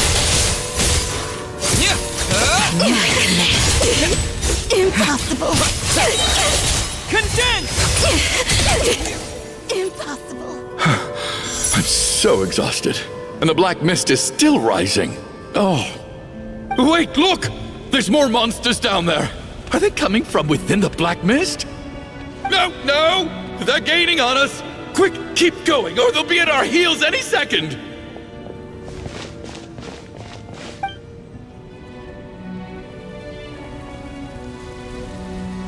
Mr. Door, what are you doing? We need to get out of here. They're coming! Found it.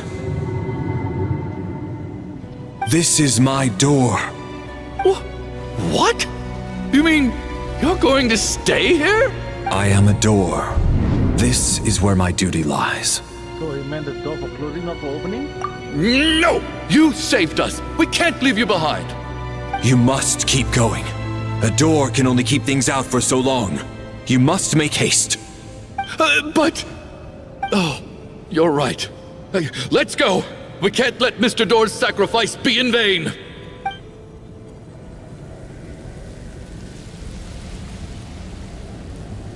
The black mist isn't moving anymore. Looks like both the monsters and Mr. Door are gone. I didn't just imagine all that, did I? Surely I wasn't so scared out of my mind that I hallucinated a door as a human being? Oh, okay, good. There's no way we both hallucinated the same thing.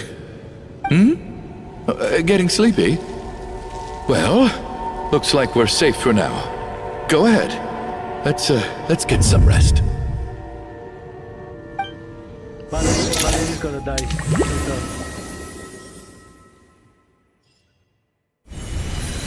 What time is it? Is it morning? I think I had a nightmare. I guess everyone's still asleep? These past 2 days have been exhausting. Valeri's keeping watch though, so he's probably the only one awake. Valeri? Awesome. He may have died.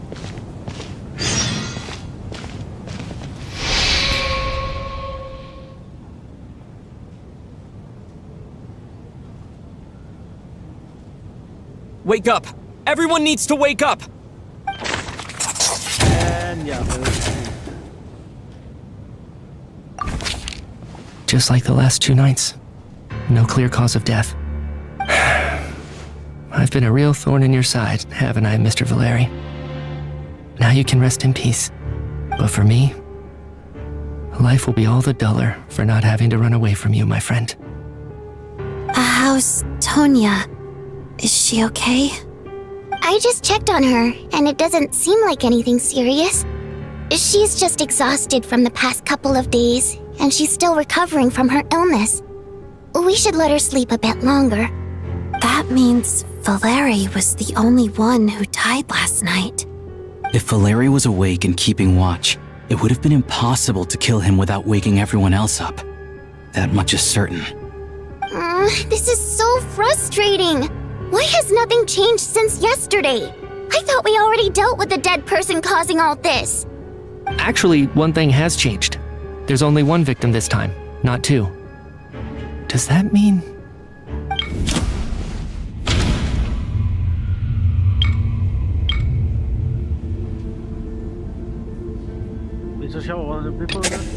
But Mr. Schramm was already deceased to start with. That doesn't seem very likely. Can a death at night even be defended against? This logic seems baseless to me. After the deceased Schramm left, there was 1 less victim last night. That more or less tracks. It's a reasonable conclusion, considering the only variable that changed. The number of people who die each night is equivalent to the number of dead among us. That's your theory, right? Exactly. We identified Mr. Schramm, and the night after he left, the death toll dropped from 2 to 1. By that logic, there must be 1 more dead person left among us. Another one? But there was only 1 person unaccounted for in the ticket checks, right? The head count should match up now. Having an extra person was definitely a cause for alarm, but being 1 person short isn't nearly as unusual. Someone could have left in the middle of the show, or made it out before the storm hit. 1 more dead person among us. If Mitya's theory is right, then what Odette told me seems a lot more relevant. It's just, at the time, we had no reason to think there was more than 1 dead person. If only we'd taken it more seriously as a possibility, maybe this could have been avoided. I'm sorry. This is my fault. I had information that could have been helpful, but I held back. I should have brought it up right away. I'm partly to blame as well. I was too quick to dismiss Odette's concerns. What is this about? What have you two been getting up to behind my back? Sounds like there's some big news you've been keeping from the rest of us. Well, we're all ears.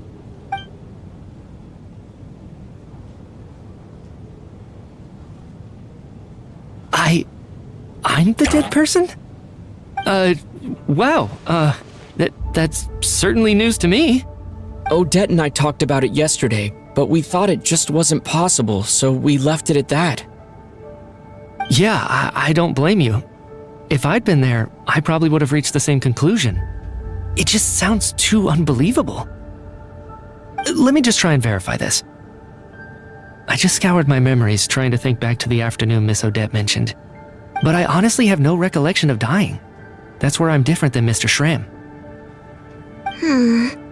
Having seen Mr. Mitya a few days ago myself, I also find it hard to believe he could be the other dead person among us.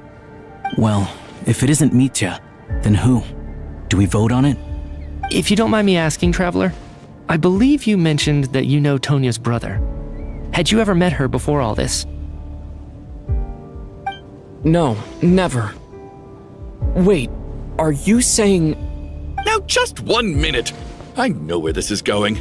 You can't just randomly point a finger at anyone you want. You're in the hot seat, and all of a sudden you want to divert our suspicions onto somebody else? Trying to pick a fight, Mr. Chuganov? Whenever you open your mouth, all you do is attack people, and I've had enough of it. If you don't want to engage in a civil discussion, you can shut up. You little brat! Did Mitya ask about Tonya because he suspects her? I suppose I only identified her by age, and nothing else. Could that mean... I'm just saying, you're going around casting suspicion on people for no reason.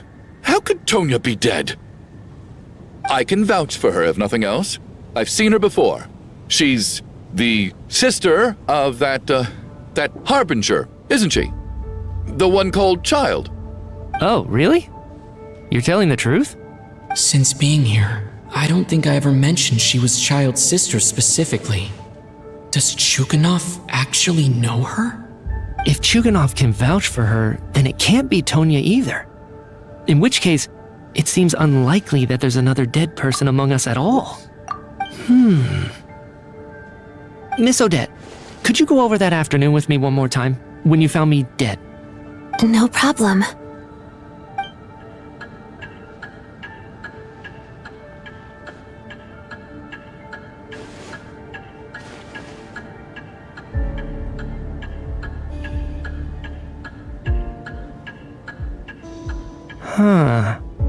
No matter how hard I try, I just can't remember anything about dying. But I do remember something else. Miss Vojanitsa, during our last meal together, I told you how some of the researchers were suffering from temporary memory loss. Do you remember that?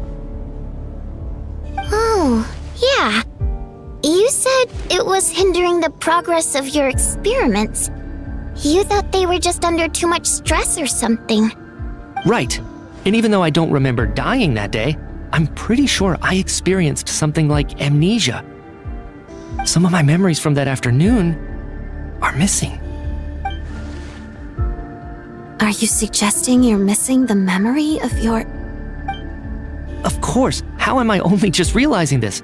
Humans aren't necessarily aware of their own death. You mean being silently assassinated, or dying in your sleep? Situations like that? The researcher's amnesia. Suddenly it all makes sense. I must thank you, Odette. I think your perspective just helped me reach a breakthrough on a series of issues that have been troubling me for quite some time. All right. It's decided then. I'll be the one to leave today. Oh, leave? Hey, wait a minute. Aren't you rushing into this? What if you're wrong? You'll pay with your life. Come on, kid. Aren't you gonna fight for your life? This seems like a rash decision. I have other reasons beyond what's been discussed. In fact, thinking back, I remember during Miss Odette's performance, while I was sitting in the audience stalls, a brilliant new idea for my research popped into my mind. But then, my train of thought suddenly cut off. I can't remember it now at all, and I didn't take any notes. I guess that must be another instance of temporary amnesia. No. Hold on. I see where you're going with this. You're suggesting that each instance of temporary amnesia is a death, right? There's a glaringly obvious flaw in that idea, no? How can one person die so many times? I believe Miss Odette's account. during the period where my memory is blank, I must have been either dead or in a similar state. All it would take is for the same thing to happen in the theater, and I would come under the effect of the ley lines in this vicinity. This increases the likelihood of me being the deceased, does it not? But... There's no evidence to suggest that anyone other than me is a candidate for the deceased. So allow me, as a scientist, to treat this as an experiment. Please relax, everyone. I don't think things are as bad as they may seem. If I really am the deceased, then to leave the theater will be a relief for me. If, on the other hand, I'm still alive right now, well, apparently you've all witnessed my resurrection recently anyway. Who's to say I won't return from the dead again this time? Mitya's right. This is the only thing we can try right now. I think he's deliberately downplaying the gravity of the situation, though. He probably doesn't want to burden everyone. What is a scientist if not someone who gambles on experiment after experiment in an attempt to obtain the truth? With this snowstorm, the ley line phenomenon, ghosts of the dead, and my amnesia, we've been paralyzed by not knowing and powerless to do anything about it. It's a terrible feeling. But if I do get resurrected, you can be sure that I'll come back with the truth of all this. Just you wait.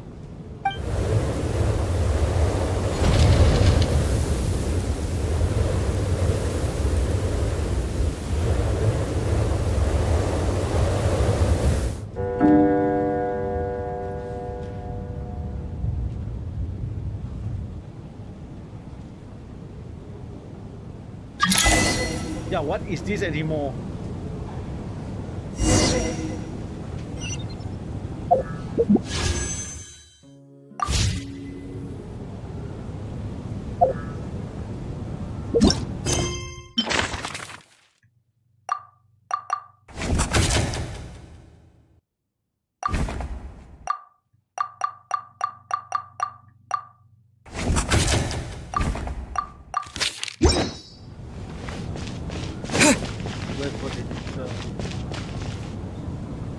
Poor Mr. Mitya. I didn't even get to see him one last time. Maybe it's a good thing that you weren't there to see it. It was a hard thing to watch. I hate goodbyes. Why does it feel like everyone around me is slowly disappearing? Not just in here, I mean. In the outside world, too. Maybe it's the realization that, at the end of life, everyone has to face it alone. Come to think of it, the main reason we're still alive right now is pure luck. Each morning here, for every one of us, there's the chance that we might not wake up. You could take it a step further and say that the same is true outside, too. Who can never be 100% sure when they drift off to sleep that they'll open their eyes again in the morning? If I make it out of here, I'm going to cherish every moment that I'm awake and live without any regrets. Without regrets. I feel like a strange sense of anxiety has been quietly growing inside me over the last 2 days.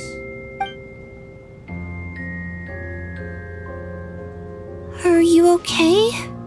You look really glum. If something's bugging you, let's talk about it. There's only a few of us left here now. After everything we've been through, what's the point in keeping things bottled up? I have a travel companion named Paimon. Alosha and Odette have met her before. She's been feeling unwell recently. You're worried about her, aren't you? That makes sense. We've been trapped in here for days.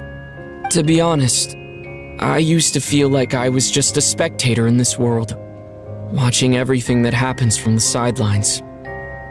Maybe it's because I'm a descender. A descender? But with Paimon by my side, over time, I slowly felt my connection to this world growing stronger. She loves eating, sleeping, and having fun, but she's also a great guide. It's her authenticity that makes this whole world feel more real for me. Over the last few days that we've been apart, I've often caught myself wondering, what would Paimon say if she were here right now? Stop stop jump scare me like that, man. Come on. But by the time I snap out of it, the conversation has already moved on, and I'm still in my own little world. I'm trying to overcome this sense of detachment, but I really miss Paimon.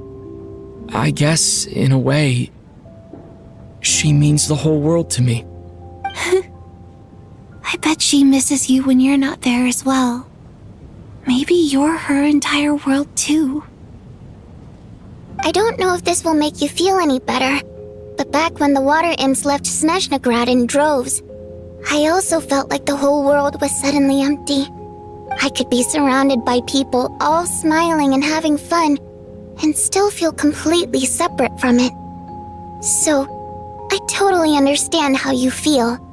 Later on, I started to think, maybe accepting the fact that our loved ones won't always be with us is something that takes a lifetime. All we can do is cherish their companionship from moment to moment. So, once we get out of here, you better hurry back to our side as fast as you can. You can't let your story end in regret. That's the trope I hate the most. Thank you.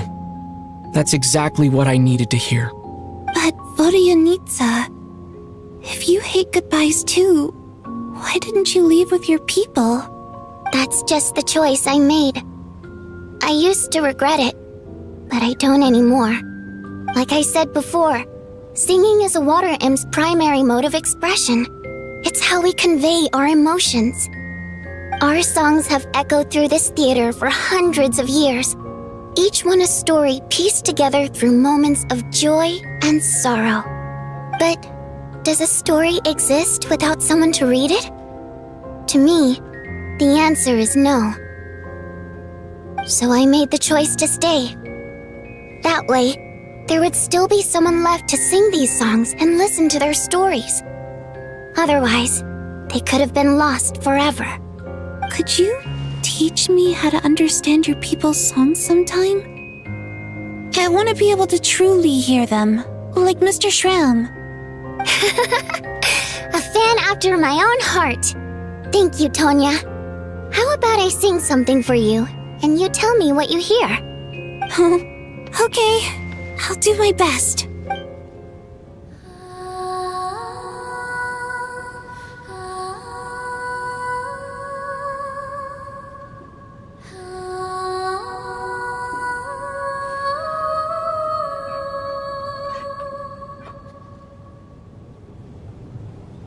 I've never heard that one before. I feel like I can hear a sense of longing somehow. I wonder why that is. Color me impressed, Tonya. You're a keen listener. Most people can only tell if a song is happy or sad. I didn't think you'd be able to pick up on such specific details. So, what's the song about then? Come on, tell me! I've actually never performed this song in the theater before, because it has more of a ceremonial purpose for our people. It's not meant for the stage. It means something like, "May those we have lost watch over us, and follow this song back home in the night, so that we might be reunited once more." No wonder I could hear that sense of longing. You sing it for loved ones who have passed away. I hope it reaches them. It's getting late, Tonya, and you're not well. We should all turn in early. I suppose there's no reason to keep watch tonight. Okay, but, before I go to bed, could you sing that song a couple more times for me, Vodyanitsa? Of course. Anything for my #1 fan.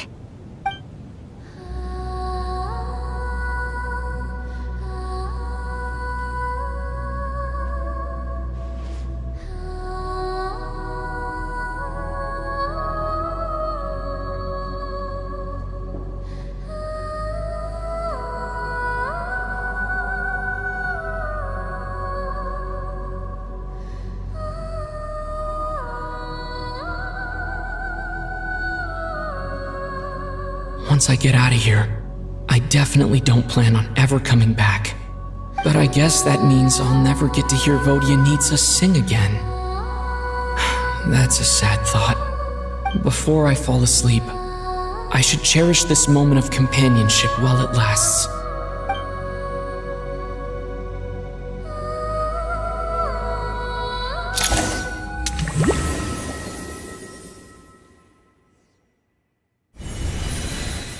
Where am I?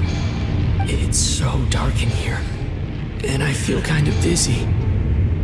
Am I alone?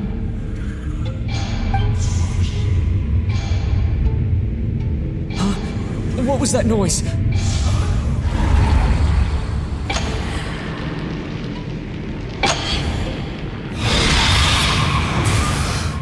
What was that? Return, O spirits. Fulfill your oath of protection.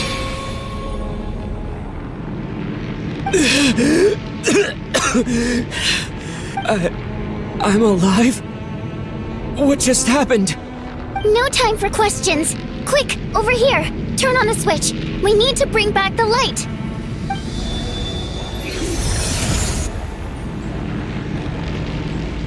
All right, we're safe.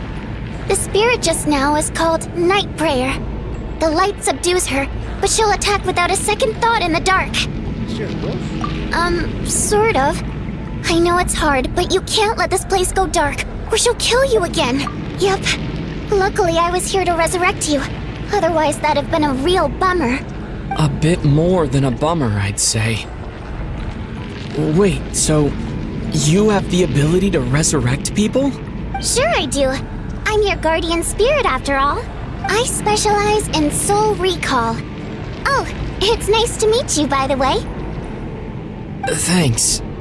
It's nice to meet you too. All right, there's no time to waste. The black mist is already catching up. We need to avoid it at Night Prayer at all costs. Come on, let's go. We need to reach the next switch before the place gets too dark. If we bring the light back, Night Prayer won't be able to get to us. Sweet, sweet light. It's better. Shh, it's Night Prayer. We need to move quick, but don't let her notice you.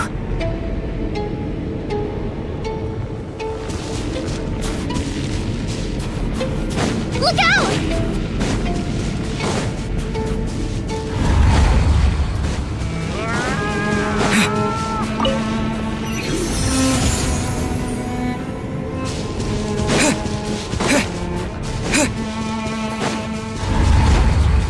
The next switch is over there.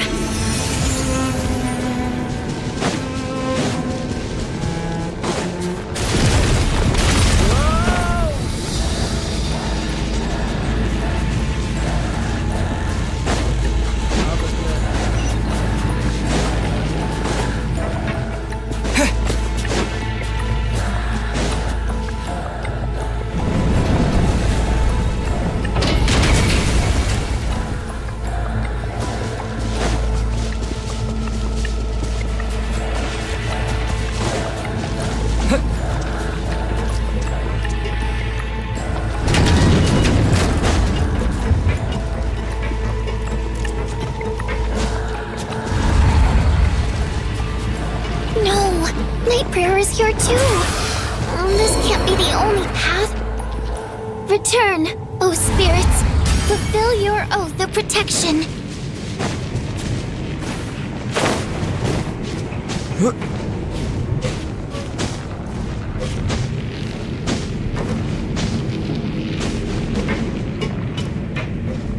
The switch is just up ahead.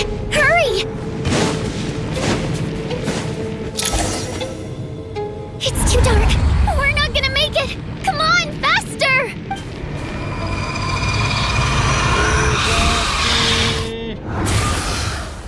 Traveler!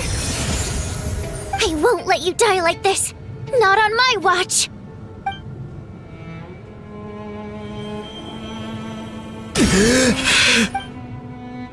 Even though it's not permanent, dying is definitely not a pleasant experience.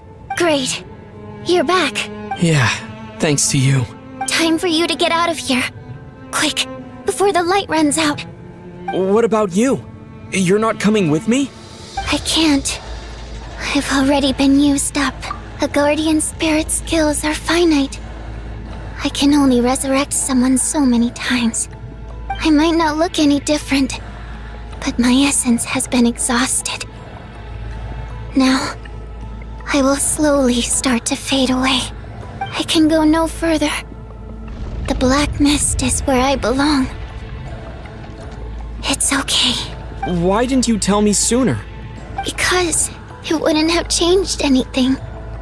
That knowledge would have just burdened you. And a guardian spirit's role is to protect. But... Go. Now, before it's too late. I already hear Night Prayer approaching.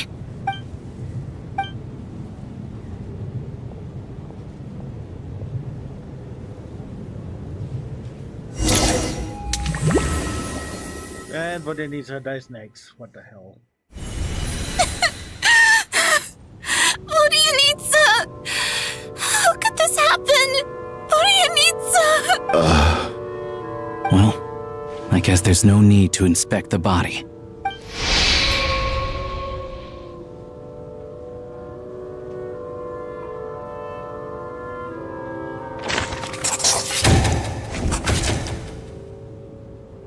This wasn't supposed to happen. You lied to us, didn't you, Chuganov? You've been lying from the start.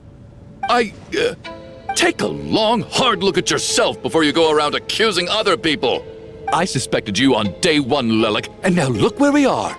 By some strange coincidence, you've never been targeted. You just happen to have survived this long? No, you should be the prime suspect. And you, little hunter, ever so content with staying on the sidelines. Yet you were the one who stopped us from leaving from the start. Why are you trying to keep us here? Now you're just lashing out indiscriminately. That's either a sign of anxiety or a guilty conscience. Where was all this passion and bravado before? Decided to fight until the bitter end. Is that it? Is that a threat? Fine, bring it on. You think I'm afraid to die after all this? You want to kill me? Go ahead. I'd like to see you try. After all the trauma of the past few days, everyone's been pushed to the breaking point. Valeria and Mitya aren't here anymore. Someone else needs to step up and take charge. But first, I need to think this through. Considering everyone left, who's the most likely candidate for the deceased?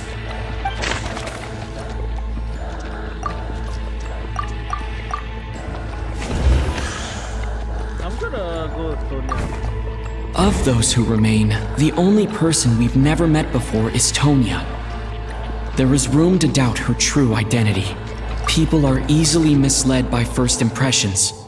Now that I think about it, child sister was in fact a label I imposed on her due to my own assumptions.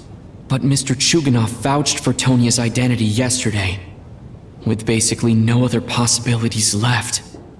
Could it be?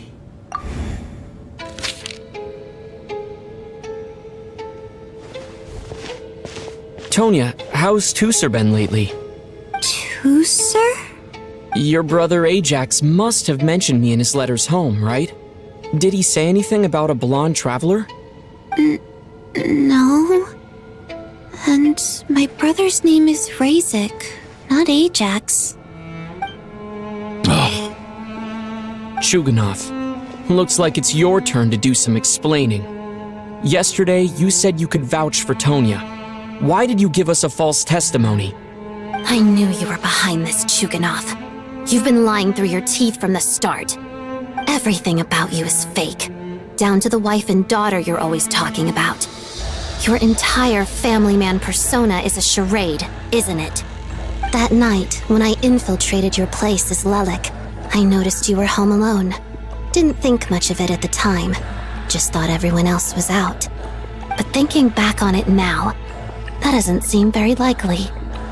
My guess is, you live alone, don't you? Even that was a lie? But why would he lie about having a family? Curses!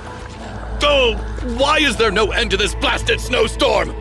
If it would just stop! if it would just stop. I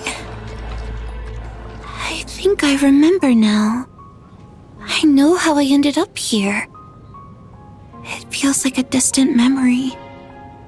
But at the same time, it's just like it was yesterday.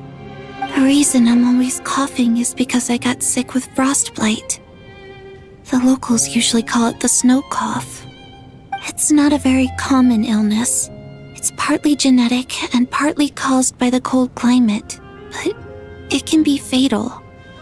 They sent me to the hospital as soon as they found out I had it, and I spent so long lying there in that hospital bed. After a while, I felt myself growing weaker and weaker. Nothing seemed to be working anymore. Neither the treatment that the doctors were giving me, nor the medicine my brother was brewing from frost fairy flower leaves. So one day, I told my brother that I wanted him to take me outside for once, so things could be like they used to, just for one day. I wanted to meet loads of friends, experience new things. He agreed. He snuck me out of the hospital, and we escaped. We got to the theater, bought tickets, and went inside. Oh, it was all so exciting. I remember the show very clearly. It was amazing. But I found myself getting sleepier and sleepier. Oh, Tonya. When I woke up, I couldn't find my brother anywhere, so I guessed he'd already left. But there's no way he'd leave me behind. So I decided to stay here and wait for him. At the time, I figured he'd probably gone to brew some more medicine for me. I was planning to chew him out for abandoning me when he got back. Tonya, it sounds like by then you'd already... Yeah, I know. I understand now. Dead, aren't I? This cough and the feeling weak, it's probably just my body's memory. After all of that, it turns out I can't blame my brother after all. I was the one who abandoned him. I'm sorry, everyone. I realized this much too late. It seems like death skewed my perception. And now I've dragged you all into this mess. Your name probably isn't even Tonya, is it? Didn't that ever strike you as odd over the last few days? Well, when I was little, my brother and I read a storybook, and Tonya is the name of one of the characters.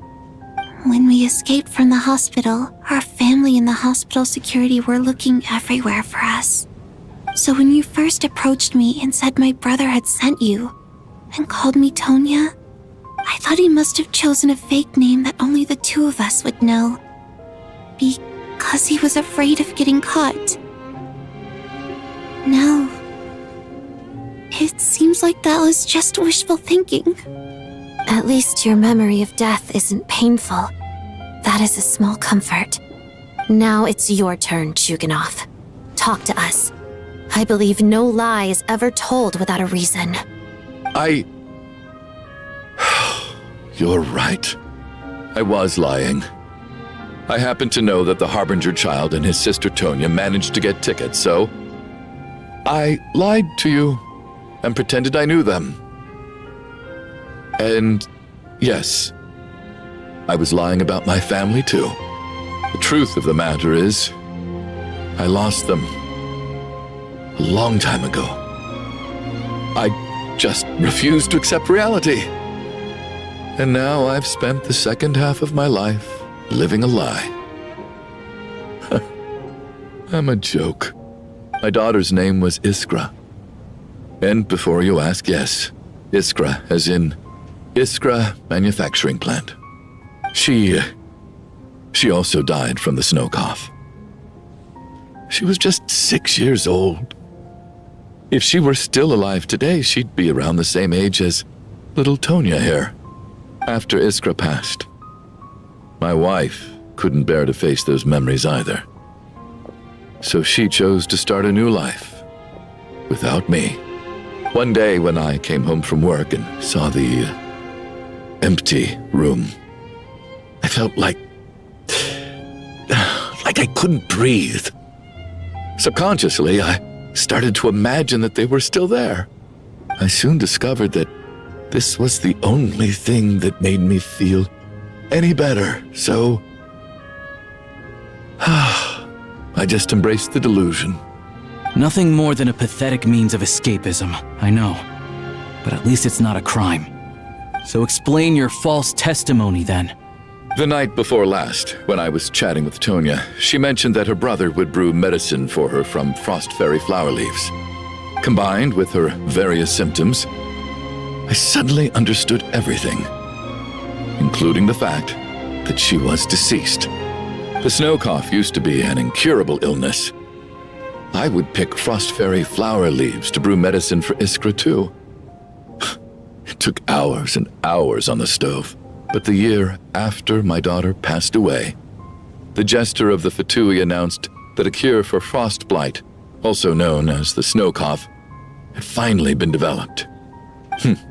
It turned out that all previous treatments were completely ineffective. No better than random concoctions. That was the final straw for me.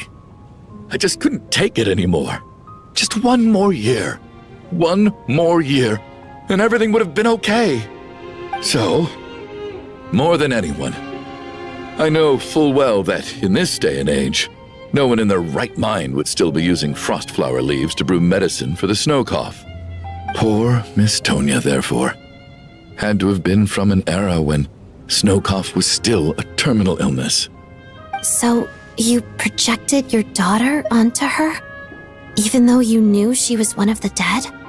That doesn't make any sense. You knew she was already dead. What did you hope to achieve by protecting her? I just don't believe in your crackpot theories, nor do I approve of your actions. How can you just declare a living person dead and throw them out into that snowstorm? Nitia's gone. My good buddy Shram's gone. And now it's Tonya's turn, isn't it? The others I can make my peace with, but little Miss Tonya, here she is, standing right in front of us, alive and breathing, and fighting her own battles. Yet you're quite happy to say she's dead? I just want her to live. Once this snowstorm is over, the very moment it stops, I'm going to march out that door and find someone who can fetch the very best medicine for her snow cough. I'll be damned if I'm gonna let you cast her out into the snowstorm before I have the chance to cure her. Not again! Not this time! Not when the cure is right within our grasp! I'd never be able to forgive myself. Mr. Chuganov, stop. I can't let you do this. Tonya. By the sounds of it, you've known I was dead since the night before last, right? I really liked Mr. Valeri, Mr. Mitya, and Miss Vodyanitsa. And now they're all dead because of me. I'm not happy about that. The reality is, you've been trying to fight your own demons through me. But all you've really done is trap me inside your delusion along with you. No! Listen to me. I want to save you. I do. Well, at this point, I'm quite sure that I'm dead. I don't need to be saved. The time I got to spend with all of you is more than enough for me. Despite all the bad things that kept happening, I got to meet so many interesting people and spend so many days and nights by your side. Since the day I escaped that hospital until now, this has been an adventure I never even dared to dream of. I'm very fond of you all. If it were only possible, I'd trade my soul to bring back the ones who died. If it meant things didn't have to end like this. And that's why I'm not fond of you at all, Mr. Chuganov. I'm sorry. It's them that you owe an apology to, sir. Not me. Well then, I suppose this is it. It's time for my adventure to end. I've caused enough trouble. You're leaving already? It's still early. Don't you want to stay a little longer? No, thank you. Oh, and by the way, my name is Patoshka. It was nice meeting you all. Feels strange that we're only being properly introduced now that it's time to say goodbye. Tashka?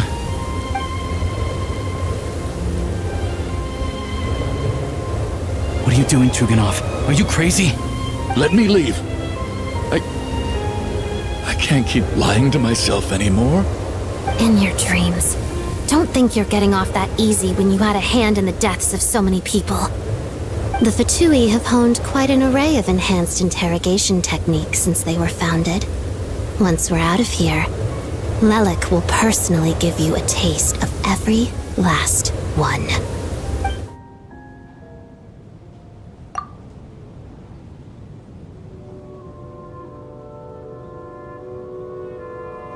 I think we should leave. I doubt this snowstorm is ever going to stop. For all we know, this storm might have destroyed all of Snezhnaya by now. Maybe even the whole world. Maybe it is the hit of the universe. Wait, we finally solved the mystery of the haunted theater today.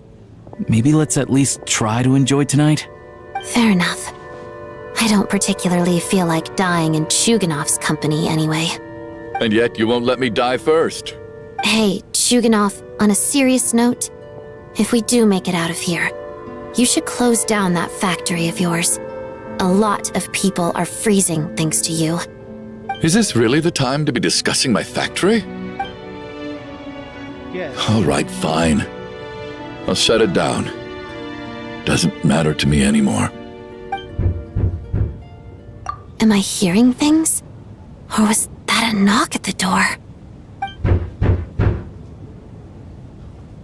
There it is again. But I don't understand. The snowstorm hasn't stopped, has it? Should we open the door? Is this it? Is this nightmare finally over? If the last few days are anything to go by, I probably shouldn't be getting my hopes up. Whatever lies beyond that door at this moment, it could be something even more terrifying than everything we've been through so far.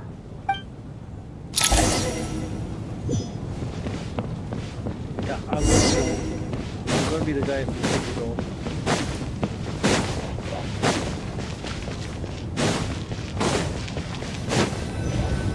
Open door. Oh. What? How?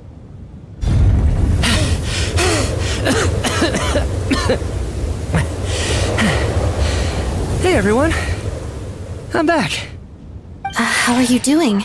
Feeling any better? Much better, thanks. Whew, it is so good to have you guys here. I was a little worried that the theater would be empty by the time I got back. Let me see. Tonya and Vodyanitsa are missing, which means Vodyanitsa died last night.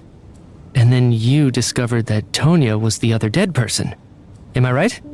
Not Tonya. Pitoshka. First, tell us how you made it back here.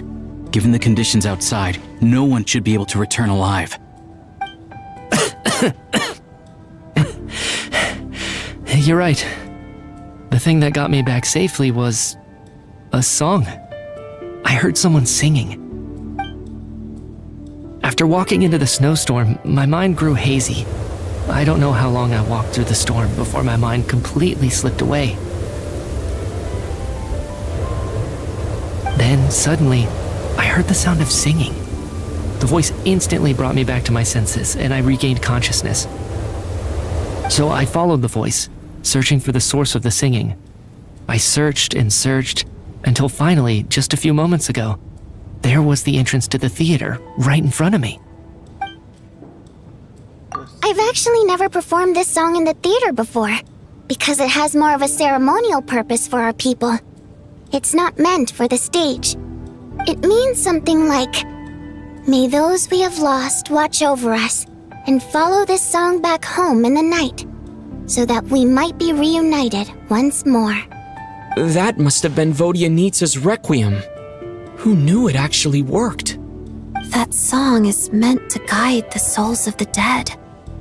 Mitya, that must mean that you... Huh. No kidding.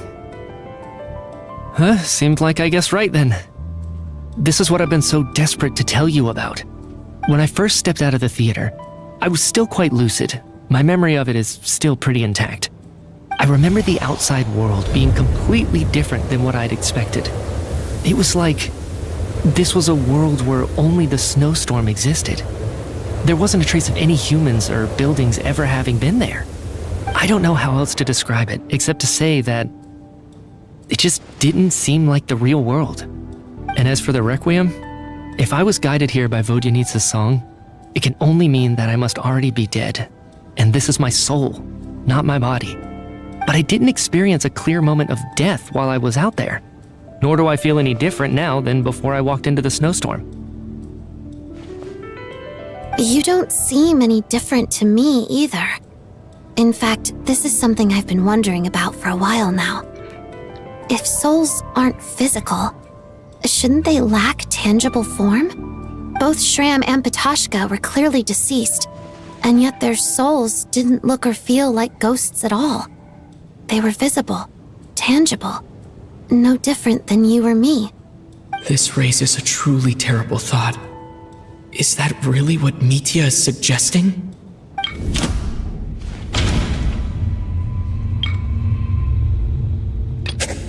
Dreams can't explain everything. And this isn't the Sub-Zero's festival.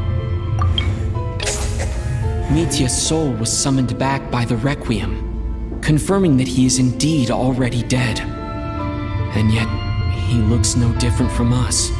Of course, if even the long-deceased like Mr. Shram can blend in with us undetected, then maybe we've all been dead from the very start. And all of us are now souls wandering the theater.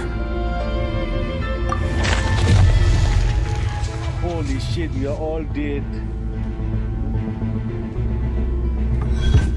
Yes. I think that this is probably the afterlife. What did you say?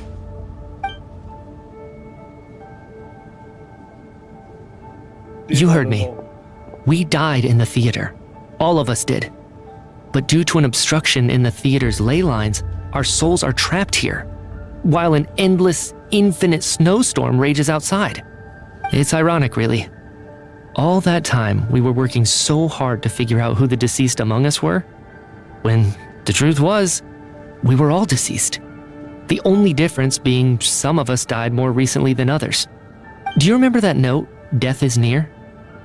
Seems like we misunderstood what it meant after all. Death was nearer than we wanted to think all along. The note simply meant that all of us were already dead. So all our attempts to survive, our search for the deceased, it was all for nothing? Hard to say. At the very least, we hope 2 lost souls find clarity and go to where they belong. The presence of those 2 is probably what caused our souls to be drawn in by the ley lines. In which case, the deaths we've awoken to over the past few days were just souls returning to the ley lines for good. If what you're saying is true, doesn't that make us the lost souls now? Huh, no wonder. This afternoon, when I was moving Vodyanitsa's body, I noticed that the other bodies in the room hadn't decayed one bit after all these days. That's further proof that those aren't physical bodies at all, but merely our shells here in the afterlife. Am I really dead? This doesn't feel real to me at all. No, that's impossible. This cannot be how it all ends. I still find it hard to believe that all of us are dead. How exactly did we die in the real world? None of us have any memories of dying, right? Not even knowing how we died is preposterous. Good grief! Surely there has to be some reason. Exactly. It's hard to rest in peace when you don't even know how you died. It gave me lots to think about as I strode out into the snowstorm. I racked my brains trying to remember the cause of my death, the exact moment I died, the root of all of this, right up until my consciousness faded. Wait. Hold on. right before I lost consciousness, I think I saw something. I can't remember. And I think I lost my notebook and pen. Mitya, your hand. Is that blood on your fingers? Huh? You're right. There's blood on the fingertips of my right hand. Looks like it's already dried. When did that happen? What the? I guess this was what I saw. I must have desperately drawn it in my own blood right before losing consciousness. What's wrong? Do you recognize the symbol? It's Renova, the ruler of death. Alosha, do you still remember that Snezhnayan folktale you told me about? It was about the Grim Reaper. When someone's about to die, he appears as an incarnation of someone familiar to guide their soul into the afterlife. And as soon as you recognize his face, your life is over. I heard a similar tale when I was little. You think the Grim Reaper in this story refers to the ruler of death you mentioned? That's right. In which case, death is near could also mean that the Grim Reaper is here disguised in a familiar form. Death, the deceased, and the Grim Reaper? So it's a triple entendre. When I first saw this note, I thought it contradicted the investigation report. But now it seems like that was the whole intention. So the Grim Reaper deliberately misled us. Then, we started suspecting each other and searched for the deceased while they hid in plain sight. By that logic, the one person most likely to be the Grim Reaper incarnate is...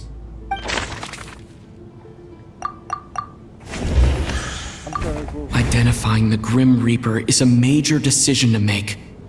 I should think it over carefully. No, it's not him. Could it be him? Identifying the...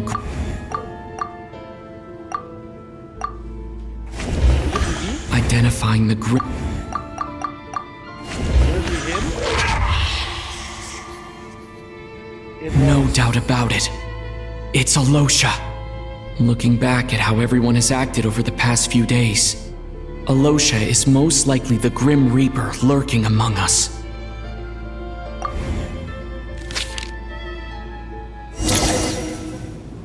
Is it you, Alosha? You were the first to discover the investigation report, and you had plenty of time to slip the note inside to mislead us. So? Surely you can't suspect me based on that alone. What if someone else found the investigation report first, slipped the note inside, and then put it back without telling anyone? There's no denying it. The note could easily have been slipped in much earlier than it was discovered. That's not all. I've also noticed that although on the surface, Valeri, Mitya, and sometimes I were the ones taking charge of the situation. Looking back now, even though you didn't say much, you were always subtly guiding everyone from the sidelines.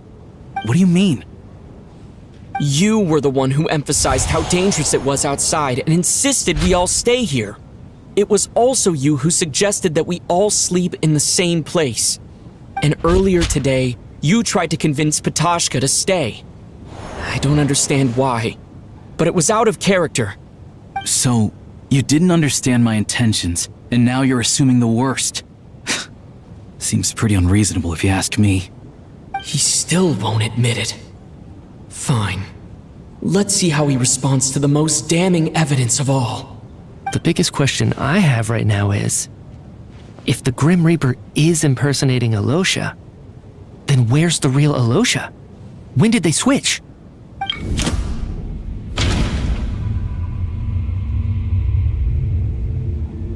After the performance of investigating the snowstorm, I think this is the... That's right. This was the moment. Right at the start. Before any victims had even emerged, Alosha was switched with the ruler of death while everyone's guard was still down.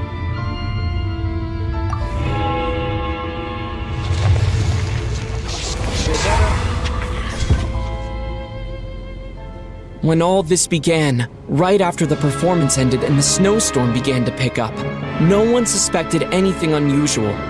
We just assumed we were snowed in. It wasn't until we discovered the bodies the morning after that we realized something out of the ordinary was going on.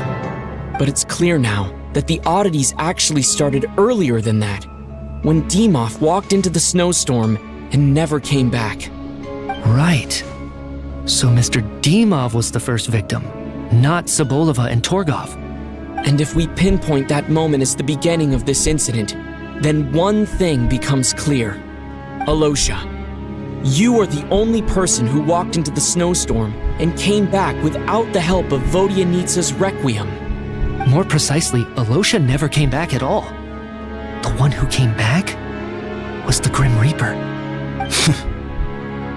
Not bad. Well, since you've backed me into a corner, I suppose there's no point in keeping up the act anymore. Alosha? You're the Grim Reaper? I am no such tired cliché. Mortals should address me as the ruler of death. Before being wiped out for good, you identified the two deceased, and even sensed my presence. A commendable achievement, far beyond what I expected. I heard you can ferry souls. Those deaths each night. Were they your doing? Your initial conclusion was correct. Due to the existence of the two deceased, the ley lines yearned to reclaim those long-lost souls. Every night they devoured an equal number of souls to fill the void. This required no intervention from me. Though, of course, ferrying souls is indeed my authority.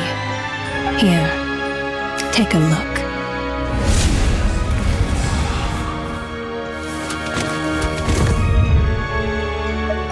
What are you doing? That takes care of today's too. Don't get so worked up. You are already dead, and your souls must return to the ley lines. I know we're already dead. You murdered us, didn't you? Murdered? No. Murder is when mortals usurp my authority. Death is my jurisdiction. If I require someone to die, I need not resort to such laborious methods as murder. You simply met the criteria to trigger my curse of death. I know about the curse of immortality. So there's another death-related curse too? You cursed us? When? And why would you do such a thing? So often, humans pray to me, begging to know when their death will come, and what form it will take. But few people ask why. If you must have an answer, know that death comes simply because one's time has come. So you're not going to tell us the truth? Hold your tongue. By all rights, you shouldn't even be allowed to speak with me. Those angels from the past are to blame for their reckless renovation of the ley lines here. It's made my work on this occasion infuriatingly complicated. Work? So trapping us here, making us watch our friends die, that's just another day at work for you? You clearly have a lot of questions. Fine. As a reward for your remarkable accomplishments over the past few days, I shall answer a few of your inquiries, provided they aren't too unreasonable. After the physical body dies, the soul must return to the ley lines for that person's death to be considered complete. My work encompasses the entire process of death, including, naturally, the guiding of souls into the ley lines, with which you are now so familiar. You must also be rather familiar with Natlan's Night Kingdom, I presume? It was I who supported the creation of the Night Kingdom. It provided a convenient means of guiding the souls of Natlan. Here, too, the ley lines connected to the theater underwent some modifications. The angels hoped to make them capable of accommodating the souls of some special creations. But this actually hindered their ability to accept ordinary souls to some degree. This effect manifested itself after you died from the curse in the theater, leaving you stranded in the afterlife, unable to achieve a complete death. But if souls who die from the curse of death fail to return to the ley lines within a short window of time, they will miss their chance for good.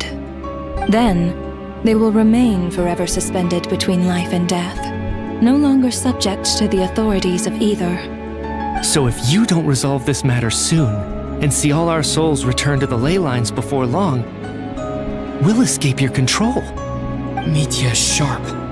This must be what Renova was worried might happen, and the reason she got involved to begin with. But if you have the authority to guide souls, why didn't you just show yourself and get it over with? Why hide among us in the form of Alosha? You seek to understand the mind of a god. Very well. I'll tell you. This is a theater, and I decided I wanted to watch a show about death. That's why I encouraged you to take the events to the stage. I found myself getting quite immersed. I suppose the entertainment you provided makes up for all the trouble you've caused me by being so defiant in the face of death. There. Are you happy with my answer? Can't say I am. Really? But it fits the stereotypes you humans have about gods. Just moments ago, you were complaining about how infuriatingly complicated your work here has been. Work is work, I get it. There are times when it's a huge pain, but you just have to get it done, right? That's a rather unique perspective for a human. You are in fact correct. There is a pain point in this case. Due to the obstruction in the theater's ley lines, there is a hard limit on the number of souls they can receive each day, making it impossible for me to ferry all your souls at once. Revealing my identity too soon would inevitably have led to futile resistance, and there was a risk that any souls who chose to run would disappear.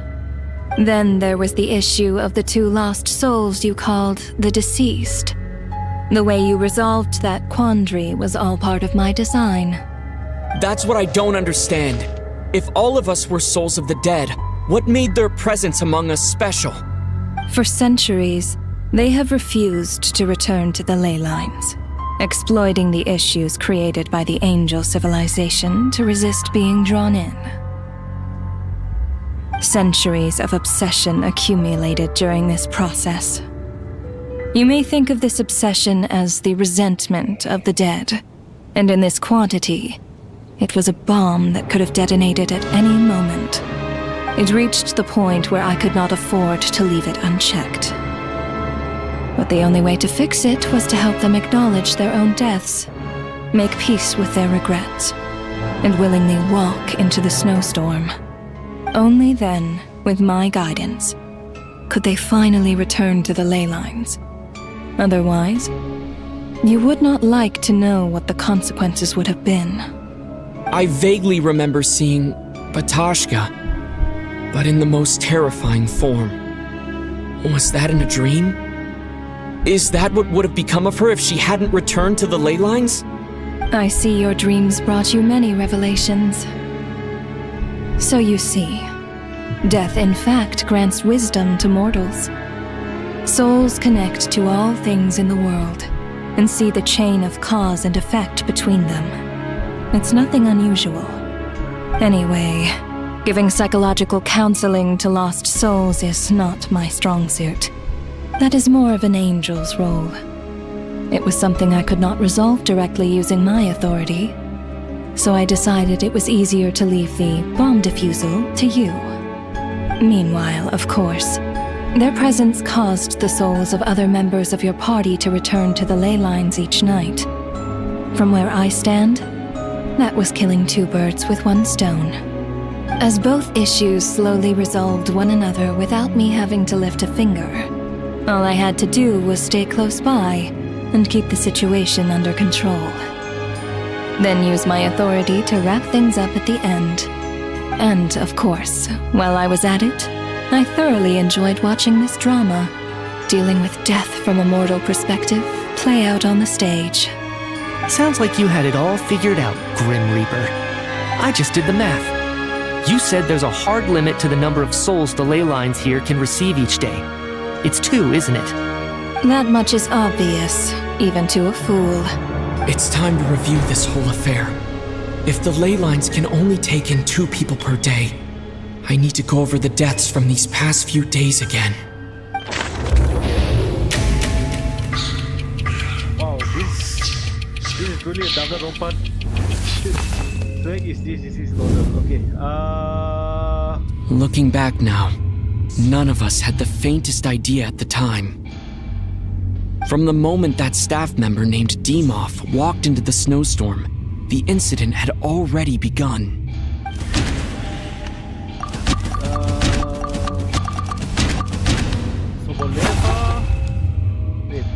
No. Let me...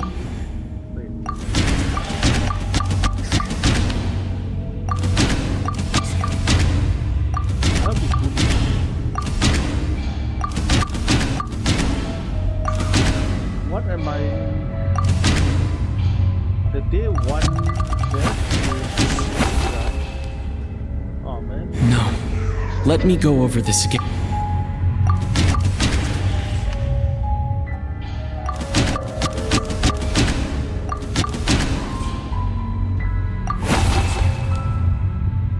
No. Let...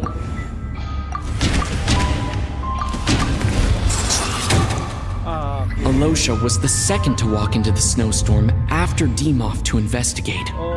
During this process, the ruler of death assumed his identity, making him one of the victims.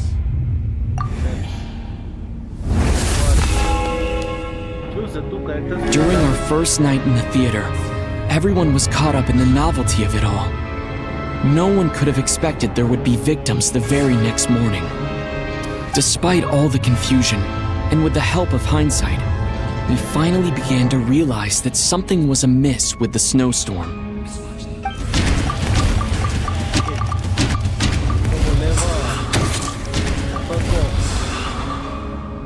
The ley lines devoured Torgov and Sobolova on the first night. At the time, we thought this might be a murder case connected to Lelik.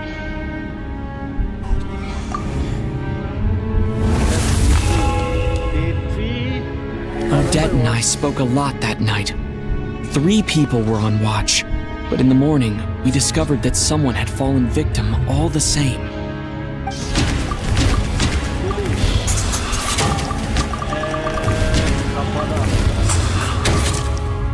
The deaths of Kulish and Rampana caused everyone to stop suspecting Lelik. Unexplainable phenomena occurred one after another, leading Mitya to suspect that we were caught up in a supernatural event.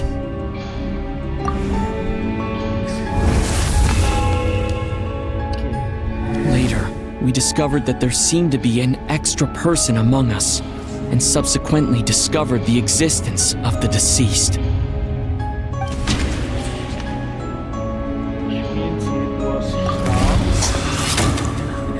Mr. Schramm realized he was the deceased and walked into the snowstorm to return to the ley lines of his own accord. It turns out there really was a dead person among us. We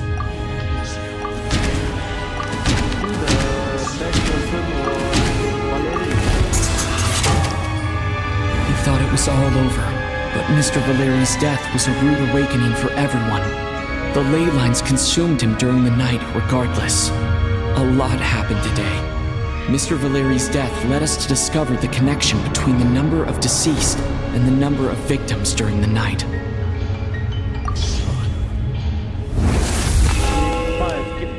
The fact that there was more than one deceased seemed to bring us back to square one. Odette revealed some information she had been keeping to herself. My guess is... No, not Mitya. Although Mitya did indeed walk into the snowstorm that day, he returned from the ley lines with the help of Vodyanitsa's Requiem. The void in the ley lines hasn't been filled, so let's rule out Mitya for now.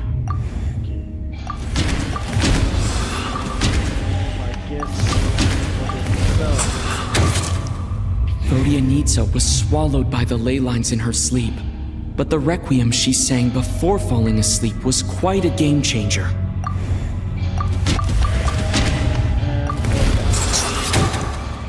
As it happened, Patashka filled the void left by Mitya's return from the ley lines by walking into the snowstorm this morning. The girl I thought was child's sister Tonya turned out to be another of the theater's deceased. Come to think of it, Patashka was about to walk into the snowstorm at that time. And Renova, unaware that Mitya would return, was concerned that her soul would overflow from the ley lines. That's why she used Alosha's voice to try and persuade her to stay behind. Looking back, I suppose that was an early slip-up on her part.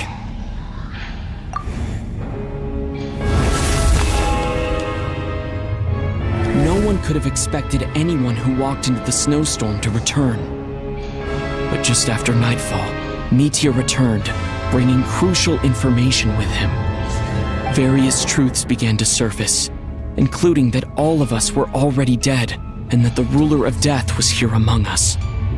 Then, after revealing her true form, Renova callously claimed 2 souls.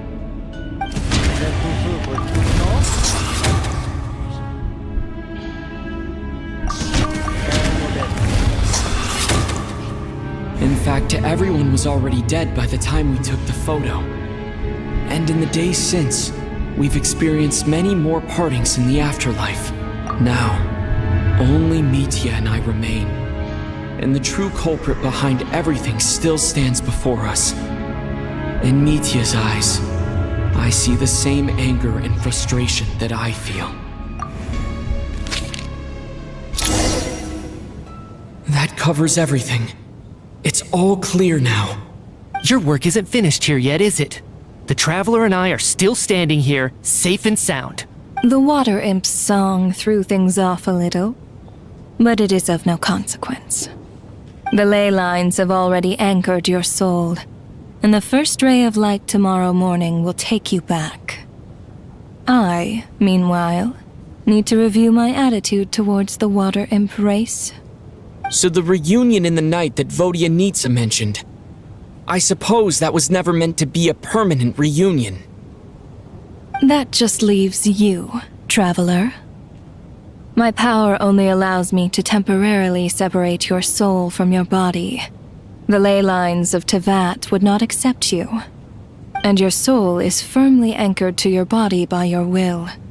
For a descender like you, who is not bound by Tevat's rules, your death can only be brought through the most violent of means, such as directly destroying either your body or soul. Thanks for letting me know that. At least I can still be safe. I have no interest in involving myself with Descenders. For now.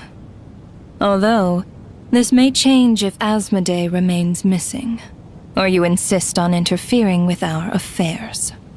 One last question then. All our struggles and sacrifices here, they were meaningless from the very beginning, weren't they? Death abides no reason. Besides, what you call sacrifice is merely a concept created by humanity. To me, it is nothing more than a self-indulgent charade in the face of death. Mere mortals fantasizing that their actions could reclaim something from my grasp. A truly laughable idea.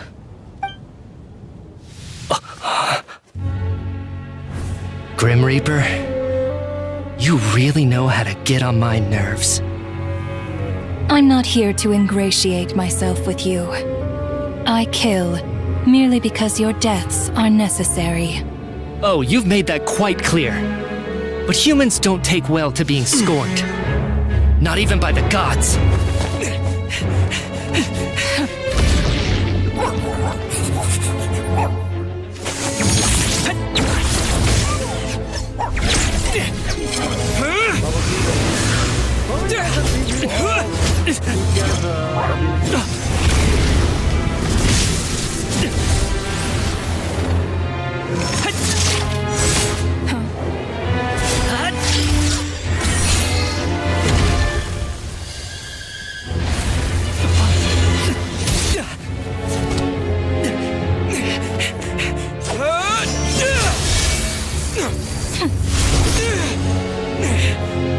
This is futile. You must know that you are powerless against me in my own domain. I suggest that you save your strength. For what? Maybe we can't change anything. But if nothing else, we can at least teach you to have some respect for the dead. Audacious.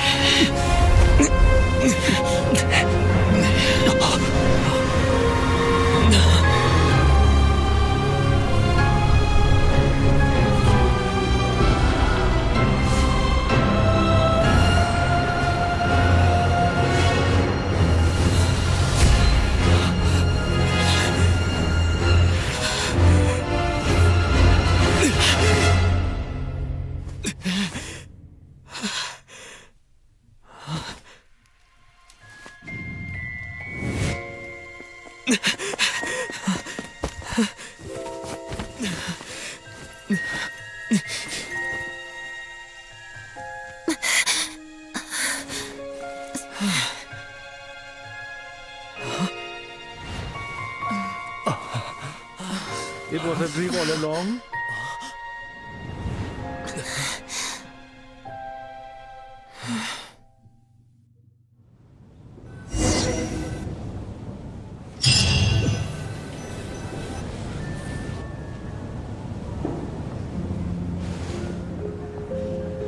How are you holding up, Odette? What happened to me? How much do you remember? What do you mean? Is the performance over? I can't seem to recall what happened. Has Odette already forgotten?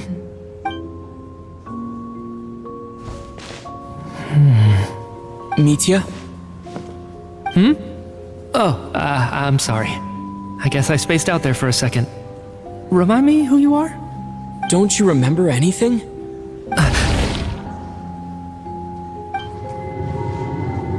Yeah, I remember now, comrade.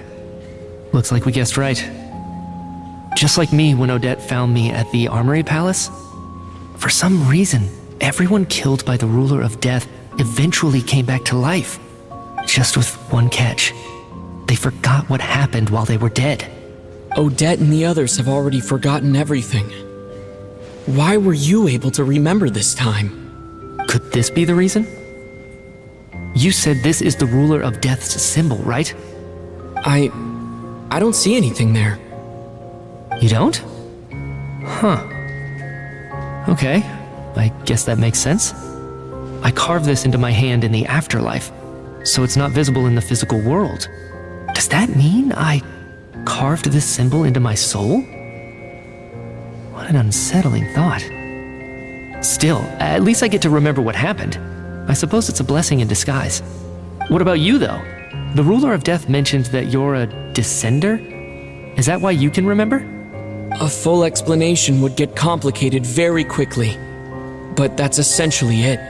Well then, now that it's all over, let's figure out what we've learned. The first thing I notice is that everything here is precisely as we left it, right before our deaths. This confirms that time passes differently in the afterlife than in the real world. They say that right before death, time slows down, and your whole life flashes before your eyes. That must be how you know you have one foot in the afterlife by that point. Anyway, clearly the few days we spend in the afterlife probably only amounted to a few short minutes in the real world. This also aligns with previous reports of widespread temporary memory loss among the Armory Palace personnel.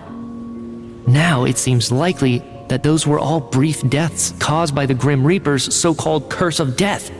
To those unaware of the truth, dying and coming back to life must feel similar to a short bout of catatonia. This leaves me with a couple big questions. What are the conditions that trigger this so-called curse of death? And why are we resurrected after we die? If nothing else, I think it shows that killing us wasn't her ultimate goal. We still don't know her true reasons for subjecting us to death. Right. This time only got complicated because of the situation with the theater's ley lines. That's why she had to approach it differently. If the previous incidents of amnesia among the researchers are anything to go by, killing us is usually a pretty routine matter.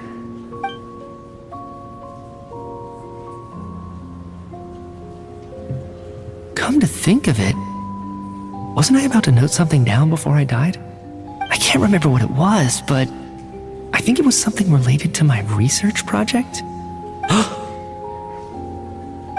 Sorry, Traveler. I'll catch up with you again later. Right now, I have to make a trip back to the Armory Palace.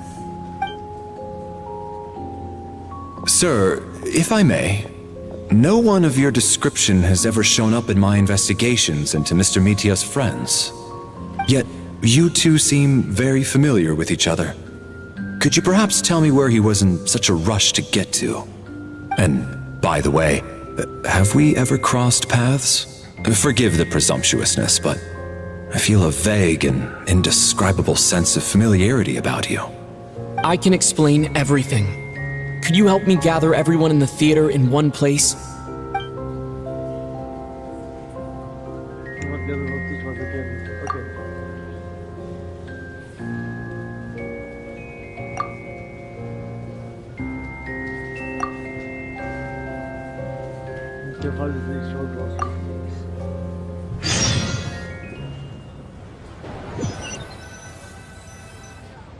So, Chuganov really is going to shut down the factory.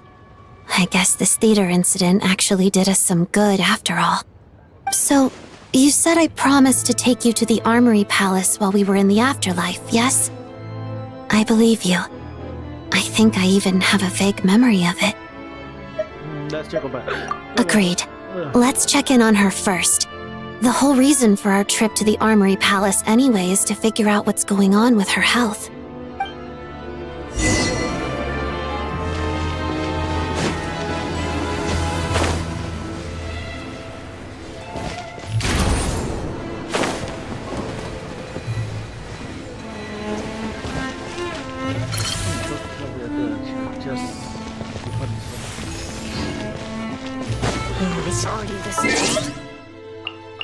Actually, whose birthday is it now?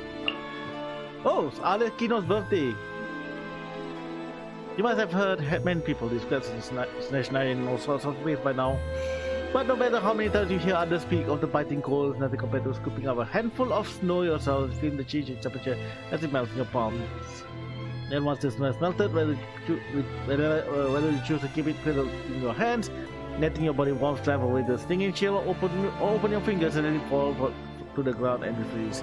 That choice is now yours and yours alone.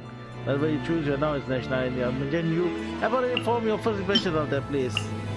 If you have some spare time, come by and have a chat with me. At sample some of Snezhnaya's local cuisine while I did. In the end, they are here as well. They put together new magic performance. I think you'll find it very much worth your while. Okay. Cheers, Medovic.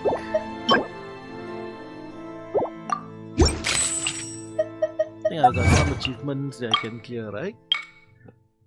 Walls of Living Dead. What's the 12 performance case? Done. Venus PCS steps to snowstorm. Done. 3 days of play survive the afterlife. Done.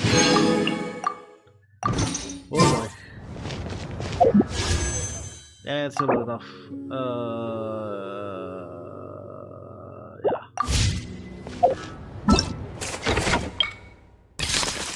Yeah.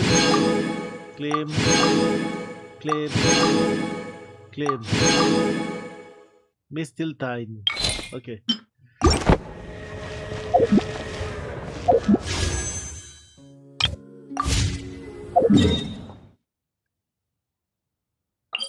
It's faster to just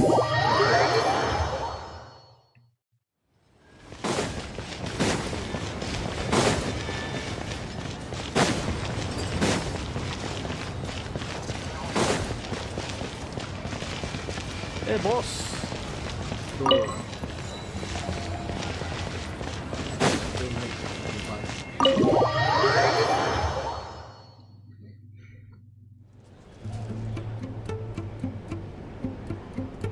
I'm finally back, even though a long time has passed from my perspective. As far as Paimon's concerned, I probably just went out to watch a very short show. I should keep my emotions in check when I see Paimon again, or it'll seem weird. Wait. The atmosphere here feels off. What do you mean? Is that danger? Shh. Stay quiet. Let's go inside and take a look. Have we still not been able to notify Child yet? We need new orders. What if that person comes back again? What were you just talking about? I'm so sorry. Under the circumstances, there was really nothing we could do. Tell me, what happened to Paimon? It was the Jester. He came here in person and escorted Miss Paimon away. He's the director of the Fatui. His authority supersedes all others and cannot be questioned. There was nothing we could do. How long ago did he leave? And what was Paimon's status? It was about an hour ago. Miss Paimon was fast asleep at the time. The Jester simply walked off with her as if it was only natural.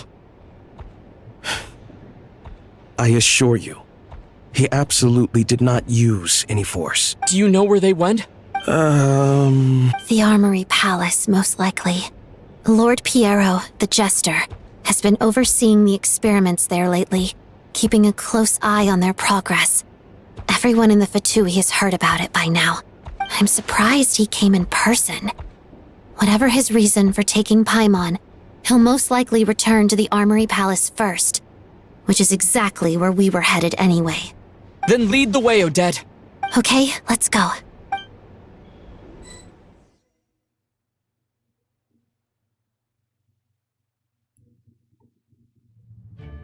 It's just up ahead.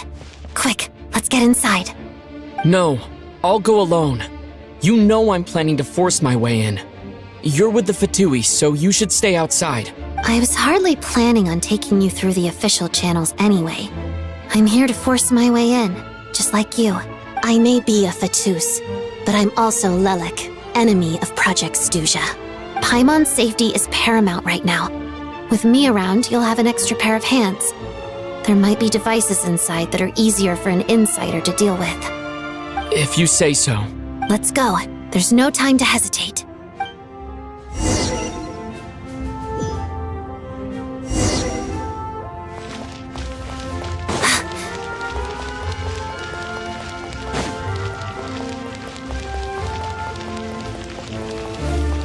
Hey, who are you? This part of the Armory Palace is under restricted access. What do you think you're doing? No questions, please. We're short on time.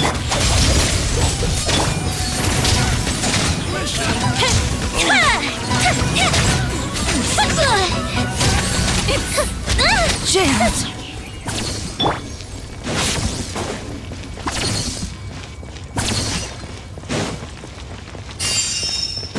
I'll make short work of here comes another one. Shadow me. No, my sword! Witness the power of Guwa! Crystalline Adagio.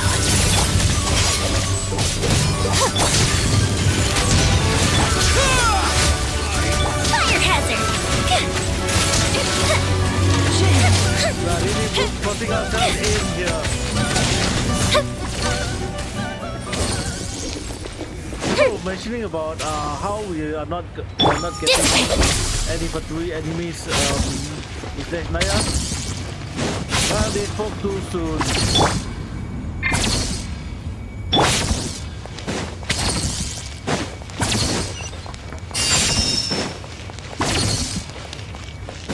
I spell your doom. Out of my way! No, my sword! Rain cutter! Stand with me!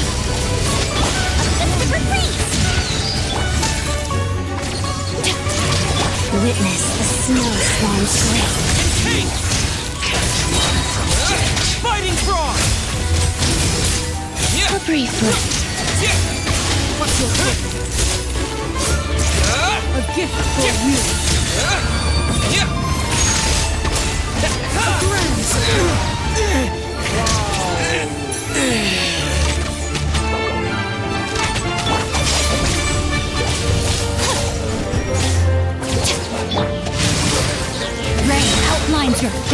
Witness. I'll settle this.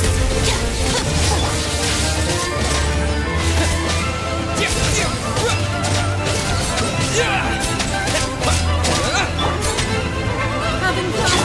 Walls of the snowflakes.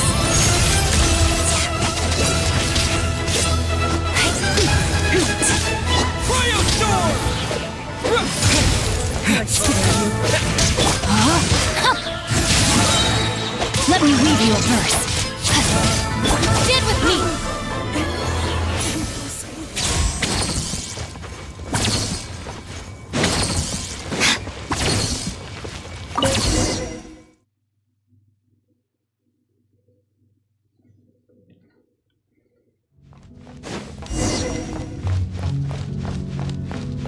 Now let's see how to pass. Where are you coming from? So, you're intruders, huh? But don't blame me for what happens next! So what happens next?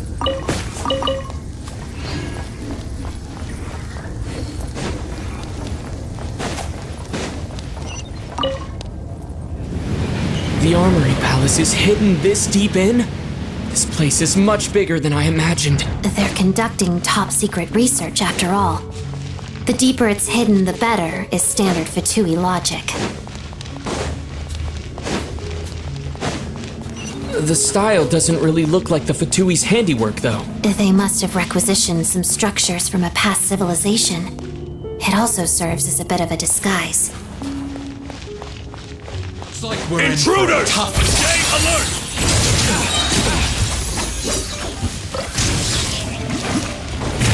Witness the snow swan's grace. Know my sword. Rain outlines your fate. Rain of lightning, terrified. Here come the fireworks.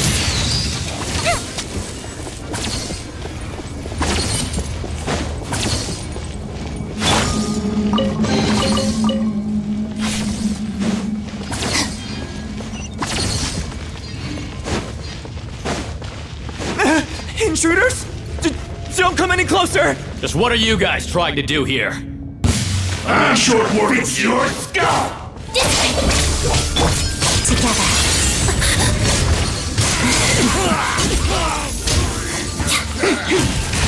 That's supposed to hurt. That's it? Your scalp! Know my sword. Rain out. Find your fate. Witness the power of Google. Waltz of the snowflakes. Pot of death. No one interferes with a jester's work!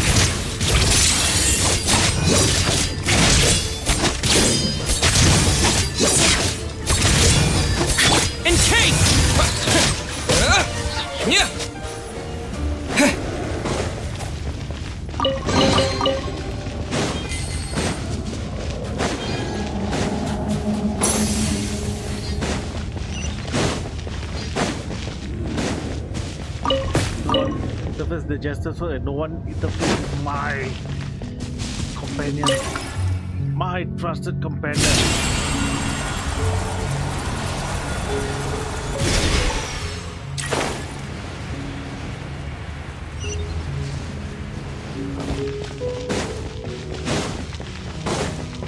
Looks like no one's guarding this place. There's something off about that decoration over there. Look out! Let's deal with these before we move on.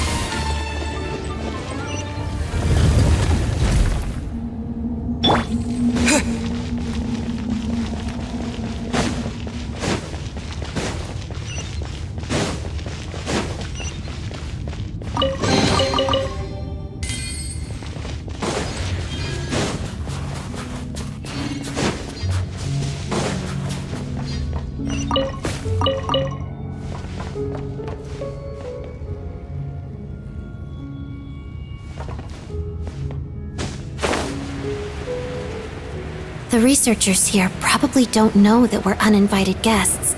Let's try not to hurt them.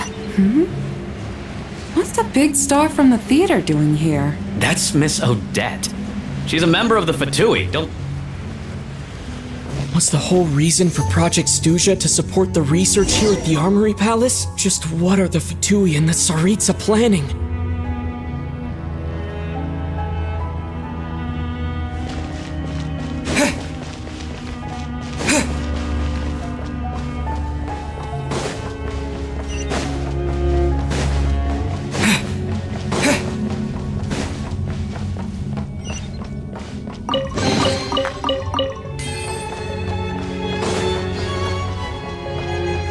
Whoa! Who are you? Never seen you around here before.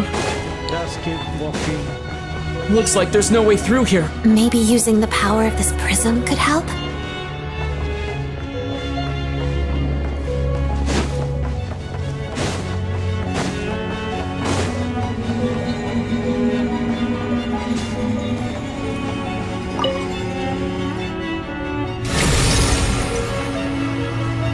I think I see some images. It's the prism's power at play, causing images of the past to reappear, albeit only as illusions. Paimon. And the Jester. Is this another scene from the past? Yes. It looks quite old, though. I don't think it happened in the recent past. What's going on here? What happened? The source seems to be the Armory Palace. They must have started some large-scale experiment. Wait, what if this has something to do with Paimon? We need to hurry!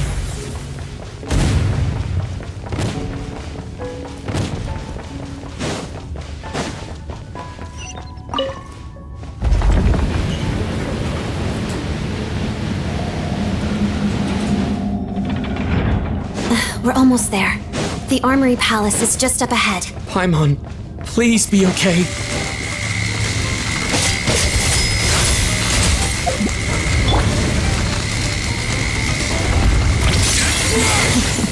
Mission.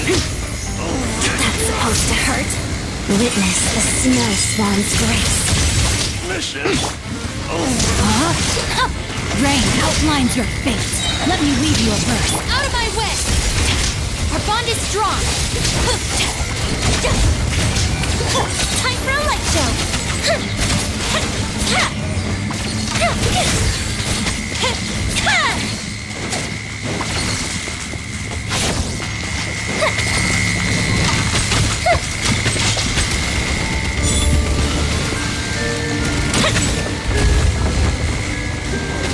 A mystic retreat. Together. Crystalline Adagio. Rain outlines your fate. Rain Cutter. The fuse is lit.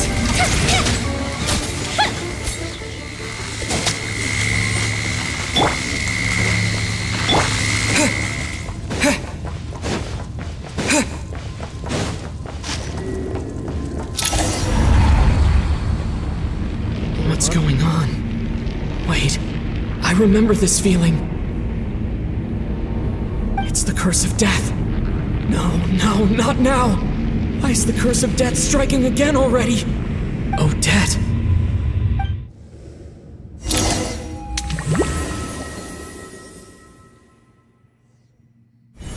Is this the afterlife again? I need to find a way back to reality. Is that Odette's core Ignis? Could that be what just woke me up?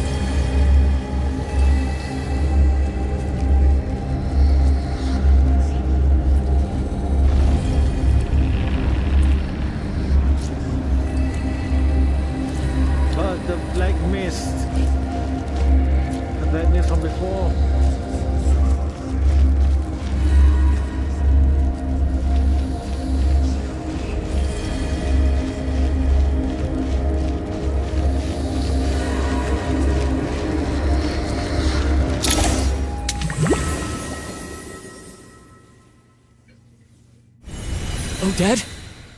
Odette! No signs of life.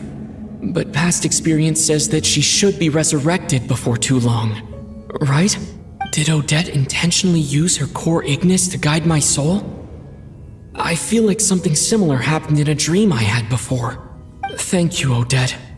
If not for you, my soul wouldn't have found its way back to my body so quickly. And I might not have woken up so soon. But I'm sorry. I don't have time to protect you.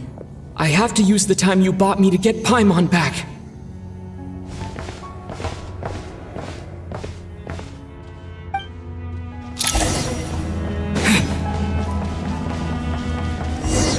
Sure enough, everyone here has been affected by the curse of death. Paimon! Paimon! No, wait. Paimon probably didn't escape Renova's curse either. She won't be able to respond to me right now. I'll have to find her myself.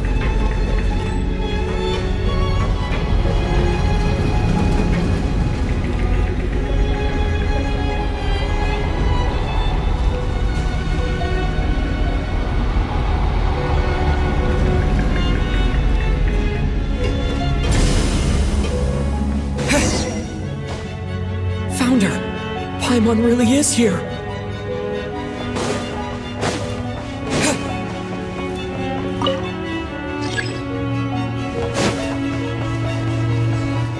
Mitya! Is this the laboratory he works in? What happened here to trigger the curse of death again so soon? I'll have to ask him when he wakes up.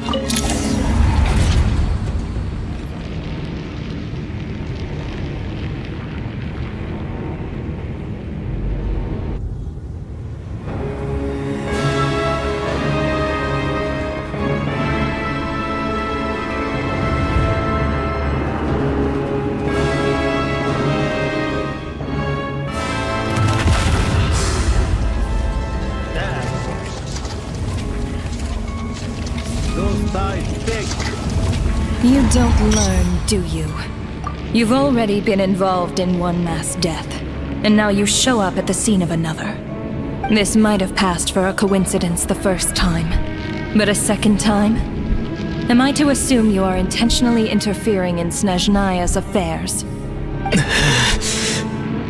Judging by your expression, it seems that you understand little of what is going on here. In that case, a word to the wise. Do not interfere in Snezhnaya's affairs. A civilization that fails to learn its lesson constantly depletes its own worth. It will one day lose any reason for its existence. And as a descender, you are perfectly suited to be the lifeline to which a dying civilization might desperately cling. Consider your position carefully. No advice needed. I'll make my own judgments. Suit yourself. When the day of reckoning arrives, not even a descender can hope to escape unscathed. The time for resurrection fast approaches. The mortals here are not yet worthy to behold my form. So that will be all for today.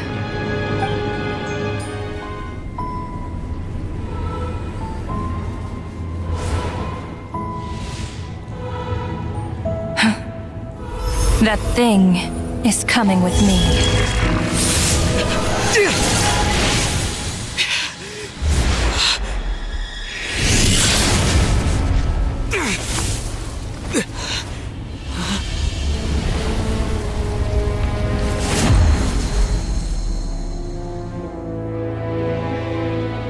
You awoke sooner than I thought. The curse of immortality is stubborn, unable to enter the ley lines, yet not content to remain a spirit. Ruler of death, what do you want? You perplex me. Both you and you. That thing may be a creation of Celestia, but it possesses none of Celestia's power, let alone authority. Your obsession with it baffles me. No matter, the resurrection will soon begin. It's worthless anyway. I'll reclaim it next time.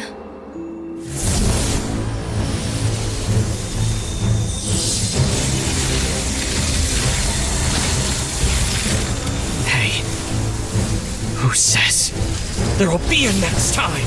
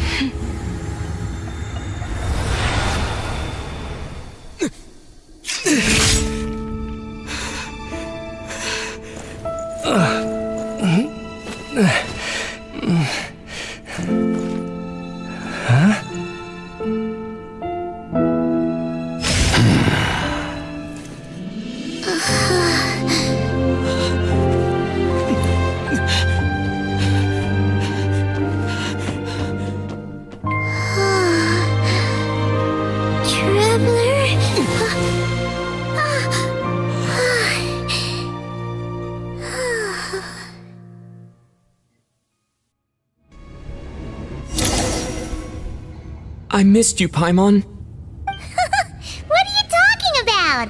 We haven't even been apart for that long, have we? It was different this time. You seem to be in pretty good shape. Yeah, Paimon's back in tip-top condition. It's the weirdest thing. Paimon fell asleep earlier, and when she woke up, she found herself here. The jester and that guy talking to him used some kind of energy on Paimon, and she could kind of feel it canceling out that other thing that was making her feel unwell. So, Mitya helped too? Apologies for leaving in such a hurry at the theater earlier. I was in a rush to verify some theories. Rest assured that your companion is perfectly safe. We reversed the effects that the experimental energy had on her. The jester specifically instructed me to do so. I suppose this is our first official meeting, Traveler. I could not let Paimon suffer in her condition for a moment longer, and so I simply took her without explanation. I hope you do not mind. I hope you don't mind having a few people around my way. But why would a big shot like you care about what happens to Paimon? As I said when you first arrived in Snezhnaya, we once spent some time together in the distant past. Oh yeah, you did mention that. And Paimon did think you seemed strangely familiar the first time we met. I'm afraid the reminiscing will have to wait. Mitya, let us continue with the report. What conclusions, if any, did you reach from conducting the final experiment of our energy research ahead of schedule? The good news is, my hypothesis regarding the ruler of death has been verified. As for the bad news, I recommend we suspend the experiments and Project Mistleton until further notice. Currently, we have no means with which to make a breakthrough. I say this purely as a scientist, guided by reason alone. I will trust your judgment. We shall put the project on hold until the ruler of death has been eliminated. Wait, what are you guys talking about? You want to get rid of Renova? Like, how? By killing her? By whatever means necessary, so long as it removes the threat she poses to us. Until then, everything we do will be in vain. After what just happened, I've ascertained Renova's goal.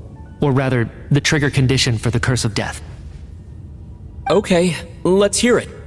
What she's doing is blocking Snezhnaya's technological progress, preventing us from possessing any means with which to threaten the heavenly principles. Just like the little lapdog she is. So, any ideas, research, or experiments that lead to technological progress can trigger the curse. Just now, for instance, I was set to launch a final phase energy experiment ahead of schedule. if the experiment was successful, we could have achieved a crucial breakthrough.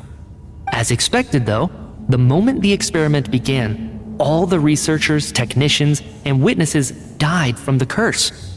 All that effort, not to mention the energy and materials we relied on Project Snezhnaya to gather for us, went to waste. In the end, nothing was gained. Does that mean something similar happened when we were at the theater? That's right. During the performance, I thought of an important breakthrough regarding the experiment, and wound up dragging everyone into this. So the nature of the curse seems to be something like, when moments of technological progress occur, all life in the vicinity is taken away. What a violent method! Of course, that meant the curse was normally limited to the Armory Palace. Since outsiders are forbidden from entering, this mass death phenomenon went unnoticed, until Odette came along. I believe she was the first witness. The curse of death was triggered just before she infiltrated the Armory Palace that day.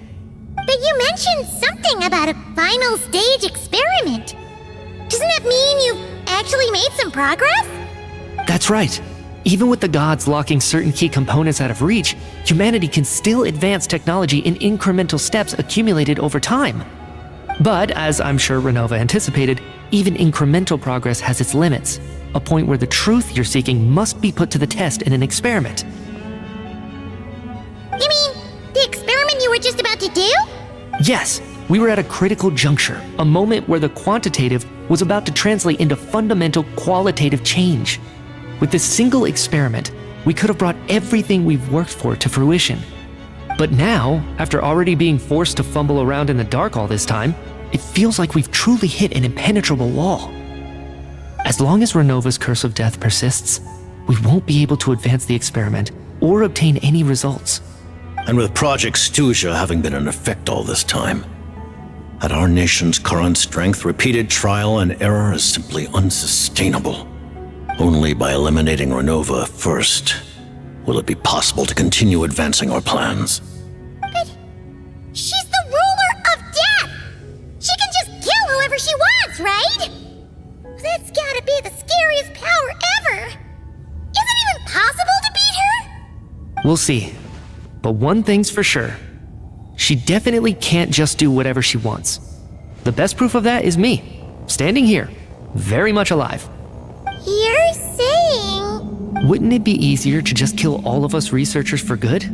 Why resurrect us over and over again? Why let us advance our technology to this point? So, you're saying even the ruler of death has limitations we don't know about? Exactly. And I think that's where the key to our breakthrough lies. Regardless, the ruler of death has always been an obstacle we must overcome. Indeed, we must face life, death, time, and space. After all, our goal is the heavenly principles. The Fatui want to challenge the heavenly principles? For a long time, I've had a vague suspicion the Fatui and the Tsaritsa were targeting the heavenly principles. But hearing the Jester admit it is still a shock. No wonder the Tsaritsa's goal has always been kept a secret from the people. What kind of road will that lead Snezhnaya down? In that case... Lord Jester, I would like to request some leave. I'd like some time to organize my thoughts and go over the data. Granted. Get some rest, put the experiment out of your mind, and take care that the curse of death doesn't affect any civilians.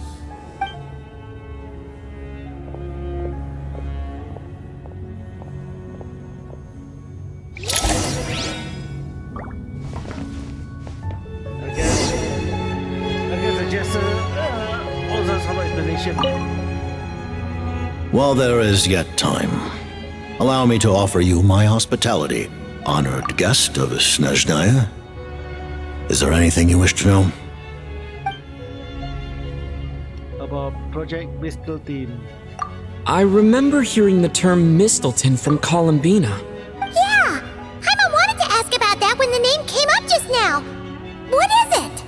Paimon's heard of Project Snezhnaya, but not this one. As you know, Project Snezhnaya is a series of measures enacted to consolidate our nation's resources, the greater purpose of which is to serve Project Mistleton. Many of the things you have encountered thus far are essentially for the advancement of that project. This includes the Kuvaki Experimental Design Bureau in Nogtri. Researching Kuvaki was merely a facade. Its core objective was to use local resources and research findings to build Mistleton itself.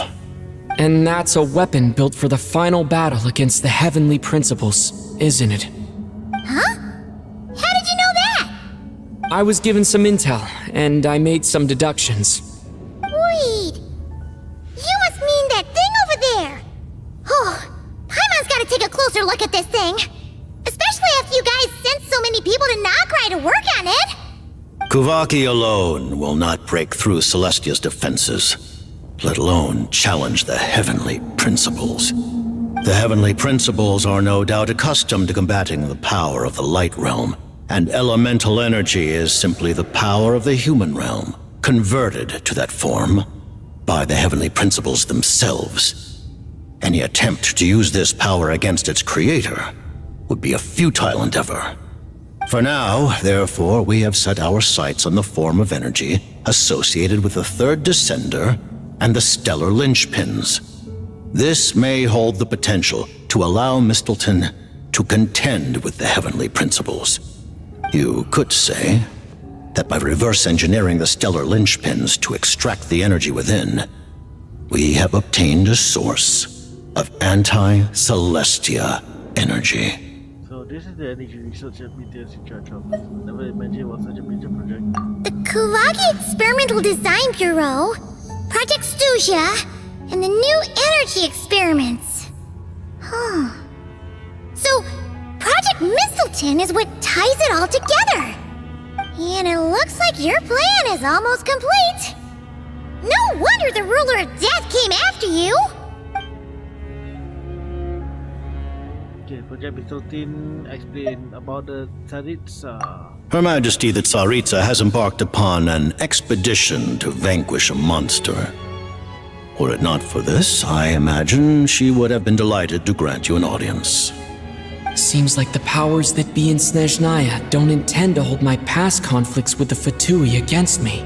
The Harbingers have been granted significant autonomy in retrieving the Gnosis. But by the same token, they do not completely represent Snezhnaya's official stance. You read my mind. Speaking of the Gnosis, Paimon's been dying to ask this question since forever.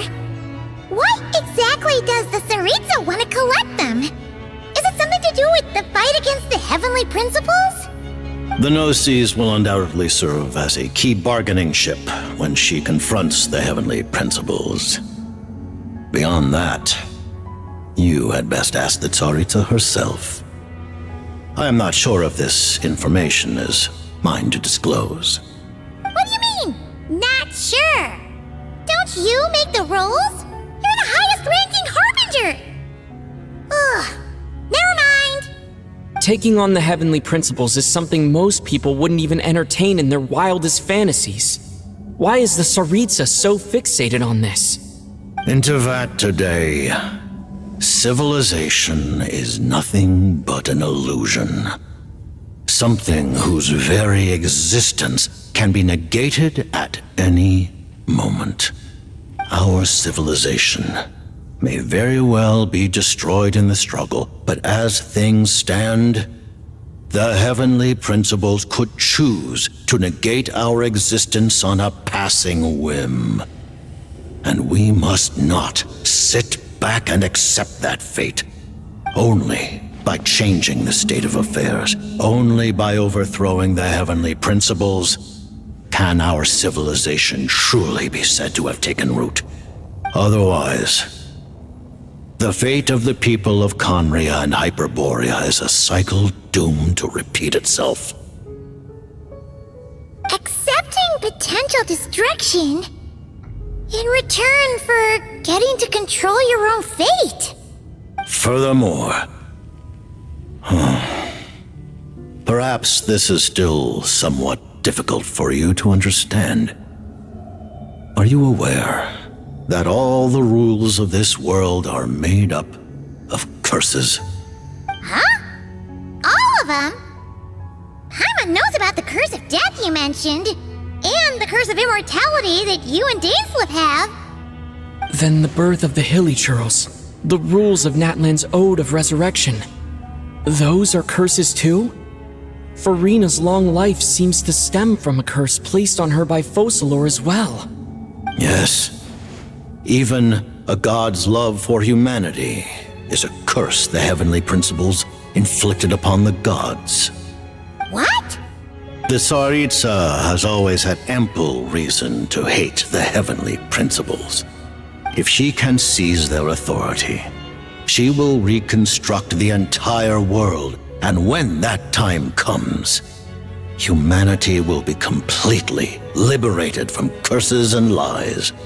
Look forward to it. It will be a world beyond your imagination.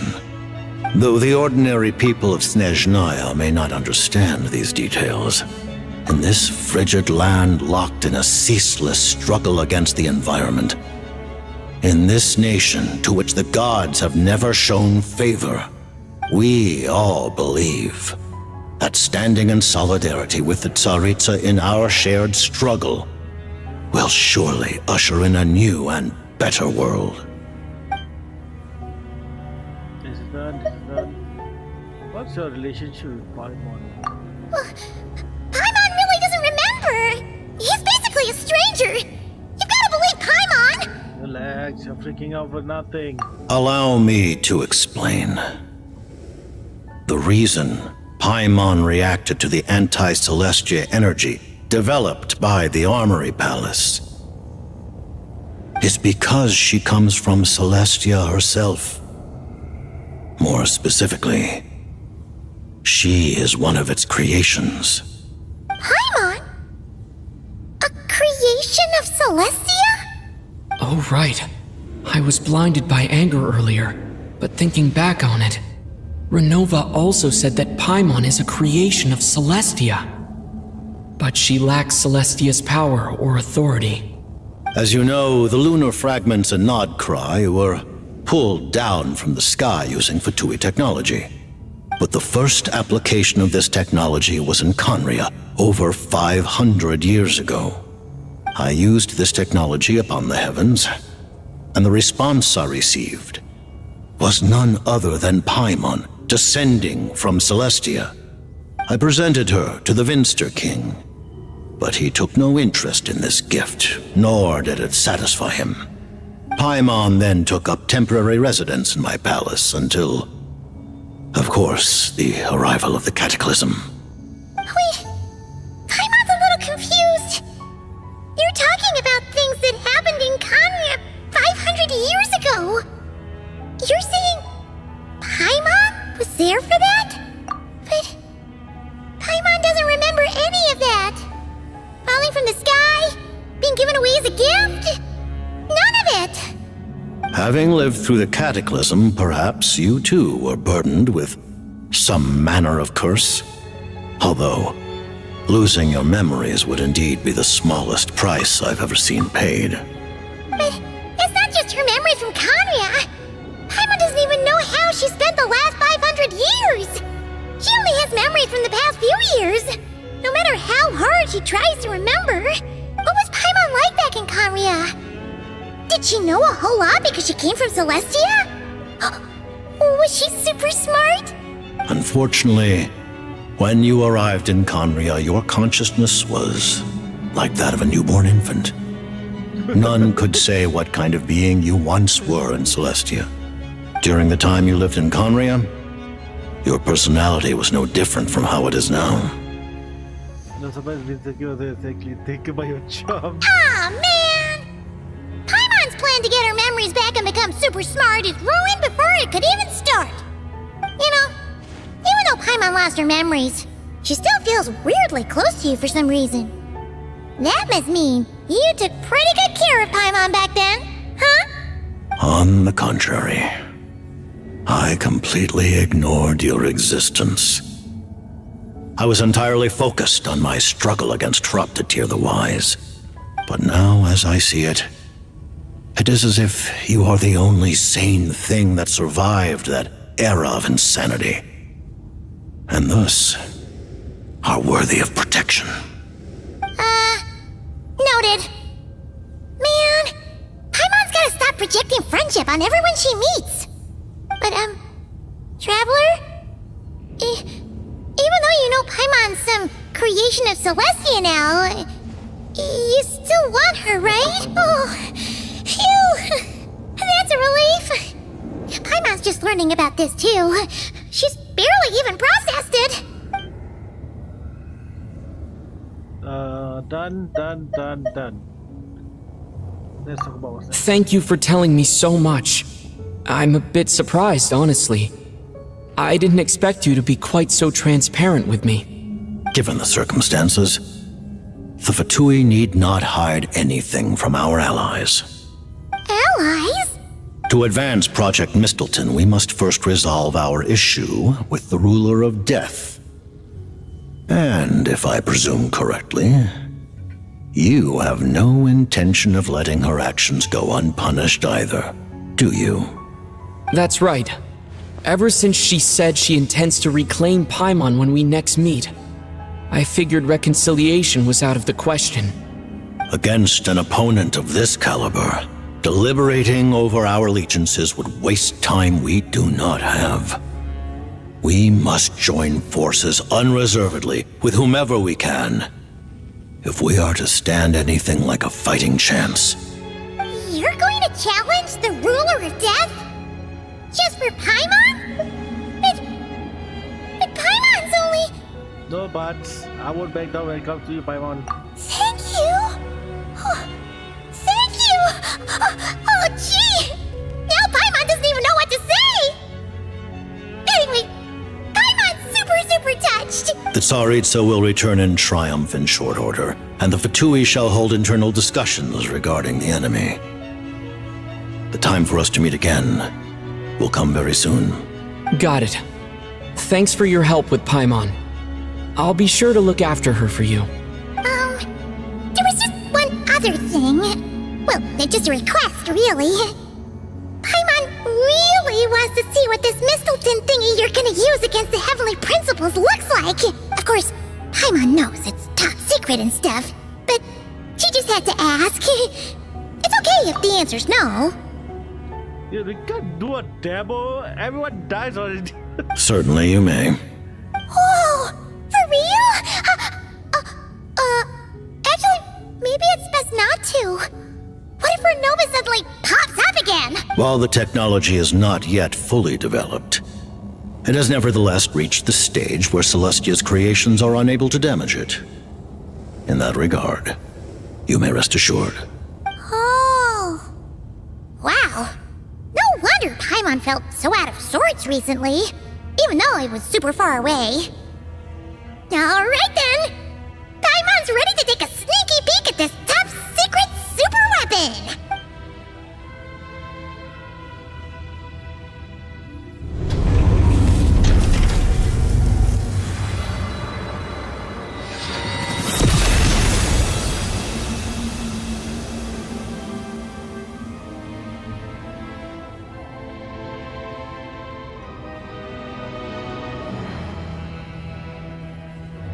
Looks like a spear.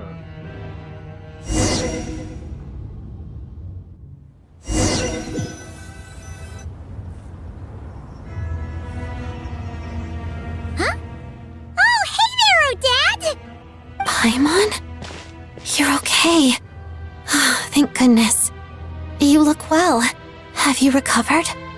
Long story short, yep, Paimon's all better. What are you doing here? Were you waiting for us? That's right. When I woke up, I wanted to go in after you, but the guards had woken up as well. It would have been tough to take them on alone, and there was no easy way to sneak past them.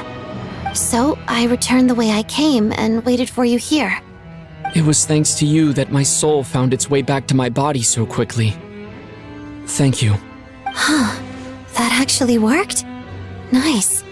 I just figured I'd try my luck when that ominous feeling struck me. Really, you should be thanking this thing instead. Anyway, and now that things here are all taken care of, I have other things I should get back to.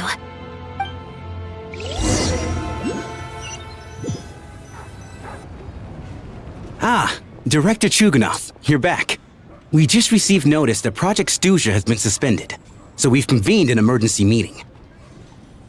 This is the preliminary plan. In addition to expanding production capacity, we've also discussed feasible layoff plans to optimize revenue and expenditure structure. Our calculations indicate that the factory's profits will increase by at least 30%. Just give the word, Director. That won't be necessary. Leave the energy for those who need it. Whether they use it just to get by or to run a business, that's up to them. Start preparing to halt production and lay off the staff. Make sure the workers are able to land on their feet and that they are duly compensated. Thank you all for your hard work during this time. Am I hearing you right? Why? After all the tough times we made it through, now is exactly when we should start to turn a profit. I just suddenly don't want to do this anymore. Huh. Does there have to be a reason? Iskra, it's time to rest. Dear esteemed members of the Rokot, given the effects of Lelik's radical actions upon our organization's reputation and social stability, a decision has been made to permanently withdraw this codename from use. Considering that Lelik did what they did for the benefit of the people, the Rokot has nevertheless negotiated with the authorities, ultimately securing a waiver for all penalties due to them. Lelik will be suspended for a period of time. Depending on their future performance, they may be allowed to adopt a new codename and continue acting as part of the Rokot. The purpose of this notice is to remind everyone once again that motives and methods are equally important when one operates in the shadows. Even with Project Stuzha's suspension and our interim operational victory, we must guard against complacency and rashness and work to consolidate the progress we have made so far. We act only for the greater glory and solidarity of our nation. May the aurora shine ever on, and the tundra always stand firm. We act only for the greater glory and solidarity of our nation. May the aurora shine ever on, and the tundra always stand firm. Looks like it's finally over. You mean for us? Just thinking out loud. I've never seen the Snezhnaya Vecha so lively before. I never once thought I'd come here. But I understand everything now, Rosaline.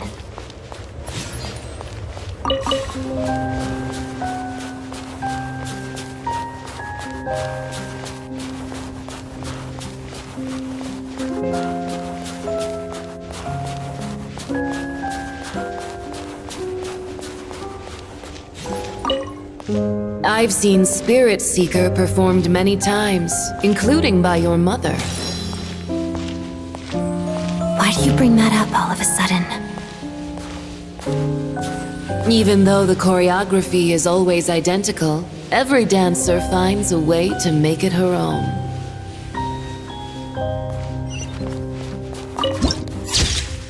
The frost on tombs also. So you actually want to talk to me about ballet? I just think it would be a pity if the dance was lost to history. She didn't teach it to you, did she? That was an unusually subtle taunt for you.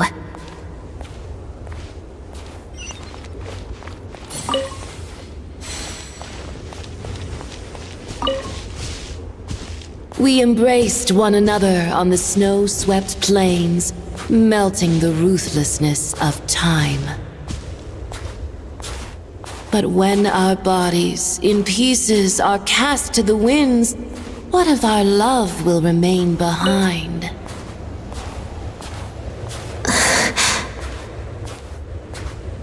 Don't tell me you can't sing. Shush.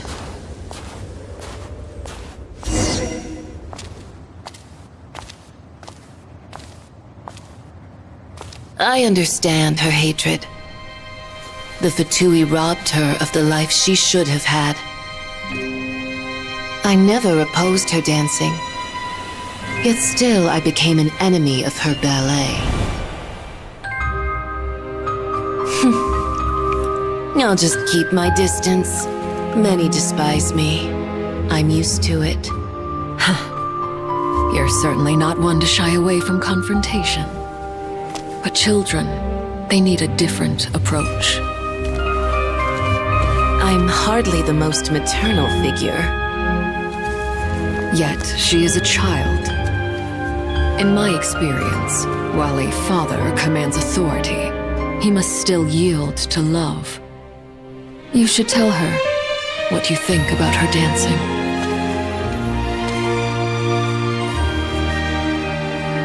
Odette will soon take the stage at the Koralyevsky Theater. This could be your chance. Geonosis secured. It went smoothly. I'll be there.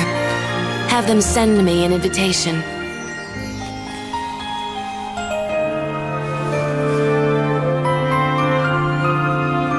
Sadly, things didn't work out. Her final words are inside that block of ice. This? Aren't these for monitoring her subordinates? Not yours. This one isn't her witch's flame, but my two worlds' flames. The two worlds' flames can burn away memories.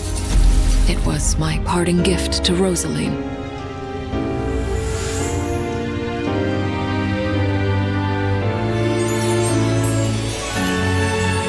If all goes to plan, she and I will both live to see the Tsaritsa succeed. I believe she'll find peace. But if anything happens to me, she needn't follow in my footsteps. The cryo-energy will fade away in time. Then the two worlds' flames will burn away all memories of the Fatui. She'll be free to dance. She deserves this. I will handle the aftermath. The choice is yours, child.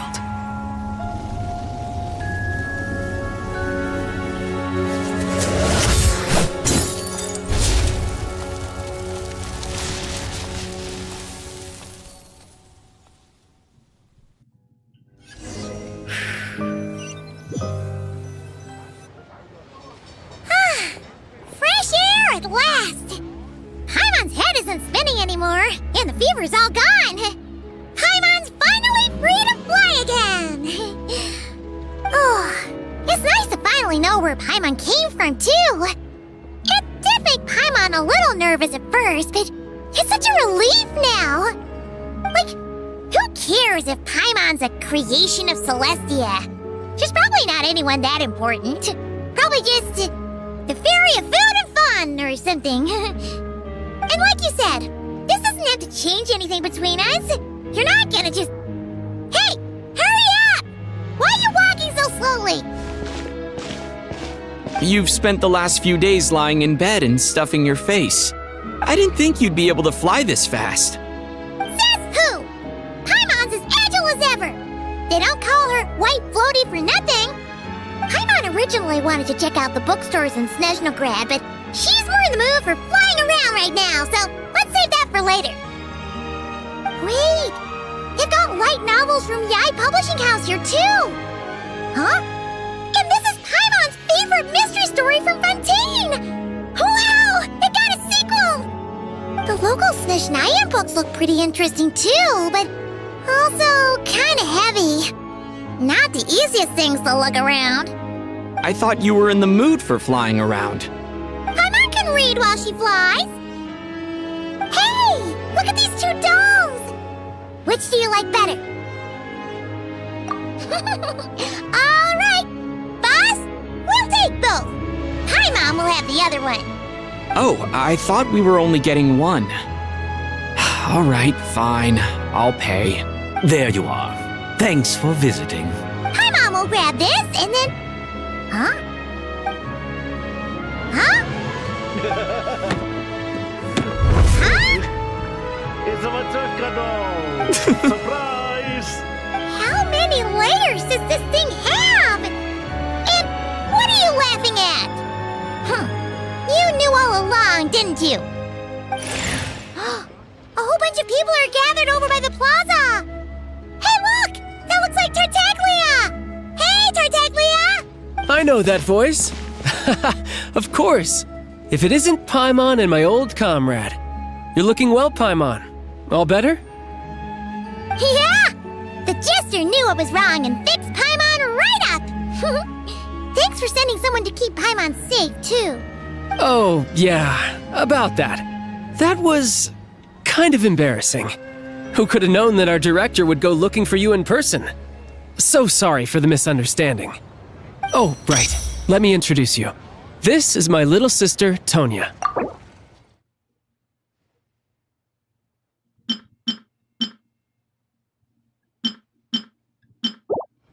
Hello, Tonya! Hello. Firstly, I'm really sorry about my brother. Sounds like he's caused you no end of trouble. Hey now, why'd you have to start with that? Not that it isn't true, of course. So she's the real Tonya. She said you two didn't manage to meet up at the theater. She waited ages for me, and when I didn't show, she got a little worried and went outside. You mean you didn't even tell Tony I've been going a place? I know, right? He didn't bother to say a word to me. I searched up and down the city for him, and he only told me about it when I finally caught him at the gates of Glupov. I've been rushed off my feet lately, so I didn't get the chance to go home. I just figured the Traveler would fill you in when he got there. Well, the snow was bad, and you're never late, so I was really worried about you. How was I supposed to know that you'd stood me up? I'm sorry, Tonya. I really am. I'll make it up to you somehow. Just... please don't tell Mom and Dad. Although the mix-up led to a series of misunderstandings, it's probably for the best that the real Tonya didn't get caught up in that mess. Besides, it's obvious that Tartaglia isn't usually one to break a promise. He only gave his ticket to me because he had to look into Lelik. No, it's fine. It just meant I didn't get to see the show in the end. By the way, what did you think? You were one of the first people to see it, you know? I would say the best is yet to come. Huh? What kind of review is that? Hey, look!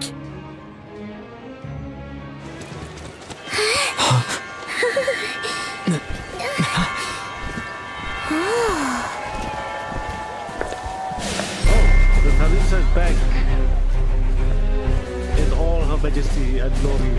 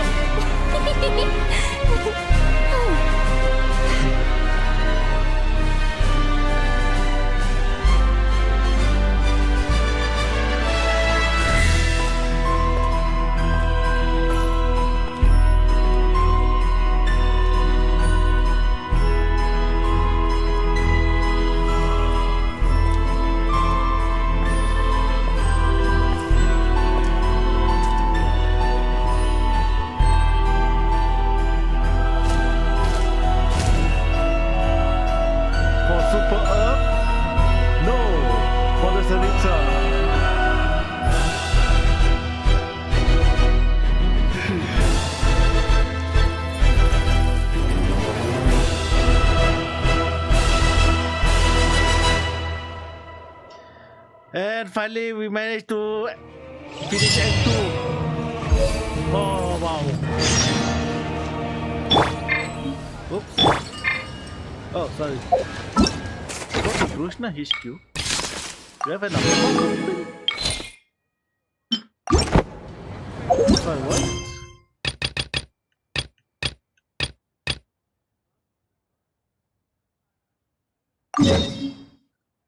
Huh.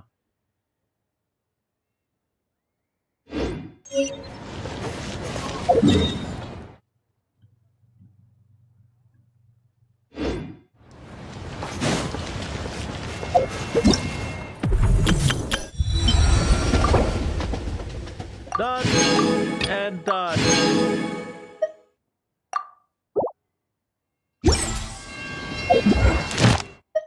Oh, and done.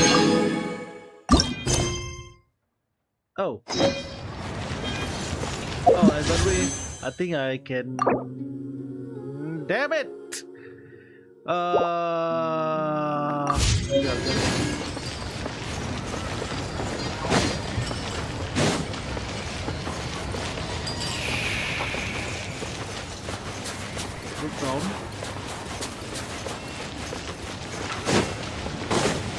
Well,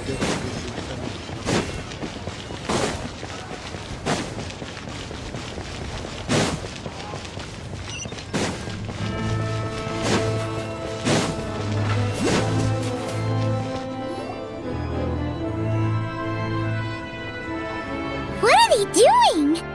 Ready? Go! Bobo shooter. Not good enough. There's no way you can complete the mission if your skills aren't up to par. For real? Come on! I'm sorry, but this is a matter of life and death.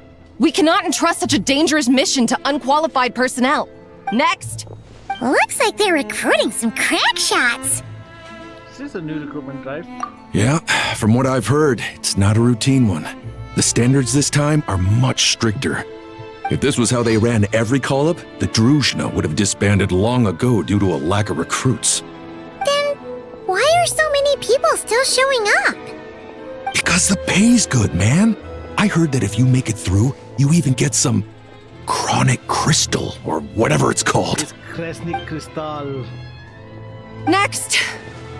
I'm up. Coming! Crystal, huh? That stuff's in high demand.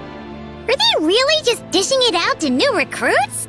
Yeah, but... Paimon's with you. You're a shoo-in with your shooting skills. You're gonna win some crystal and share it out among the villagers, right? This is definitely a job for the Rokat. Let's do it! Next! Ah! It's our turn!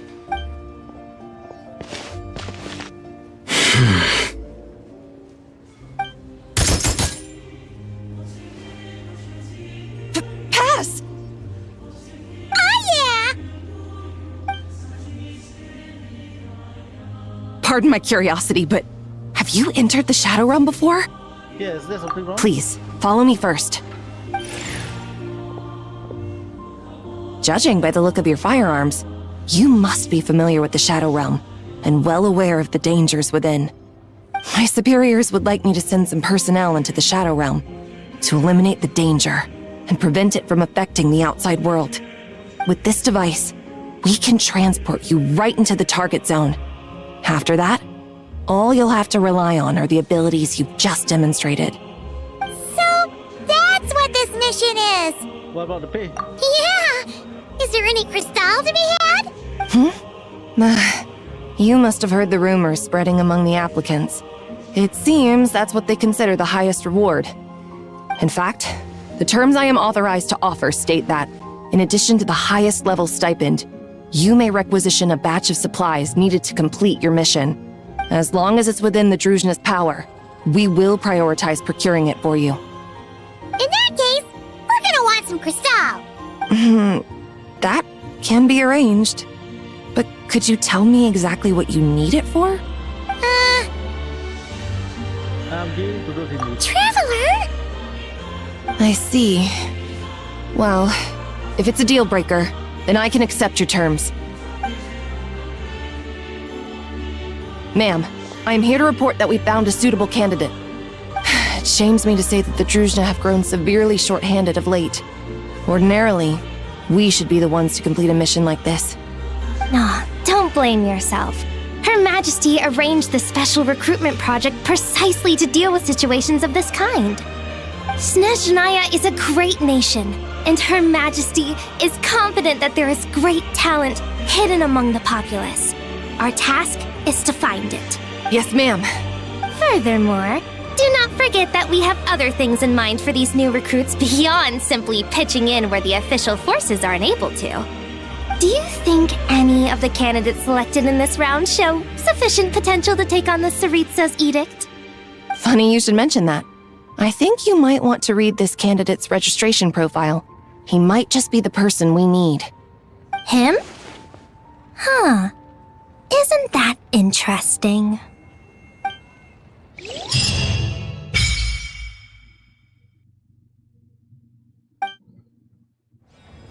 Oh, good.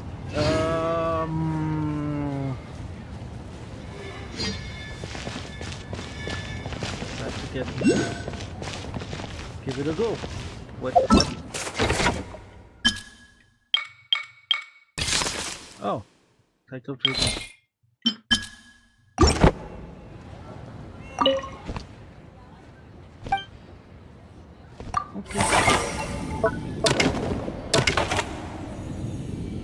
All cycle training progresses.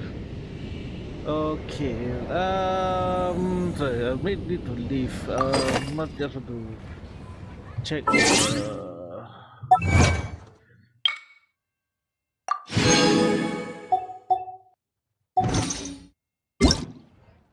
Check the key bindings for the standings.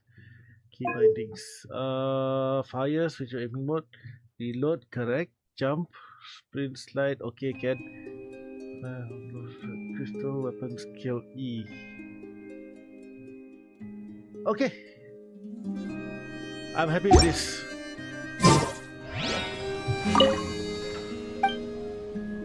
Okay, let's get it first.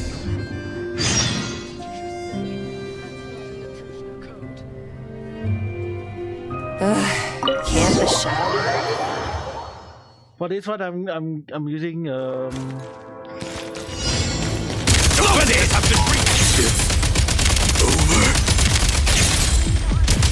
Need a refill.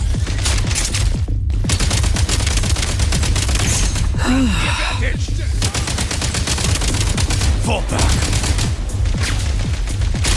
It's over.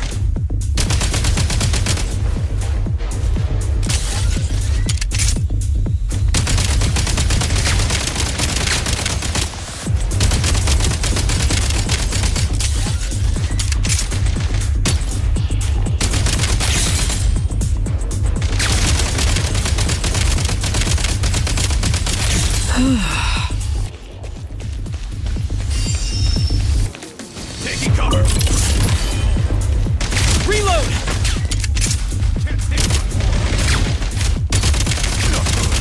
Where's the backup? Crushed. Damn you.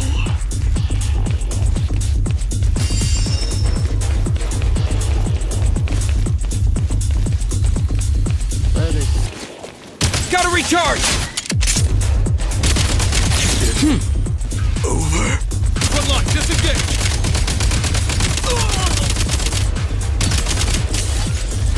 Change of tactics.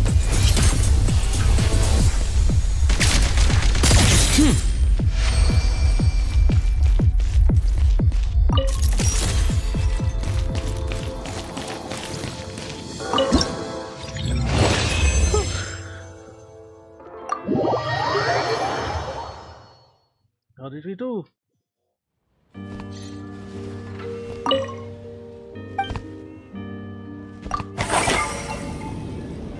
Oh, there's a page to this. Okay, good. Alles gut.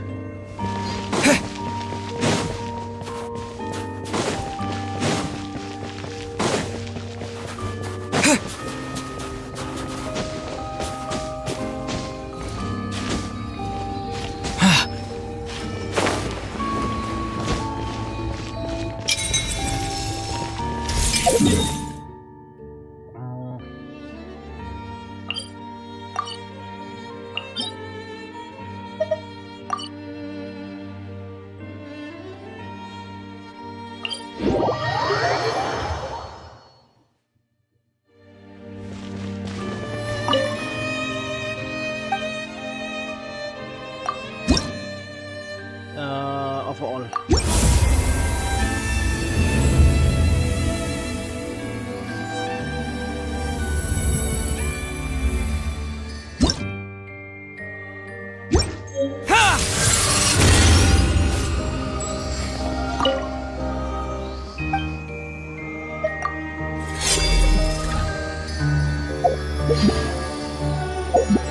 Wait, we got a constellation.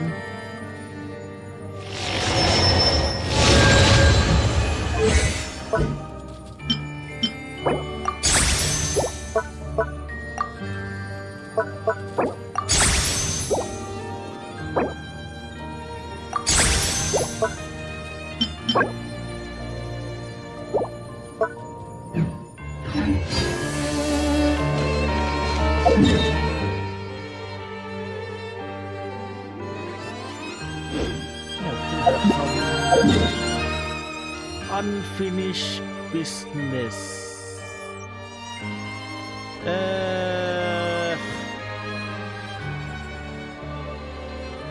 Okay, let's go to Morpeth.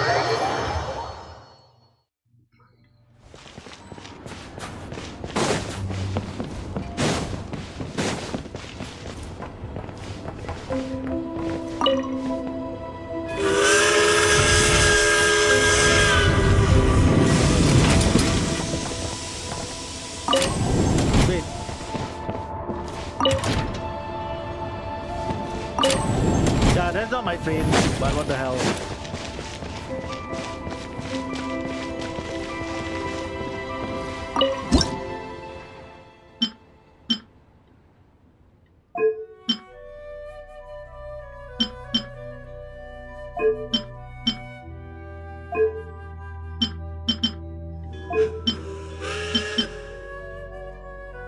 Safe.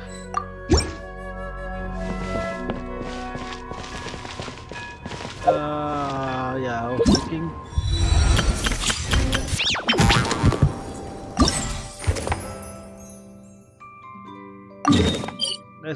Let's go see the polar bear.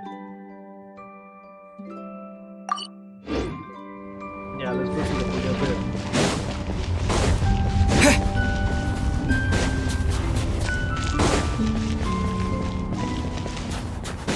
Really? No, my sword! Fighting frog! You are being terrified! Did with time for a light show!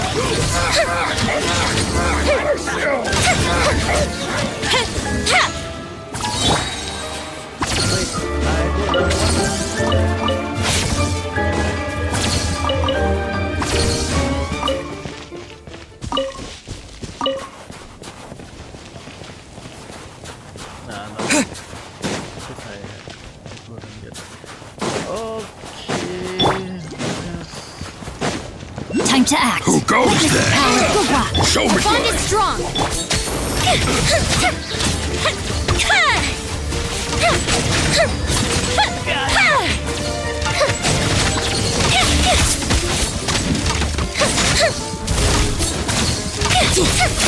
Cryo Storm!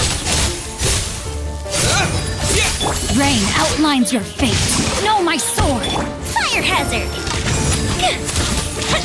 You win this one.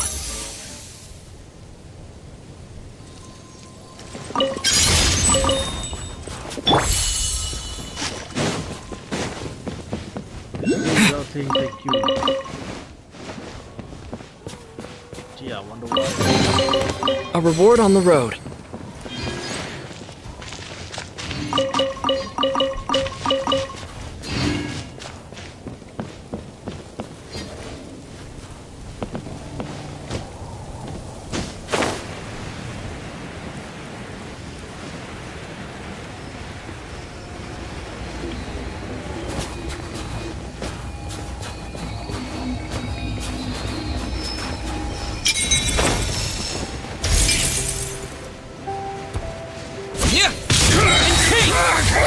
Let me weave you a verse. Time for a light show! Just you?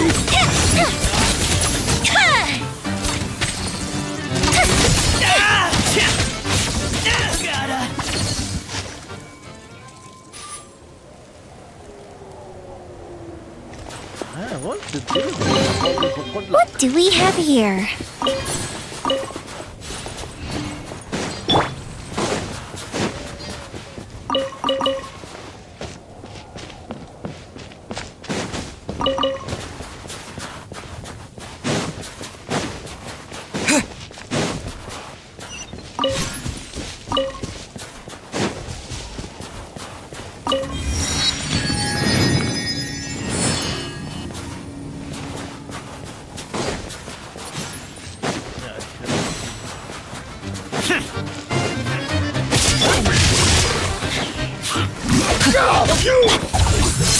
Stay with me! Here come the fireworks!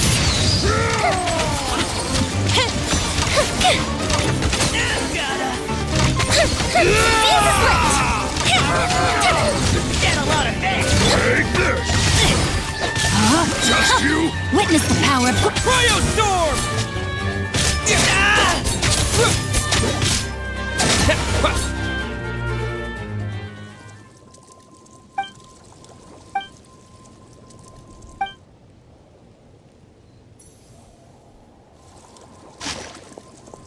How about that? Do you know reward?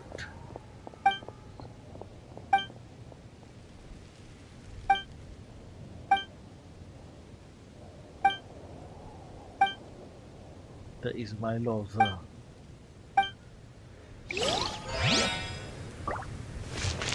Who are these people?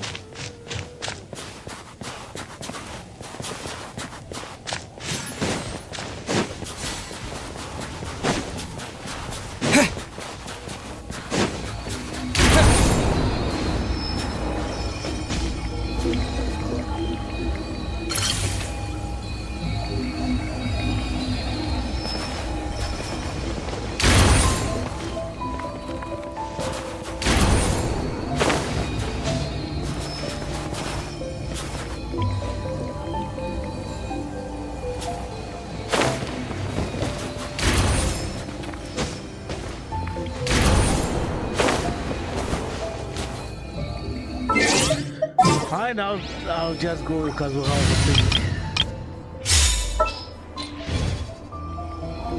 One with nature. Follow the wind.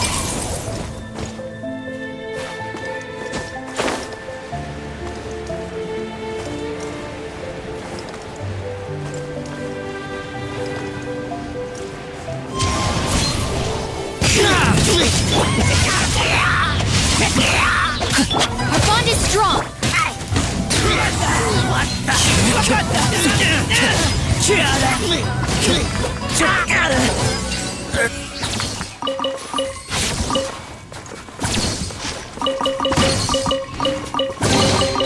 Brings a smile to my face.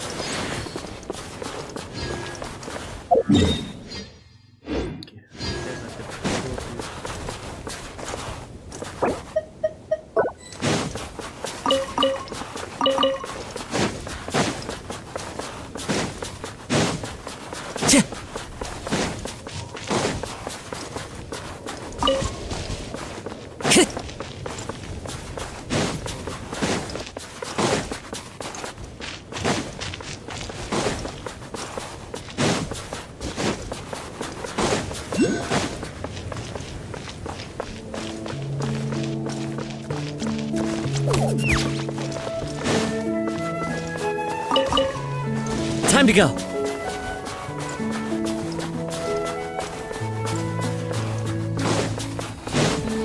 Look up.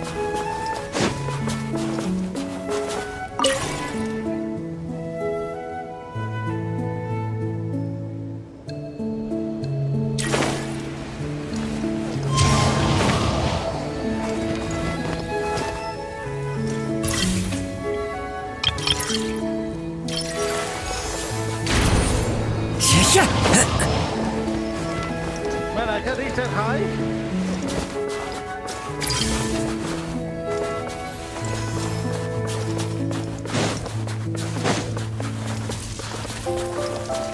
Stand with me!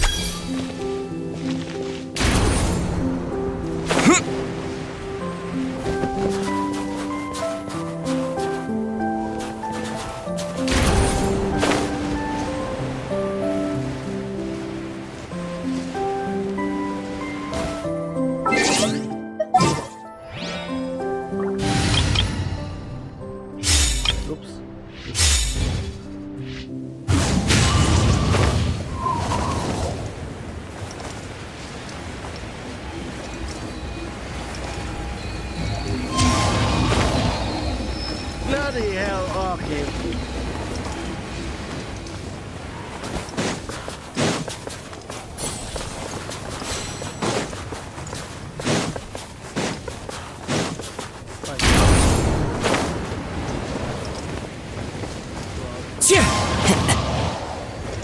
Get myself as high as possible.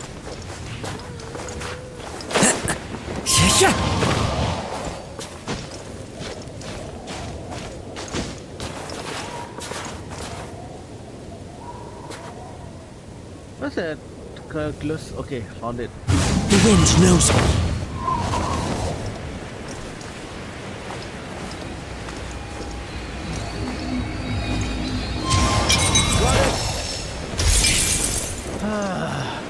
That was so damn hard.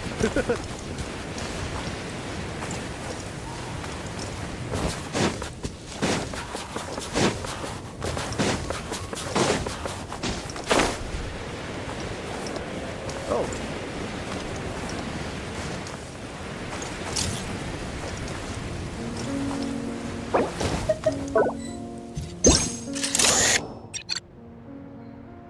Polia bear walking around, take photo.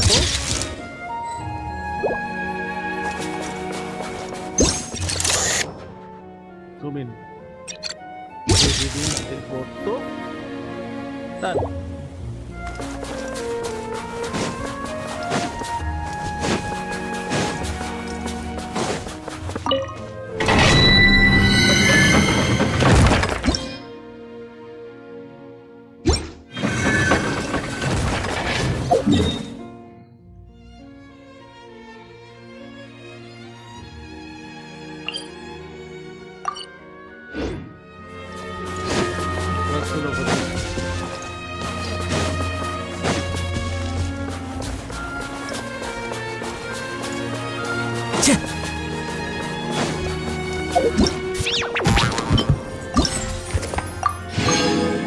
Now what? Some to be between two destinations. Okay.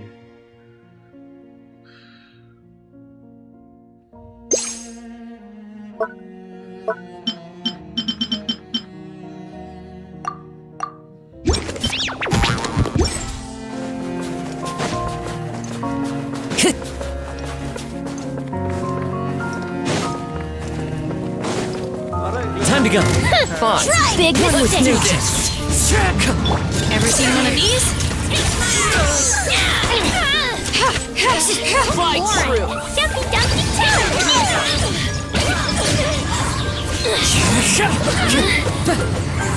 Taste my arrows. The hunt is on. Got something for ya. Into the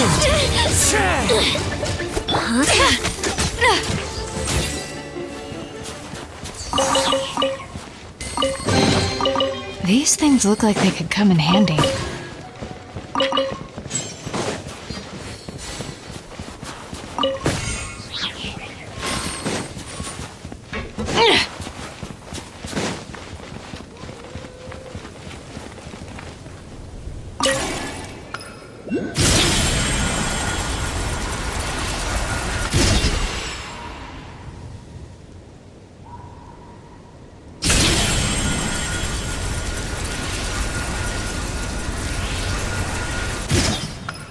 Hold up.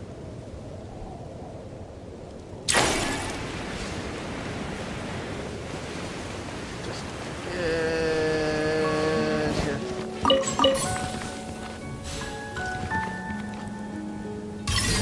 grappling gun. Grappling gun right here.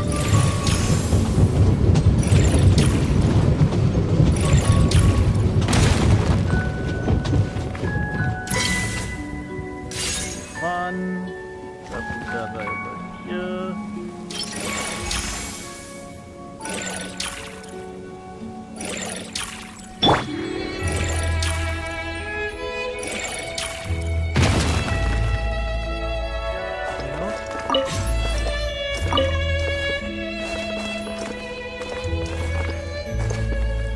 More grappling guns? The wind knows me.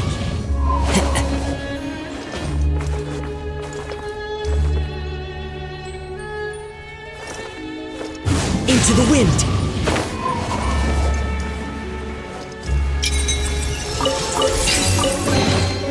Who says there aren't benefits to a life of wandering?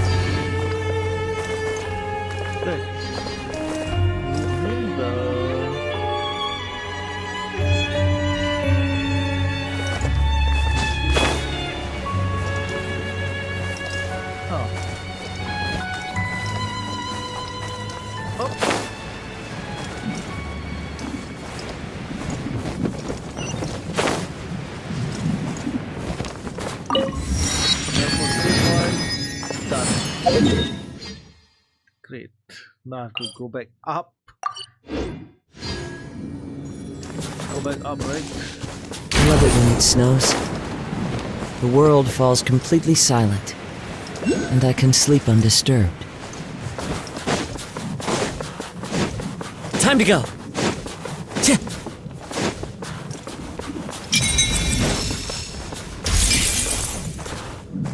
Is this the Shadow Realm I'm talking about? This guy.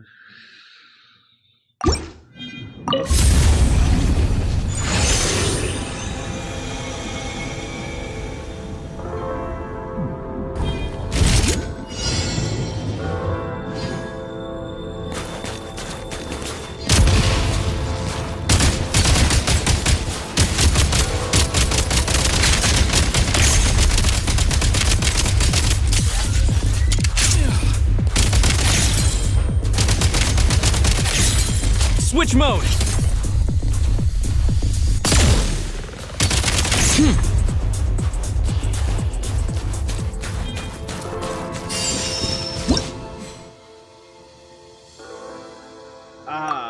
Okay.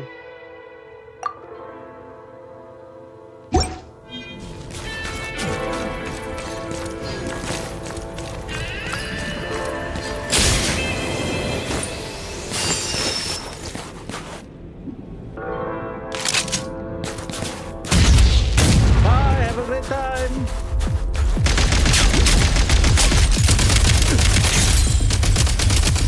You got nerve.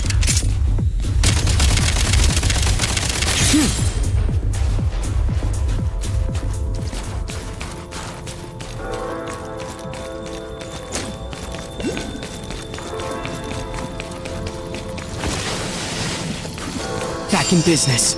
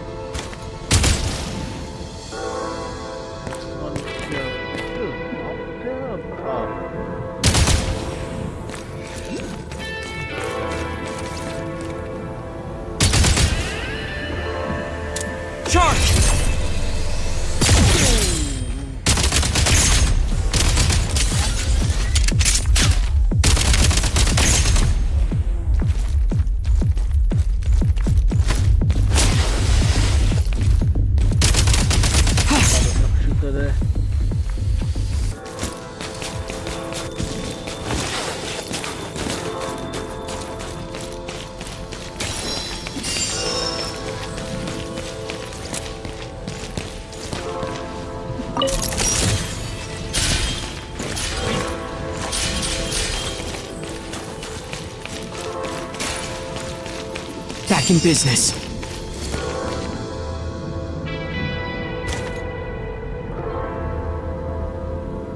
Mind the rhythm!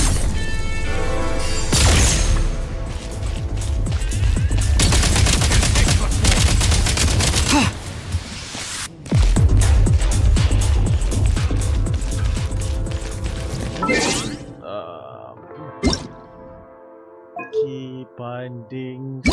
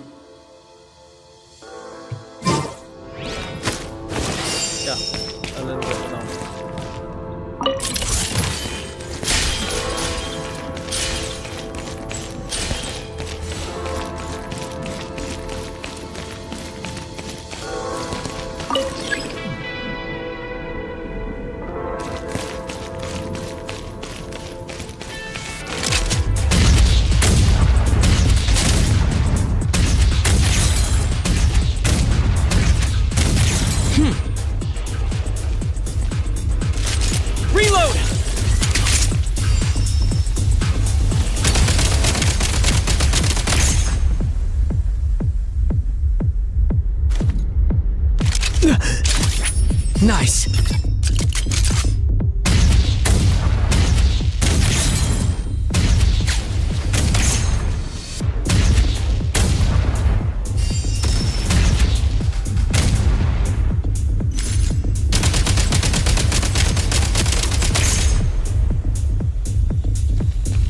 Nice.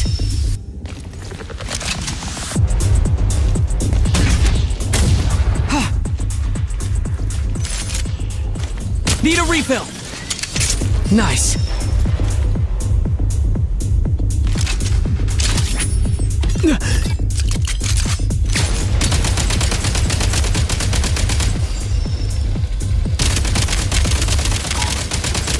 Need a refill.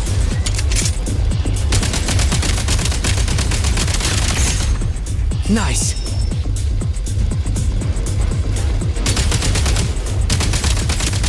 Need a refill.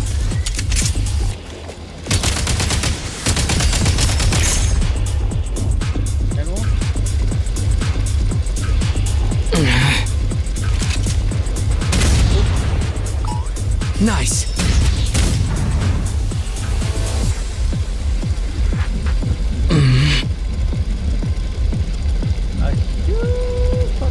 Nice.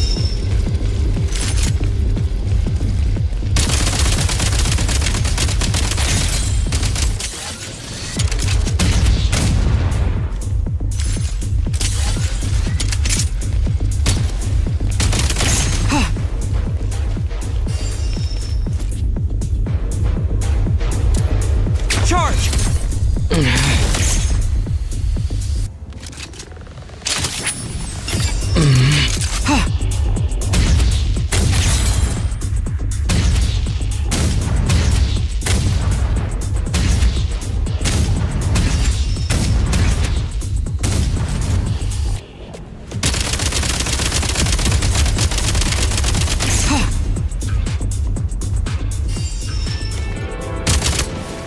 Reload!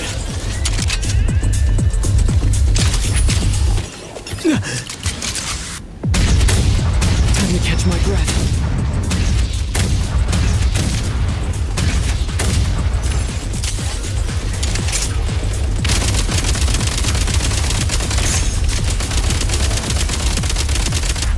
State number 2. Light 'em up!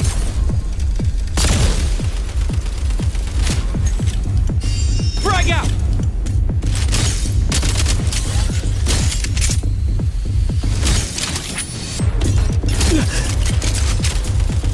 Back in business.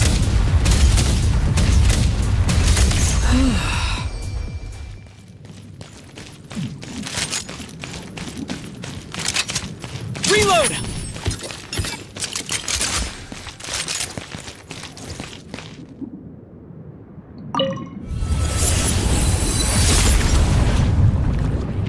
You get it?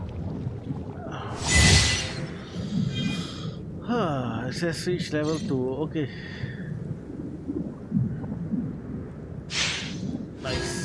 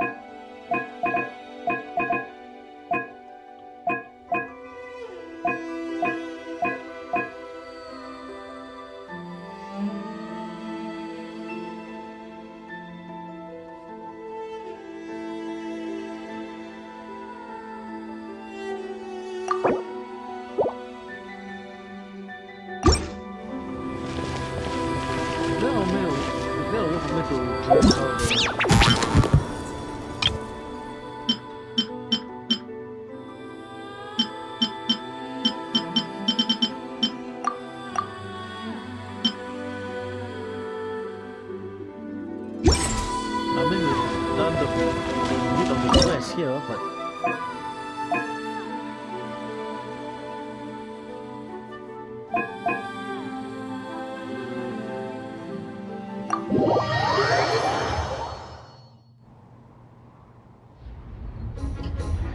okay, let's see if I can beat the high score. Beat my own progress. That is, I know.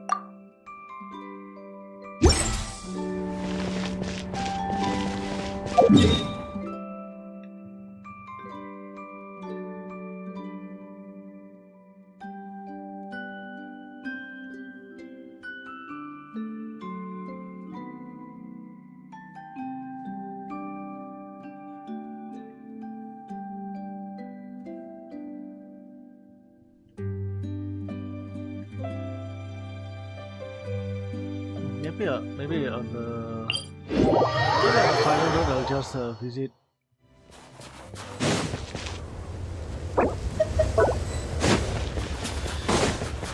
Visit the tomb of the Signora that I had the chance to whose ass I had the chance to kick every week.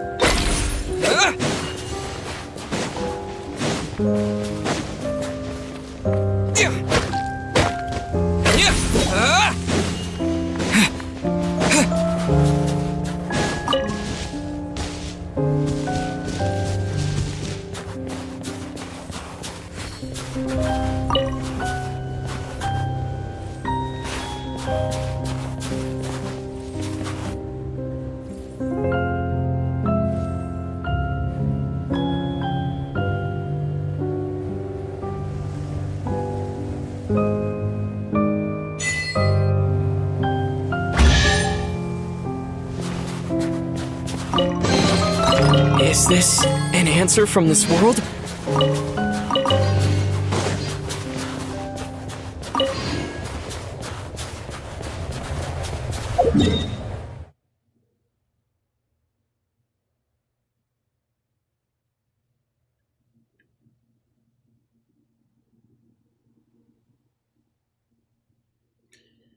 Yeah, I think I am done for tonight.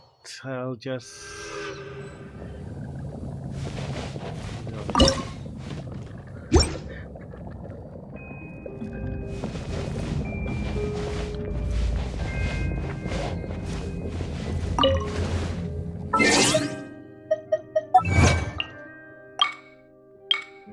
the last rose of winter, perishing like a moth to the flame.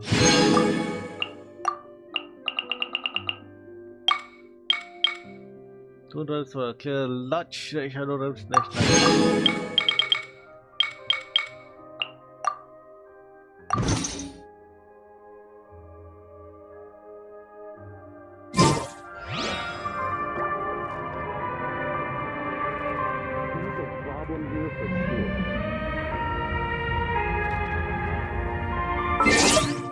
Okay, I think I'll wrap up my stream for tonight. So I don't now it's technically Saturday, so I don't know whether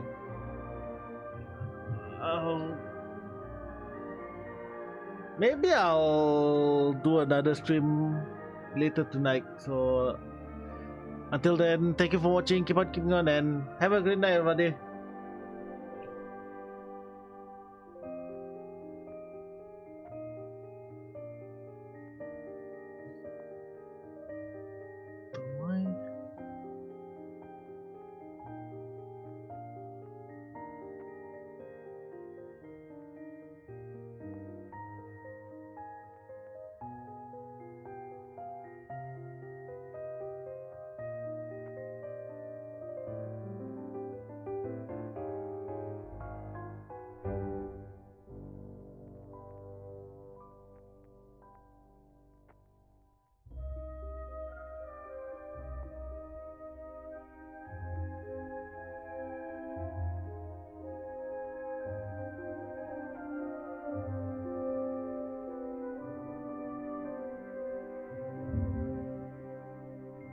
Cassandra about what happened to